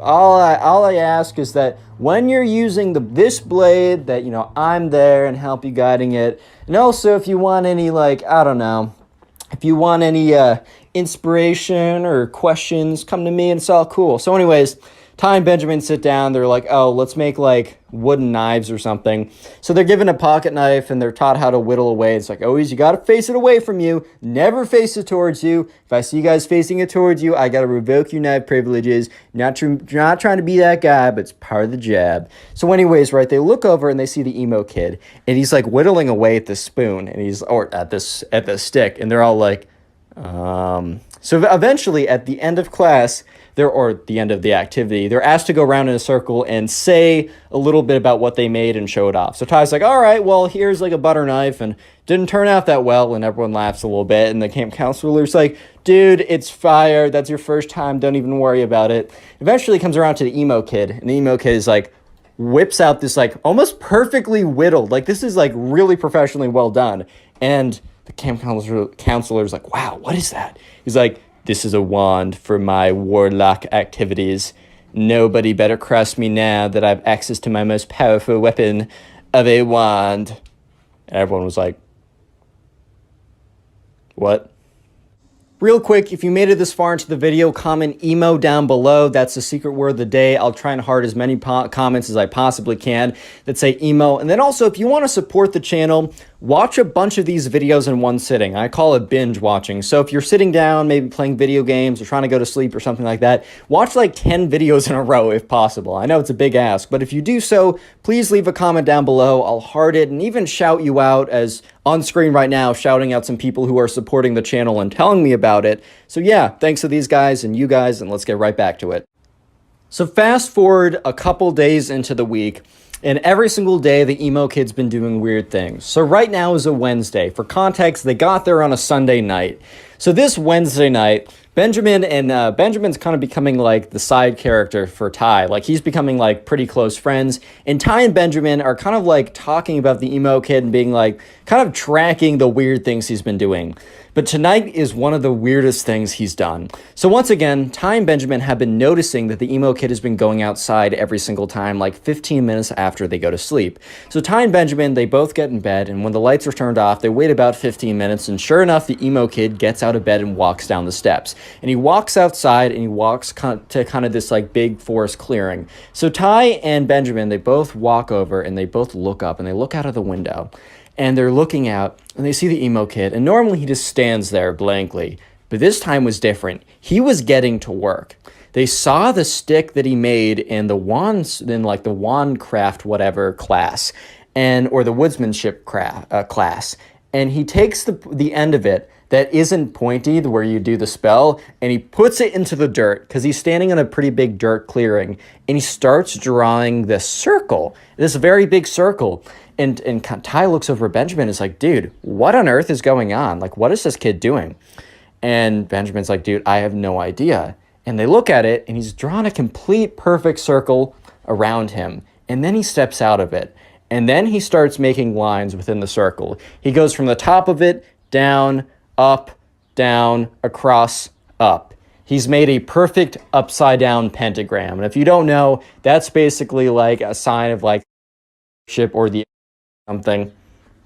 So at this point, right, Ty and his friend are freaking out. They're like, oh my god, he's trying to like summon something. And sure enough, the emo kid starts like waving his wand around in these weird directions and starts like spinning around in a circle and making these like weird movements. And if TikTok was around, I bet Ty would have been like, bro, is he trying to do a TikTok dance or something?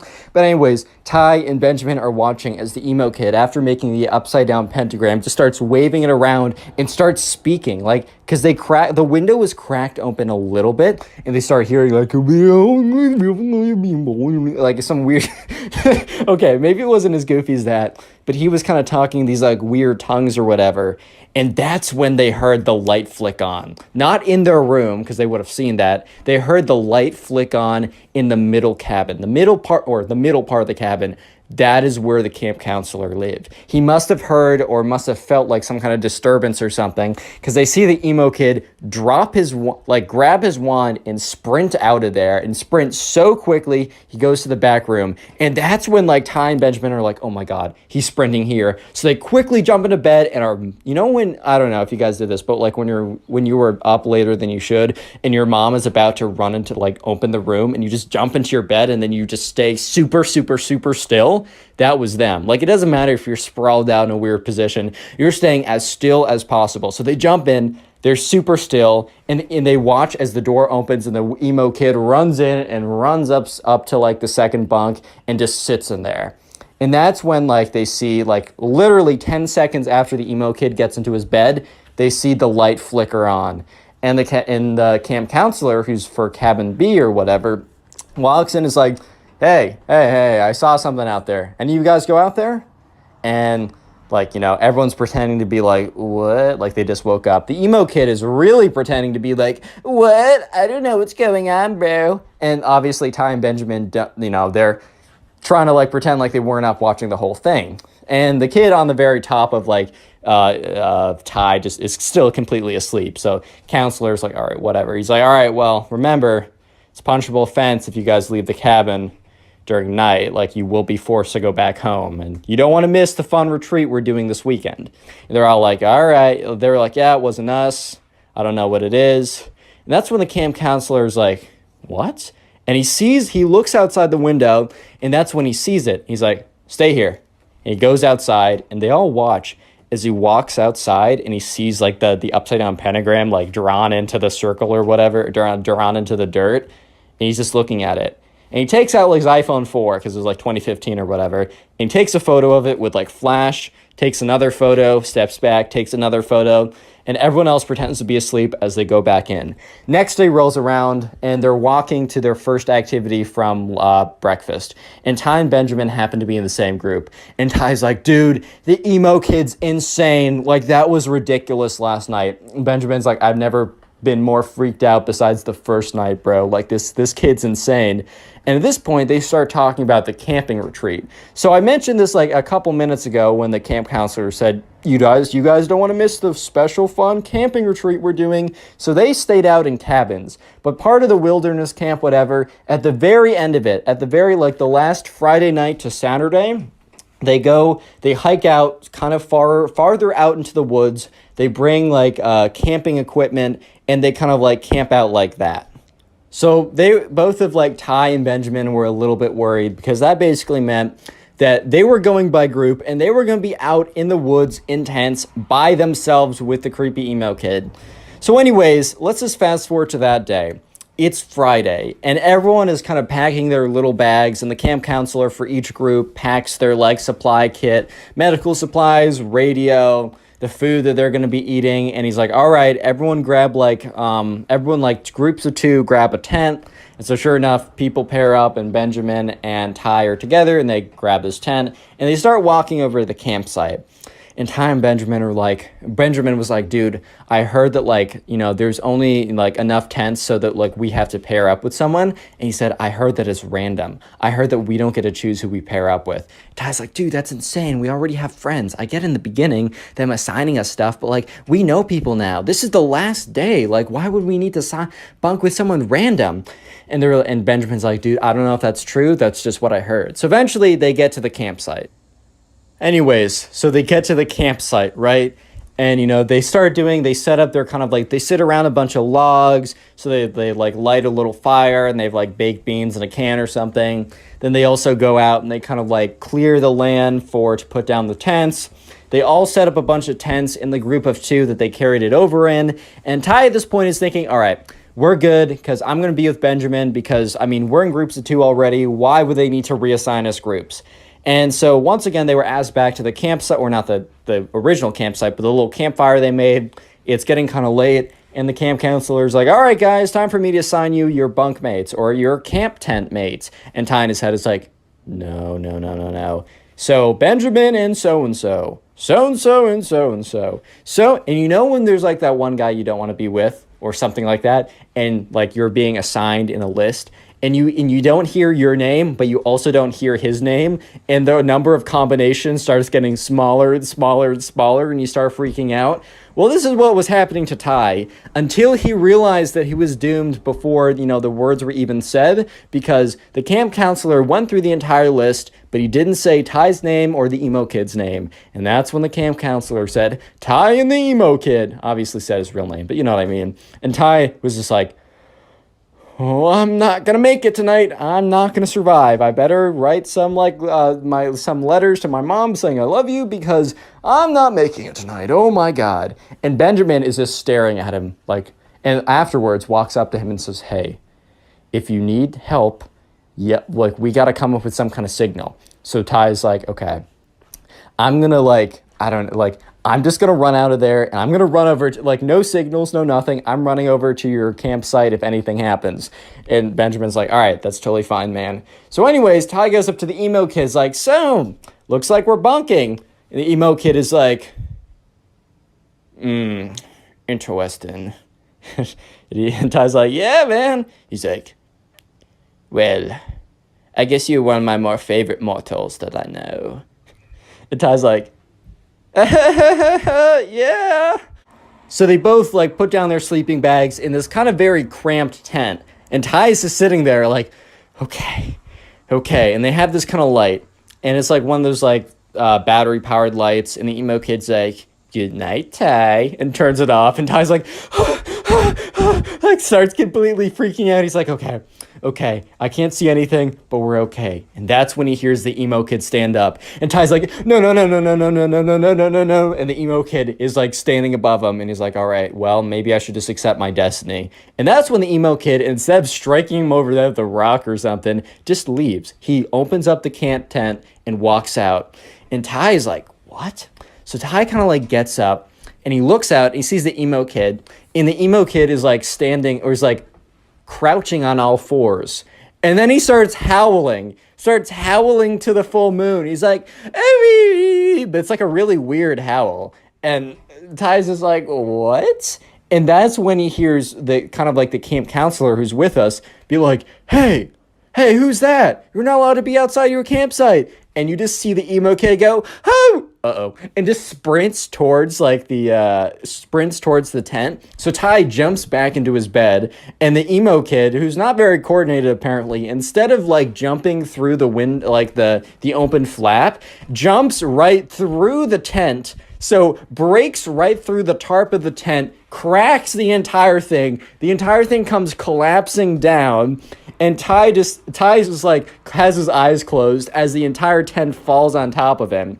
And that's when you hear all this yelling, and the camp counselor's like, what's going on over here? Are you guys all right? And he just like starts rummaging through all the like the rubble and stuff. And Ty starts like getting up and he pushes the stuff off of him. The camp counselor was like, was that you out there doing those howling noises? He's like, no. And then sure enough, the emo kid is just standing there like, and he says to him like, you wouldn't understand what I was doing. And the camp counselor was like, I told you before that you can't be leaving your tent during the nighttime. Like, after I said goodbye, you were supposed to go to your tent and not leave it. You were out there. And he's like, I was performing a protection ritual. And camp counselor was like, what? I was performing a protection ritual so that everyone would be safe at night from the demons and ghosts of the underworld. Camp counselor was like, what? And at that point, right, they just realized, okay, this is a lost cause. And at this point, the worst thing was that there was nowhere for them to sleep because the camp was completely destroyed, or the tent was completely destroyed. So the camp counselor was like, fine, you two, bring your sleeping bags. You can sleep in my tent. So the three of them are kind of like crushed in there. And eventually the camp counselor is like, all right, you two are in here. I'm going to sleep outside. No shenanigans. So it was the most uncomfortable sleep of Ty's entire life. But eventually, the day is over. He gets up. They start packing up their stuff, and they're walking back to the campsite. And that's when Ty meets up with Benjamin and is like, dude, like, you're not going to believe it. And Benjamin's like, I heard a lot of yelling. Are you okay? So Ty tells him the story. He's like, dude, that's insane. So anyways, they get back, and Ty actually had a really good time at the camp, minus the emo kid, like, cringe fest or whatever. Eventually, Ty's parents come to pick him up, and Ty's mom's like, man, you gotta tell me all about it. Like, how was it? Ty's like, it was really good, but it's quite a story. And so for the entire, 2-hour car ride back, Ty tells them the entire story, and let me just say, click on the video on screen right now. I know you'll enjoy it. Just click it, do it. How's it going, everyone? I hope you're having a great day, because today we have a story of probably one of the cringiest emo kids on planet Earth. I'm not even kidding. This is probably one of the craziest stories I've received, so sit back, relax, grab something to eat, grab something to drink, and let's call today's subscriber who submitted this story. Let's call him Oliver. So this all happened back in the good old days of 2014, 2015, when goth, emo, all that type of stuff was super popular. And by the way, if you dress goth or emo, I literally don't care. That's a totally fine style. As long as you aren't an emo kid like this kid, you're totally cool in my book. So anyways, right, this all started when Oliver and his friends were in the mall. And this was way back in the day. And Oliver and his friends were just kind of walking around in the mall. They were trying to figure out something to do. I mean, it was a Saturday, so who knows, they were trying to figure out something that they wanted to do. And Oliver's friend was like, hey man, do you mind if we stop in Hot Topic? Hot Topic is a t-shirt store that sells sells a lot of different types of t-shirts, a lot of trending stuff, a lot of and since, emo and goth was kind of trending at the time, they sold a lot of shirts and attire that really fit with that outfit. You got black t-shirt that says society, and then you got a spiky collar. I don't know, man. But anyways, right, Oliver and his friends stopped in Hot Topic, and Oliver wasn't really, there to, like, buy something. So he was kind of just walking around and chilling, and he accidentally bumps into the emo guy. Or this the emo guy. I'm introducing a new guy, emo kid, whatever. We'll call him the emo kid. So anyways, right, this kid turns around, and he's got this, like, this black t-shirt on. He's got a spiky collar choker type thing. He's got black pants. He's got black shoes on. His hair is black and it's like slicked down. So he has these like massive, really weird bangs where you can't even see his face. He's like, "Watch where you're going, punk." And Oliver's like, "Sorry, man." He's like, "Wait, I know you, dude. You're from my school." And Oliver's like, "Yeah, I think we're in class together." "No, I've seen you around, though," because Oliver's starting to remember this one time he saw this really weirdo-looking kid who was like, "Man, no one gets me." And so sure enough, the kid, the emo kid, is like, "Bro, I don't think you bumped into me on purpose. I think you were coming for me and my kind." And Oliver's like, "Dude, what are you talking about?" And the emo kid's like, "Bro, I think we both know that you just hate the emo kids." And two other emo kids appear basically appear out of thin air. And they were like, "What's this kid talking about? Like, what's going on over here?"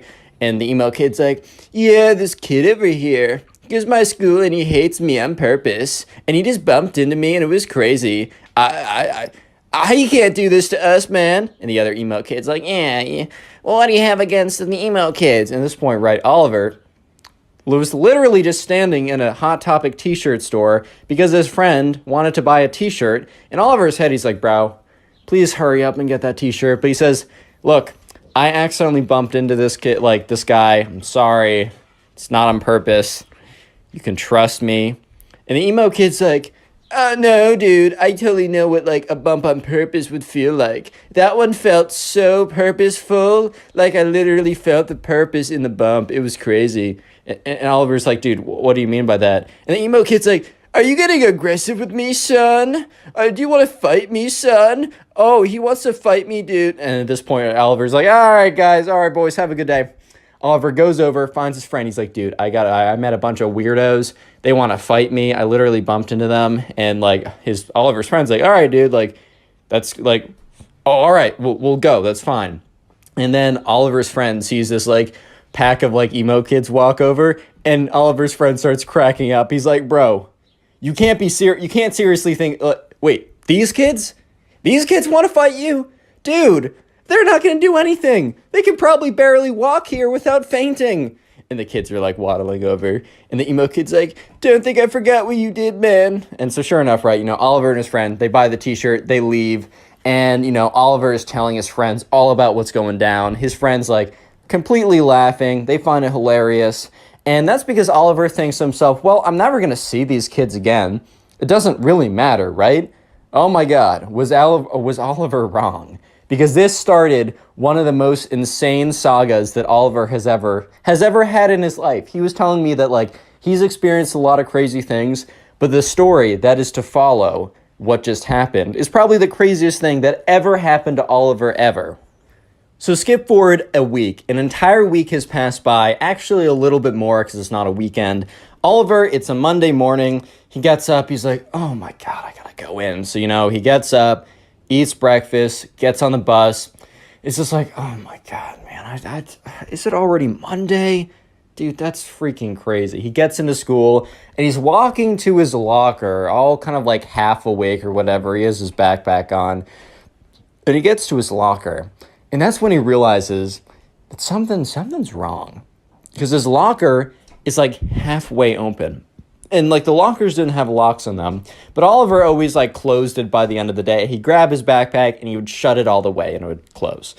And he noticed it was halfway open, which was weird because no other lockers were halfway open. I mean, some were, but they were very obvious. The people just left them open or whatever. And Oliver goes up to his locker and he opens it very close, like very, very slowly.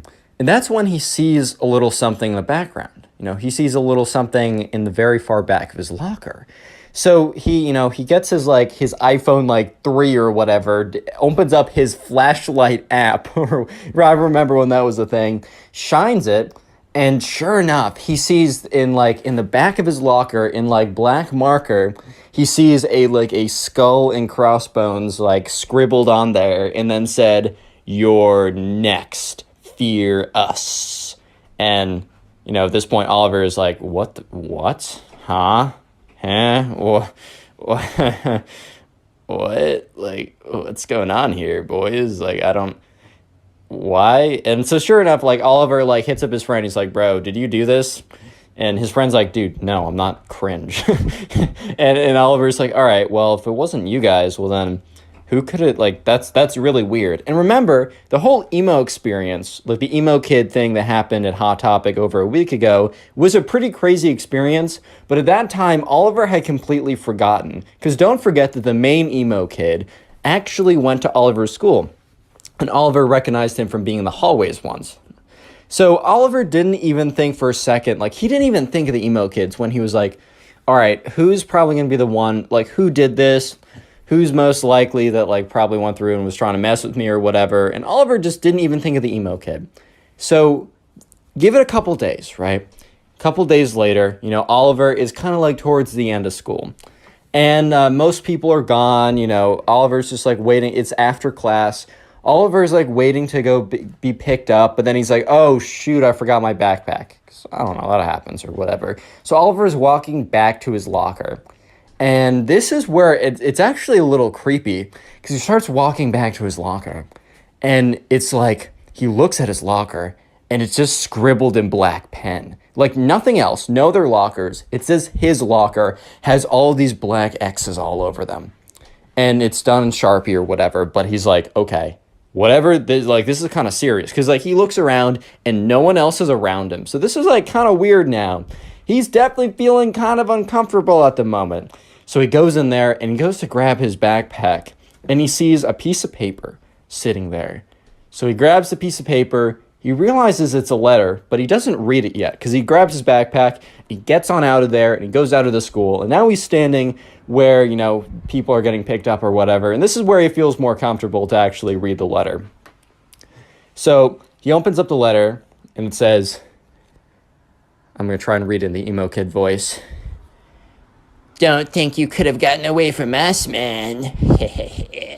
You emo kids have not forgotten your sins, and you shall pay for them. Next time, don't mess with the popular loners ever again." And then it had this like weird like raven at the bottom, and apparently that was like the emo guild crest or whatever, dude. I don't know. But at this point, Oliver's like, "Oh my god, it's the freaking emo kid that I bumped into at the Hot Topic. That's the kid behind all this," or whatever. So he's like, "All right, I'm just going to, next time I see him, I'm just going to tell him to leave me alone, and I'm just going to scare him." He's full of nothing, right? He's full of nothing. And so sure enough, the next day rolls around and he gets on the bus, and once again, Oliver isn't even really thinking about the weird stuff going on, but he gets on the bus and he's half awake and he's looking. You know how you walk down the bus and you can see all the people sitting in the seats? He looks in the way back and he's like stops for a second because he sees something that's very that he remembers. Long black hair, bangs in the front of the face. And he's like, "Oh my god, wait, that's the emo kid." And all of a sudden he hears from the back of the bus, "Well, hello there, Oliver. Why don't you sit next to me?" And Oliver's like, "How does he know my name? Whatever." And Oliver's like, "All right, well, this is going to be actually a great opportunity for me to sit down and kind of like scare this kid and tell him to like basically to piss off," right? So Oliver gets to the back of the bus and he sees the emo kid and he sits there. He's like, "Dude, I don't know what's up with you, but why do you keep doing weird things to my locker?" And he says, and the emo kid's like, "So you've noticed that the emo guild has noticed your presence and has decided that you are mortal enemy number one."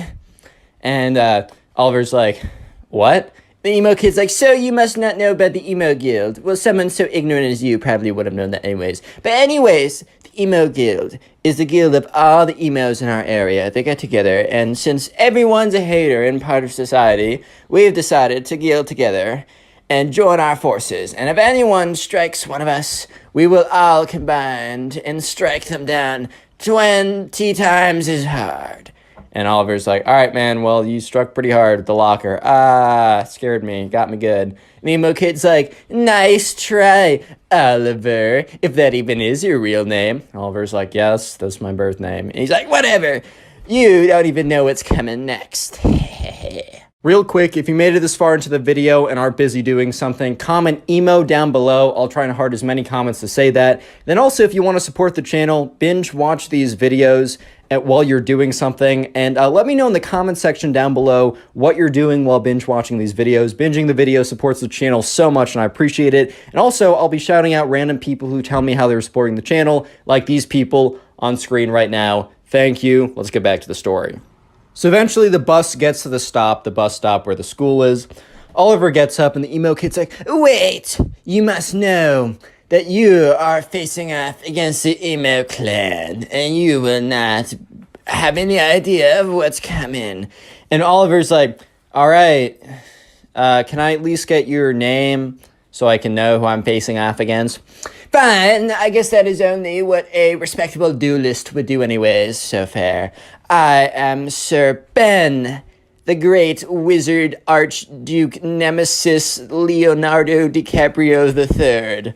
And Oliver's like, so your name's Ben? Yes, whatever, that is my mortal name. And Oliver's like, okay, Ben. It is Ben! And he's like, all right, I don't need to hear it. Fine. Okay. Bye. So Oliver walks away and is like, all right. Oliver's thinking on this. He's like, you know what? These kids are weird and they have way too much time on their hands. So I don't really want to see what like weird concoction of weird stuff they decide to put in my locker or whatever they decide to do. I don't want to see it. So you know what? I'm going to strike back. I'm going to figure out everything about this Ben kid and I'm going to have a little ammunition to, I'm not going to say blackmail him, but blackmail him. Yeah, it just is what it is, man. I'm sorry. Like, they're playing dirty. I'm playing dirty. Sorry. So sorry. If you don't hate the player, hate the game. Right? So anyways, Oliver immediately starts hitting up all of his friends. He's like, do you know this Ben kid? They're like, no, I don't know this Ben kid. One kid's like, yeah, he's the weird emo kid. He's like, all right, what do you know about him? He's like, he's weird and emo or something. And Oliver's like, you're no help. So anyways, Oliver eventually talks to his friend Stormy, who's a girl. And, Oliver's like, hey, sorry, I'm trying to find, this weird kid is like trying to like beef with me. I just want to find dirt on him. Do you know this kid, Ben? Stormy's like, oh, do I know Ben? And Oliver's like, yes, you know something. Let's go. And he's like, please tell me whatever. Stormy's like, well, you know Kate, right? And Ben's like, no, not Ben, sorry. Oliver's like, yeah, I know Kate. So Ben, the emo kid guy that's like being weird with you, is what Stormy's saying, has a massive crush on Kate. And Kate knows it. And, Kate hasn't necessarily said no to him yet because he hasn't made any advances. And Oliver's like, thank you. That's all I need. Can I talk to Kate for a second? And, Stormy's like, yeah, sure, like whatever. So eventually, Stormy sets Kate and Oliver up. And Oliver's like, hey, please. He explains the entire situation. And Kate's like, look, Ben, the emo kid, has been weird to me for a very long time. Like, I used to think it was this funny, but he's weird. He keeps looking at me. He keeps professing his love to me. You know what? I'll team up with you. We'll take him down. Oliver's ecstatic at this point. So basically, they come up with a plan. If next time the emo kids strike, Oliver is going to find the emo kid and ask for, like, mercy. And if the emo kid doesn't give him mercy, and, Oliver doesn't actually expect him to give him mercy, basically, assuming the emo kid doesn't give him mercy, Oliver is going to say, well, I'm going to give you one more chance to give me mercy. And the emo kid's he's going to be like, what do you mean? Like, I have the upper ground. And then all of a sudden, Oliver is going to, like, pull out, like, basically text message conversation with Kate, which is going to be fabricated, about how, like, he knows someone perfect for her, and how, like, Oliver's friend, who we'll just call we're going to call him, what should we call him? Oliver's friend Ryan is like perfect for Kate, and the truth is Kate has like a crush on Ryan, and Oliver's basically going to say, hey, if you do anything else, I'm going to set up Ryan and Kate. And Kate already thinks Ryan is super attractive, and Ryan is down to get with her, and I have all the power to connect them, and you will never be able to date Kate. You'll never be able to date Kate ever again. And this will destroy the emo kid. So anyways, after this plan is done, Once again, Oliver is walking back to his locker. And sure enough, once again, and he reported last time all the X's and stuff, and the janitor came and cleaned it up. And he goes to the locker, and sure enough, there is this crudely drawn black raven, and then it says emo guild underneath it. And so, Oliver's like, all right, they struck again. Let's see if this kid's on the bus. So the next day, Oliver is really hoping that the emo kid takes the bus again, because this would be kind of difficult to go and find him. But sure enough, the emo kid is sitting in the back with his weird, super long hair that's covering his entire face. He's wearing he has this robe today, this black cape or whatever or something. And he's sitting there, and he's like, Oliver, do you want to sit next to me and...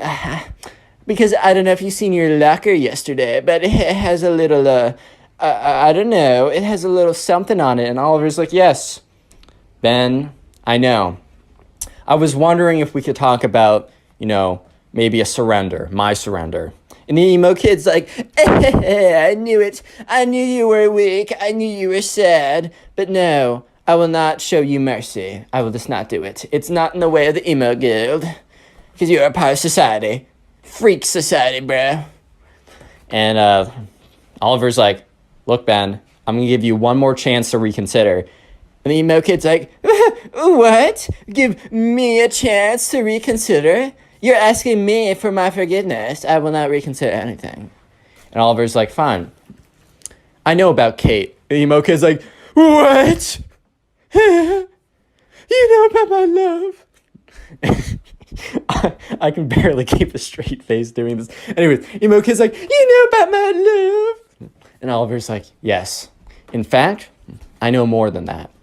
You know Kate, right? Well, I have a friend, Ryan. He's a good-looking man.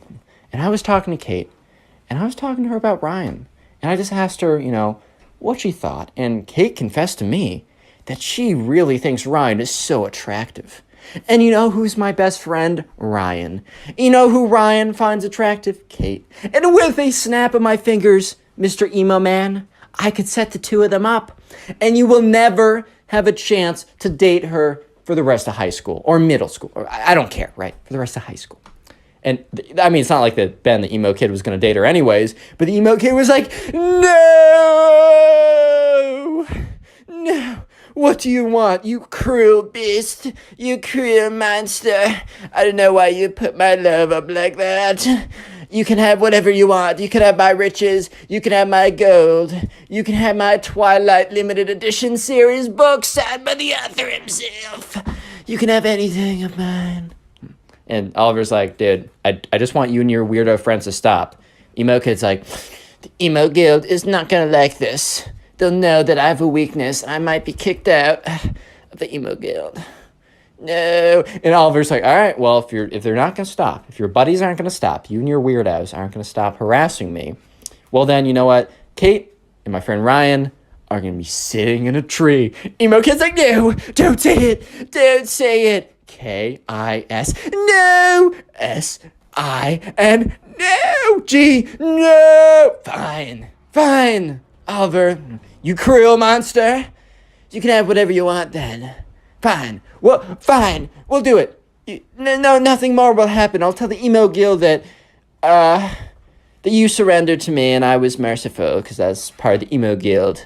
And Oliver's like, didn't you say that was the opposite? It doesn't matter, Oliver. I'm trying to work with you, idiot. And Oliver's like, okay. You know what? If this is true, Kate and Ryan, they're not going to be like that. But just so you know, if you or one of your little emo friends do anything to me, anything, Kate and Ryan are a thing. Emo kid's like, fine, you drive a hard bargain. I'll call off the attacks. And from that point on, Oliver has never received another emo style, I don't even know if you could call it an attack, but he never received weird stuff in his locker or weird carvings of the emo guild or anything like that. And he lived happily ever after. Click on the video on screen right now. I know you'll enjoy it. Just click it. Do it.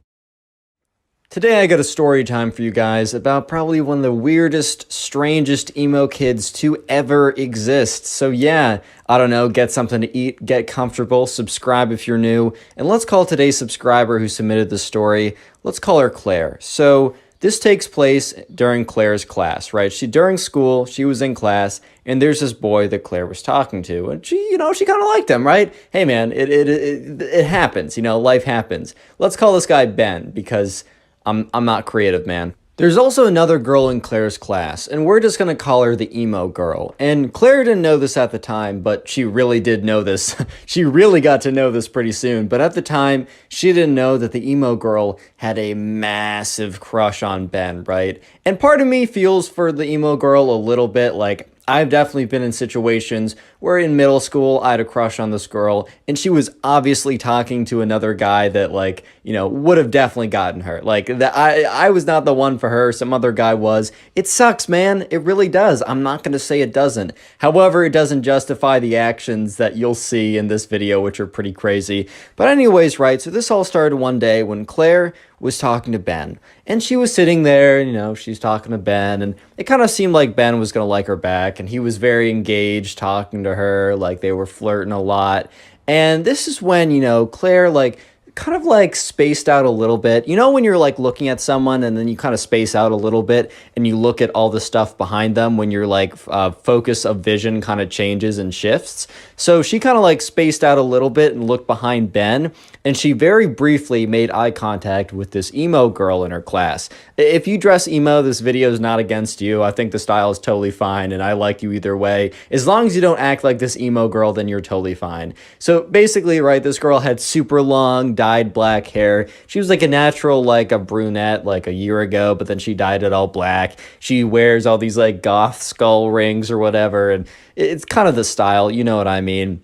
And sure enough, this emo girl that Claire doesn't really talk to just because they were never really friends is just staring into like the pits of her souls, dude. Like the pits of her souls, staring into like I don't know what I'm trying to say. They were just like deeply staring at her, very, very kind of like angrily. And Claire quickly breaks eye contact because, like, I don't know, man, she's not trying to like, she's just like, I'm not engaging with this. Like, let's hope that's a coincidence. Claire completely forgets about that and goes back to talking with Ben, right? And so sure enough, she's talking to Ben. She's like, flirting, whatever, right? Insert flirtatious conversation. And by the end of the conversation, the bell rings or whatever, and Claire leaves to go to either recess, lunch, another class. I don't know specifically what, but whatever it was, she leaves to go and do it. And the emo girl quickly follows behind her. Like, the emo girl was kind of far behind her in class, so the emo girl is like speed walking towards her. And Claire is kind of thinking, oh boy, I guess that eye contact earlier today was not an accident. It was not like a mistake. You know how you sometimes like, I know I'll do this. I'll like space out and not even pay attention and then realize I've been staring at someone for like 5 minutes. And I'm just like, oh my God, I'm so sorry. I swear, I'm just zoning out. And Claire was kind of hoping that the emo girl just happened to be accidentally staring into her soul through her pupils. But yeah, it was not an accident because the emo girl walks up to her, is like, hey, we gotta talk. And Claire's like, okay.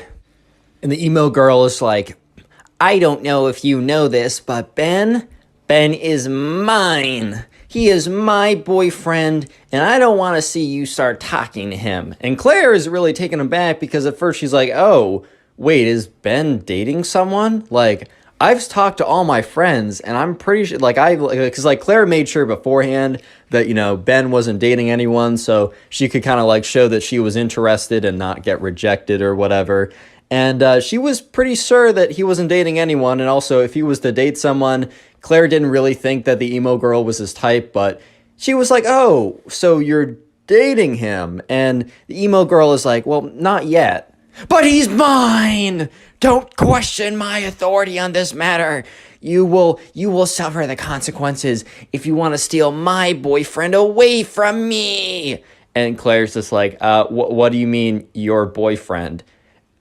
So you guys are dating or aren't dating? She's like, well, not yet, but like super soon. Like, it's totally happening. And the thing is, Claire, you're just getting in the way of this. You're getting in the way of what is meant to be. I was performing a spell last night, and in my cauldron, I got, like, the spirits told me that Ben and I are meant to be together. And if you want to get in the way of spirits and magic, well then, by all means, like, go ahead and curse yourself. But I'm just letting you know that if you get in between Ben and I becoming boyfriend and girlfriend and soon to be husband and wife forever, then you will regret it. And the emo girl kind of like hunches over and like shuffles away.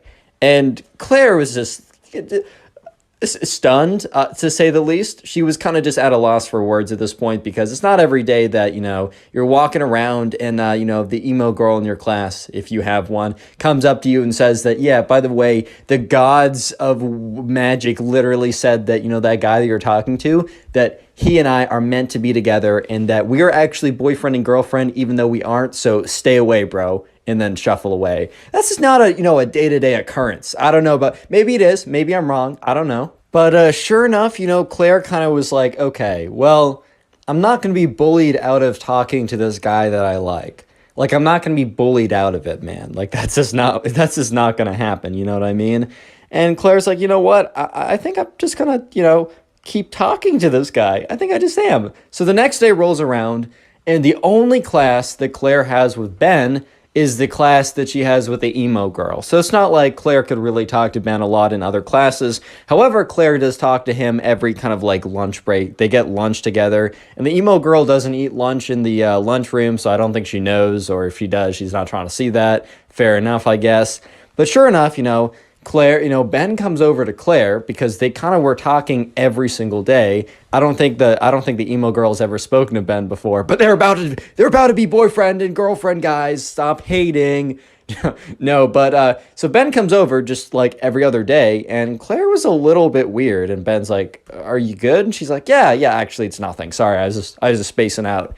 In reality, Claire was like, "Okay, this will be interesting," because she notices the emo girl is intensely staring at her, right? Just looking at her so angrily.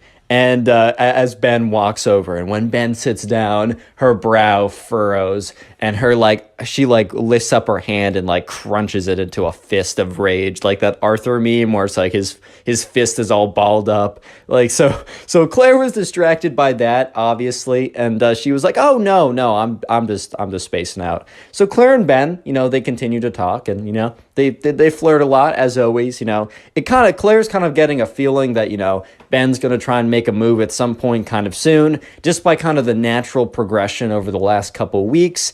And Claire's all for that, man. I mean, she was kind of like trying to put herself out there so that Ben would hopefully come around and ask her out or something. Sure enough, the bell rings again, and Claire is kind of like power walks out of there. She grabs her bag quickly. She's like, "Aha, Ben, I'll see you in the next one," because Ben and her go to totally different directions, so it's not like she can walk with Ben. And so Claire is like power walking out of there because she's like, "All right, emo girl is coming for me, man." Like, because Claire wasn't looking at the emo girl, but she could just feel it. Like, she had kind of like the raid boss music going on. She's like, "Oh man, I gotta get out of here, dude. Final boss encroaching, man. Like, I gotta get out of here." So she grabs her backpack, quickly like puts it on her shoulder, and starts to like not sprint out of the classroom, man. Her teacher would have been like, "Stop running, stop it, stop." But sure enough, right now, the emo girl was just as fast and just as intent to be talking to Claire. And she comes up to Claire, and she's like, "You didn't heed my warning. You didn't listen to me." And Claire goes, "Dude, I don't know you, but it doesn't seem like you and Ben ever talk. I don't think you're going to be boyfriend and girlfriend. You threatening me with your magic powers or whatever is not going to make me stop talking to this guy, dude. Like, can you go away?" And the emo girl is like, "Fine, but just know that I will give you one last warning." And Claire's like, "Oh boy," kind of rolls her eyes or whatever. And the emo girl's like, "If I see you talking with him again, it is on sight." And Claire's like, "Bro, what?" "What?" "Huh?" And the emo girl's all like, "Stop laughing at me. It's not funny. It's serious. I will give you one last chance. and this is your final opportunity to cease your terrible behavior, or you, yes you, Claire, will suffer the consequences. And Claire's just like, oh my God, you can't, you gotta be kidding me, dude. Like, there's no chance. So she's like, okay, thanks for talking to me. Is that all? And the emo girl's like, yes. One last chance. Don't forget it. Don't you forget it. One last chance. And once again, emo girl scuffles off. Little spoiler, Claire does not listen to the emo girl. And the next day in class, the emo girl does something completely crazy. But real quick, comment emo down below if you want to heart in your comment, as that is the secret word of the day, and I will try and heart your comment to say thank you. And also, if you want to support the channel, binge watch videos, or just watch a bunch of videos after this one, or in your free time when you're drawing, about to go to bed, playing video games, go watch one of the playlists. I got emo kid playlist, spoil kid playlist, and if you do, comment down below so I can personally say thank you, as it really does help. And also, profile pic army looking strong. So you thought that was it for the craziness from this emo girl, that going up and threatening that the evil gods of spells and magic and wizardry she will suffer the consequences. You thought that was bad? No. Pause, bro. You're not even close to what's about to happen, because the next day it rolls around. Okay, I keep saying that like that's something crazy. Oh no, the next day happens. Time is linear, rah. But anyways, right? Next day rolls around. Claire goes into class. And she makes sure that she's talking to Ben, and she makes sure that the emo kid, or the emo girl specifically, is seeing this. And Claire's kind of like a little bit upset, because she's like, you know what? This girl is bossing me around. I'm not standing for it. So Claire decides that, she's just going to make a move. Like, she's going to make a move. So anyways, Claire is talking with Ben. And, she sees that the emo girl is at an angle where she can see both of them pretty clearly. And so Claire looks at the emo girl in the eyes. This is a little mean, I'm not gonna lie. However, it is kind of justified, since the emo girl was like threatening to pull up or square up, or like it's on site if you talk to him, or talking crazy or whatever. So this is a little bit justified, not saying it's not mean, but Claire is kind of like, oh, Ben, like, tell me about you or whatever. And what Claire does is she puts her hand on like a Ben's leg or whatever, kind of like as an indication of like, I like you. Don't go ahead and do this.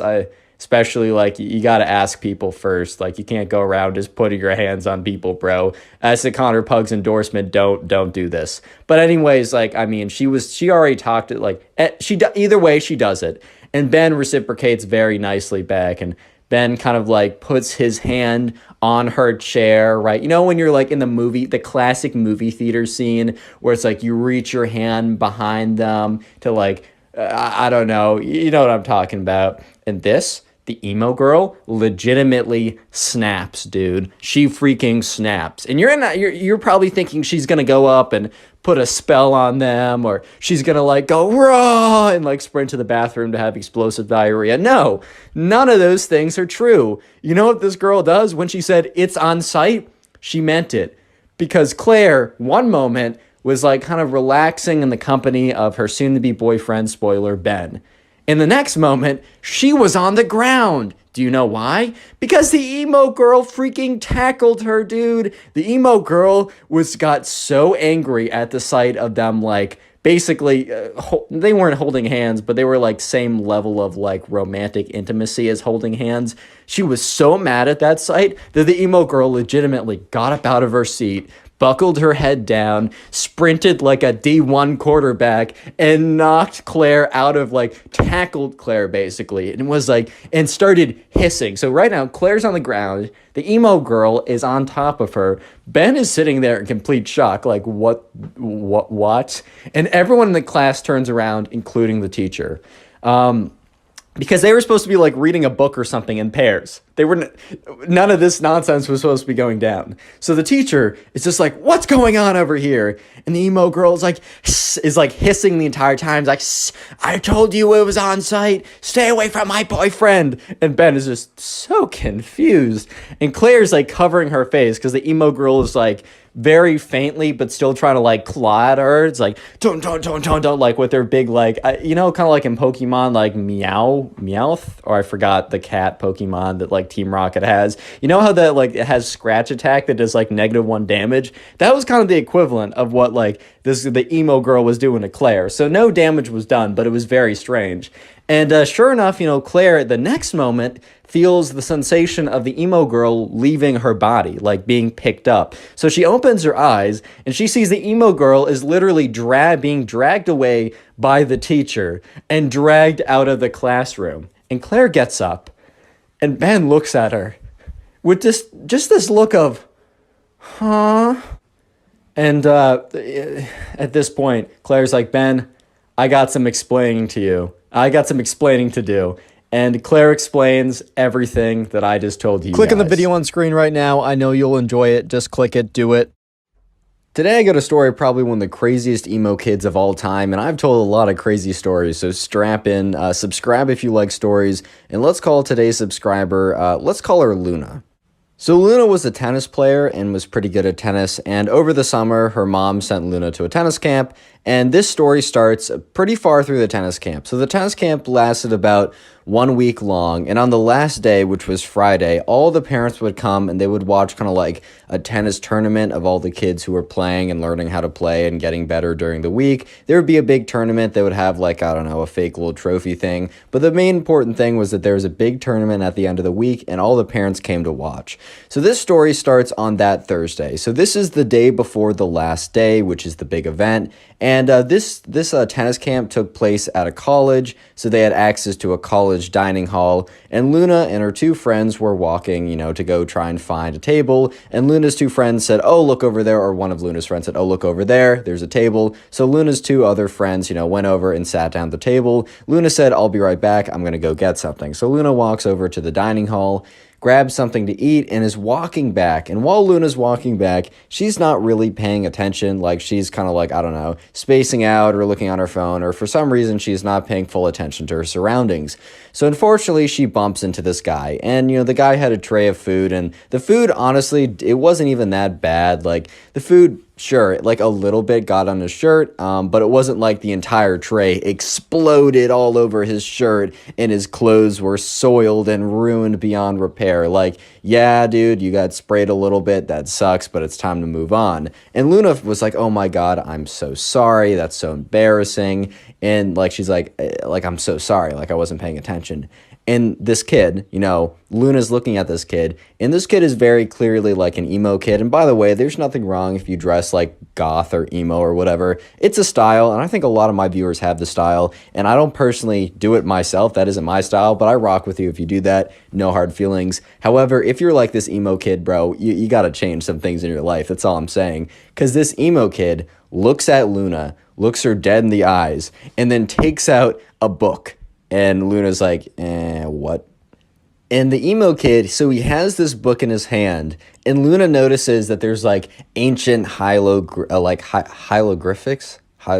Dude, my brain is not working right now. There's like ancient like letters and all these like symbols on the book. Basically, it looks like a wizard or witch book or something. And Luna's thinking to herself, all right, there's no shot that like that's actually like a wizard book or something. And the emo kid reaches into his back pocket and takes out a wand. So he opens up the spell book and he's waving his wand around. He's like, you have made a great enemy. You've made a great mistake bumping into me on purpose. And Luna's like, it wasn't on purpose, man. Like, I swear to you, like, I wasn't paying attention and I apologize for that. I should have been paying attention. You're right. Like, that's on me. However, like, come on now. It was an accident. I don't know what you're doing. I don't know what kind of nonsense doobly-doop you're doing right now. But he's like, silence, mortal. And he's like waving his wand around. He's like, hibbity-bibbity-bobbity-boo. I put something like super goofy, but like supposedly like,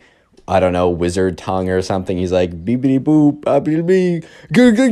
I'm like, okay, bro, like, let's calm down now. And he's like, there, you've been cursed. And he slams the book shut with one hand, puts the wand back in his pocket, puts the book back into his backpack, which he was carrying around. Or I guess not a backpack. I guess it was like a tennis bag with a racket in it. And the emo kid walks off. And Luna is just standing there, just kind of like, what just happened? Like, can we just have like a little pause and a rewind of what just happened here? Because I don't think that like I really understood what was going on, because there's not a shot that actually just happened. So Luna goes back to the table with her two friends, and her two friends are like, what took you so long? And Luna's like, well, I actually have a very interesting answer that I bet you guys were not expecting. So Luna tells them the story, and they're like, one of them was just like, oh my God, that's crazy. The other one was like, dude, like, I know that kid. Like, I was in a tennis group earlier this morning. We're practicing forehands. I know that kid. He was so weird, bro. He was all like, okay, he wasn't like the other emo kid, bro. I'm just playing around. But he was like all like in the corner, hushed away. And when the coach like said to him it was his turn, he kind of like looked up at him and flicked his long dark hair back, kind of sighed, and then like, you know, hit a forehand or something. And they're like, that kid was super weird, but I had no idea that he was like that weird. Because there's a difference between being kind of weird and putting spells on people randomly. Like, that's just two different ballparks, bro. Quick comment emo down below if you want to heart in your comment. That is the secret word of the day, and I will do my best to heart as many comments as possible. I'm still getting over some complications with the wisdom teeth, and that might take a couple days, so please don't take it personally if I don't heart your comment. Do know I still really appreciate it. And also, shout out to all the people who've been binge watching my videos, like going through and watching a ton of them, either via the playlist or just through the recommended. Please let me know in the comment section when you're doing this so I can heart it and say thank you, and just know that you're supporting the channel more than you can even imagine at this point. I really appreciate it. Back to the story. It gets crazy. Anyways, right, so the next day rolls around, and remember that, you know, Luna was at a tennis camp, and on the last day, which was the next day, because this whole spell incident happened on a Thursday, and the last day was on a Friday. So it was Friday, it was the last day, and it was only like a half day because the parents would come and pick you up by the end of it. But anyways, right, there was a big tennis tournament, and all the parents came to watch. So it was a pretty big deal. And so everyone was sitting around on the tennis court, and like the coach was standing at the very front. Everyone was sitting on the tennis court, and he was reading off his list of like, all right, guys, like, thank you for all your hard work this week. And finally, it pays off. Just know that, you know, win or lose, like, you know, we just want to make sure you have a fun time, and that, you know, I mean, there can only be one winner, so you can't take it that personally if you don't win.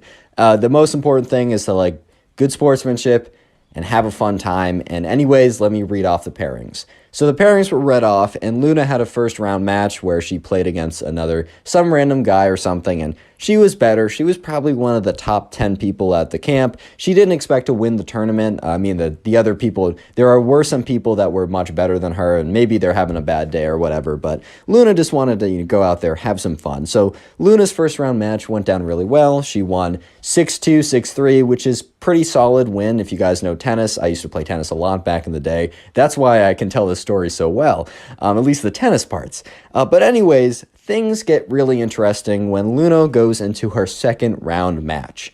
The second round match is against a familiar character that you guys may or may not remember from earlier in the story. Yes, Luna is playing the emo kid, and let me just say that Luna did not forget the emo kid, but very well the converse is true too, because the emo kid had not forgotten about Luna either. Which means, yes, Luna versus the emo kid are about to play after the emo kid put a spell on her. And Luna's just looking at her opponent like, there's no way. There's no way, man. There's no way. So anyways, right, you know, Luna, so when you play tennis, you normally, like, you will warm up with your partner and then you'll get into playing. But basically, you both stand on two sides of a net, just very quickly for people who don't know. And so Luna was standing on one side of the net, and the emo kid was, like, sulking over and kind of, like, was all hunched over and kind of, like, wandered over to the other side of the net. And so Luna walks up to kind of, like, the net in between, and the emo kid walks up as well. And Luna's like, all right, like, do you want to warm up? And the emo kid is like, insert maniacal laugh. I can't do a maniacal laugh right now. I just can't do it. So insert, like, the most evil maniacal laugh from, like, TV shows and movies you can think of. And dude, out of all the responses Luna was expecting, okay, Luna was either expecting like yes or no. It was a yes or no question. But out of all the responses that Luna was expecting, let me just say a maniacal laugh was not on the list, dude. Like, it just was not on the list. And so Luna's kind of just thinking like, okay.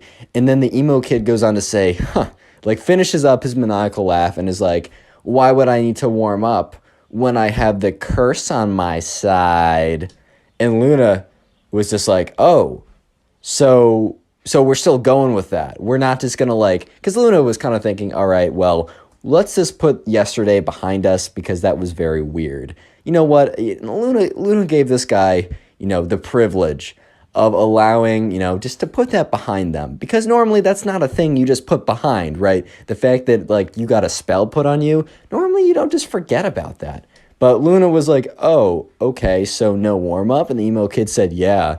Well, I mean, I have the curse on my side, so why would I need to warm up anyways? And Luna was like, all right, fine, I really got to smack this kid. So Luna and the emo kid kind of go immediately into playing the match, and so Luna spins the racket, and sure enough, it is the emo kid's choice. So basically, in the beginning of tennis, you spin like heads or tails, and if you get it right, you can choose to serve or have the other person serve. And the emo kid starts maniacally laughing. So once again, insert the like maniacal evil villain laugh after the racket is spun. And, Luna's is kind of looking at him like, dude, what? And the emo kid is like, looks like my curse is already working. Insert again another maniacal laugh. And Luna's just thinking to herself, all right, bro, like, let's not jump to conclusions. There's a 50-50 chance that you were going to get that. Like, come on now. In the back of Luna's mind, she was like, well, I wonder if the curse is real, but her rational mind was able to take control and be like, all right, let's just smack this kid. I know I'm better than him. So sure enough, right, the emo kid starts serving. Basically, that's the way you start a tennis point. So the emo kid throws it up, bops it in, and the serve is not that good.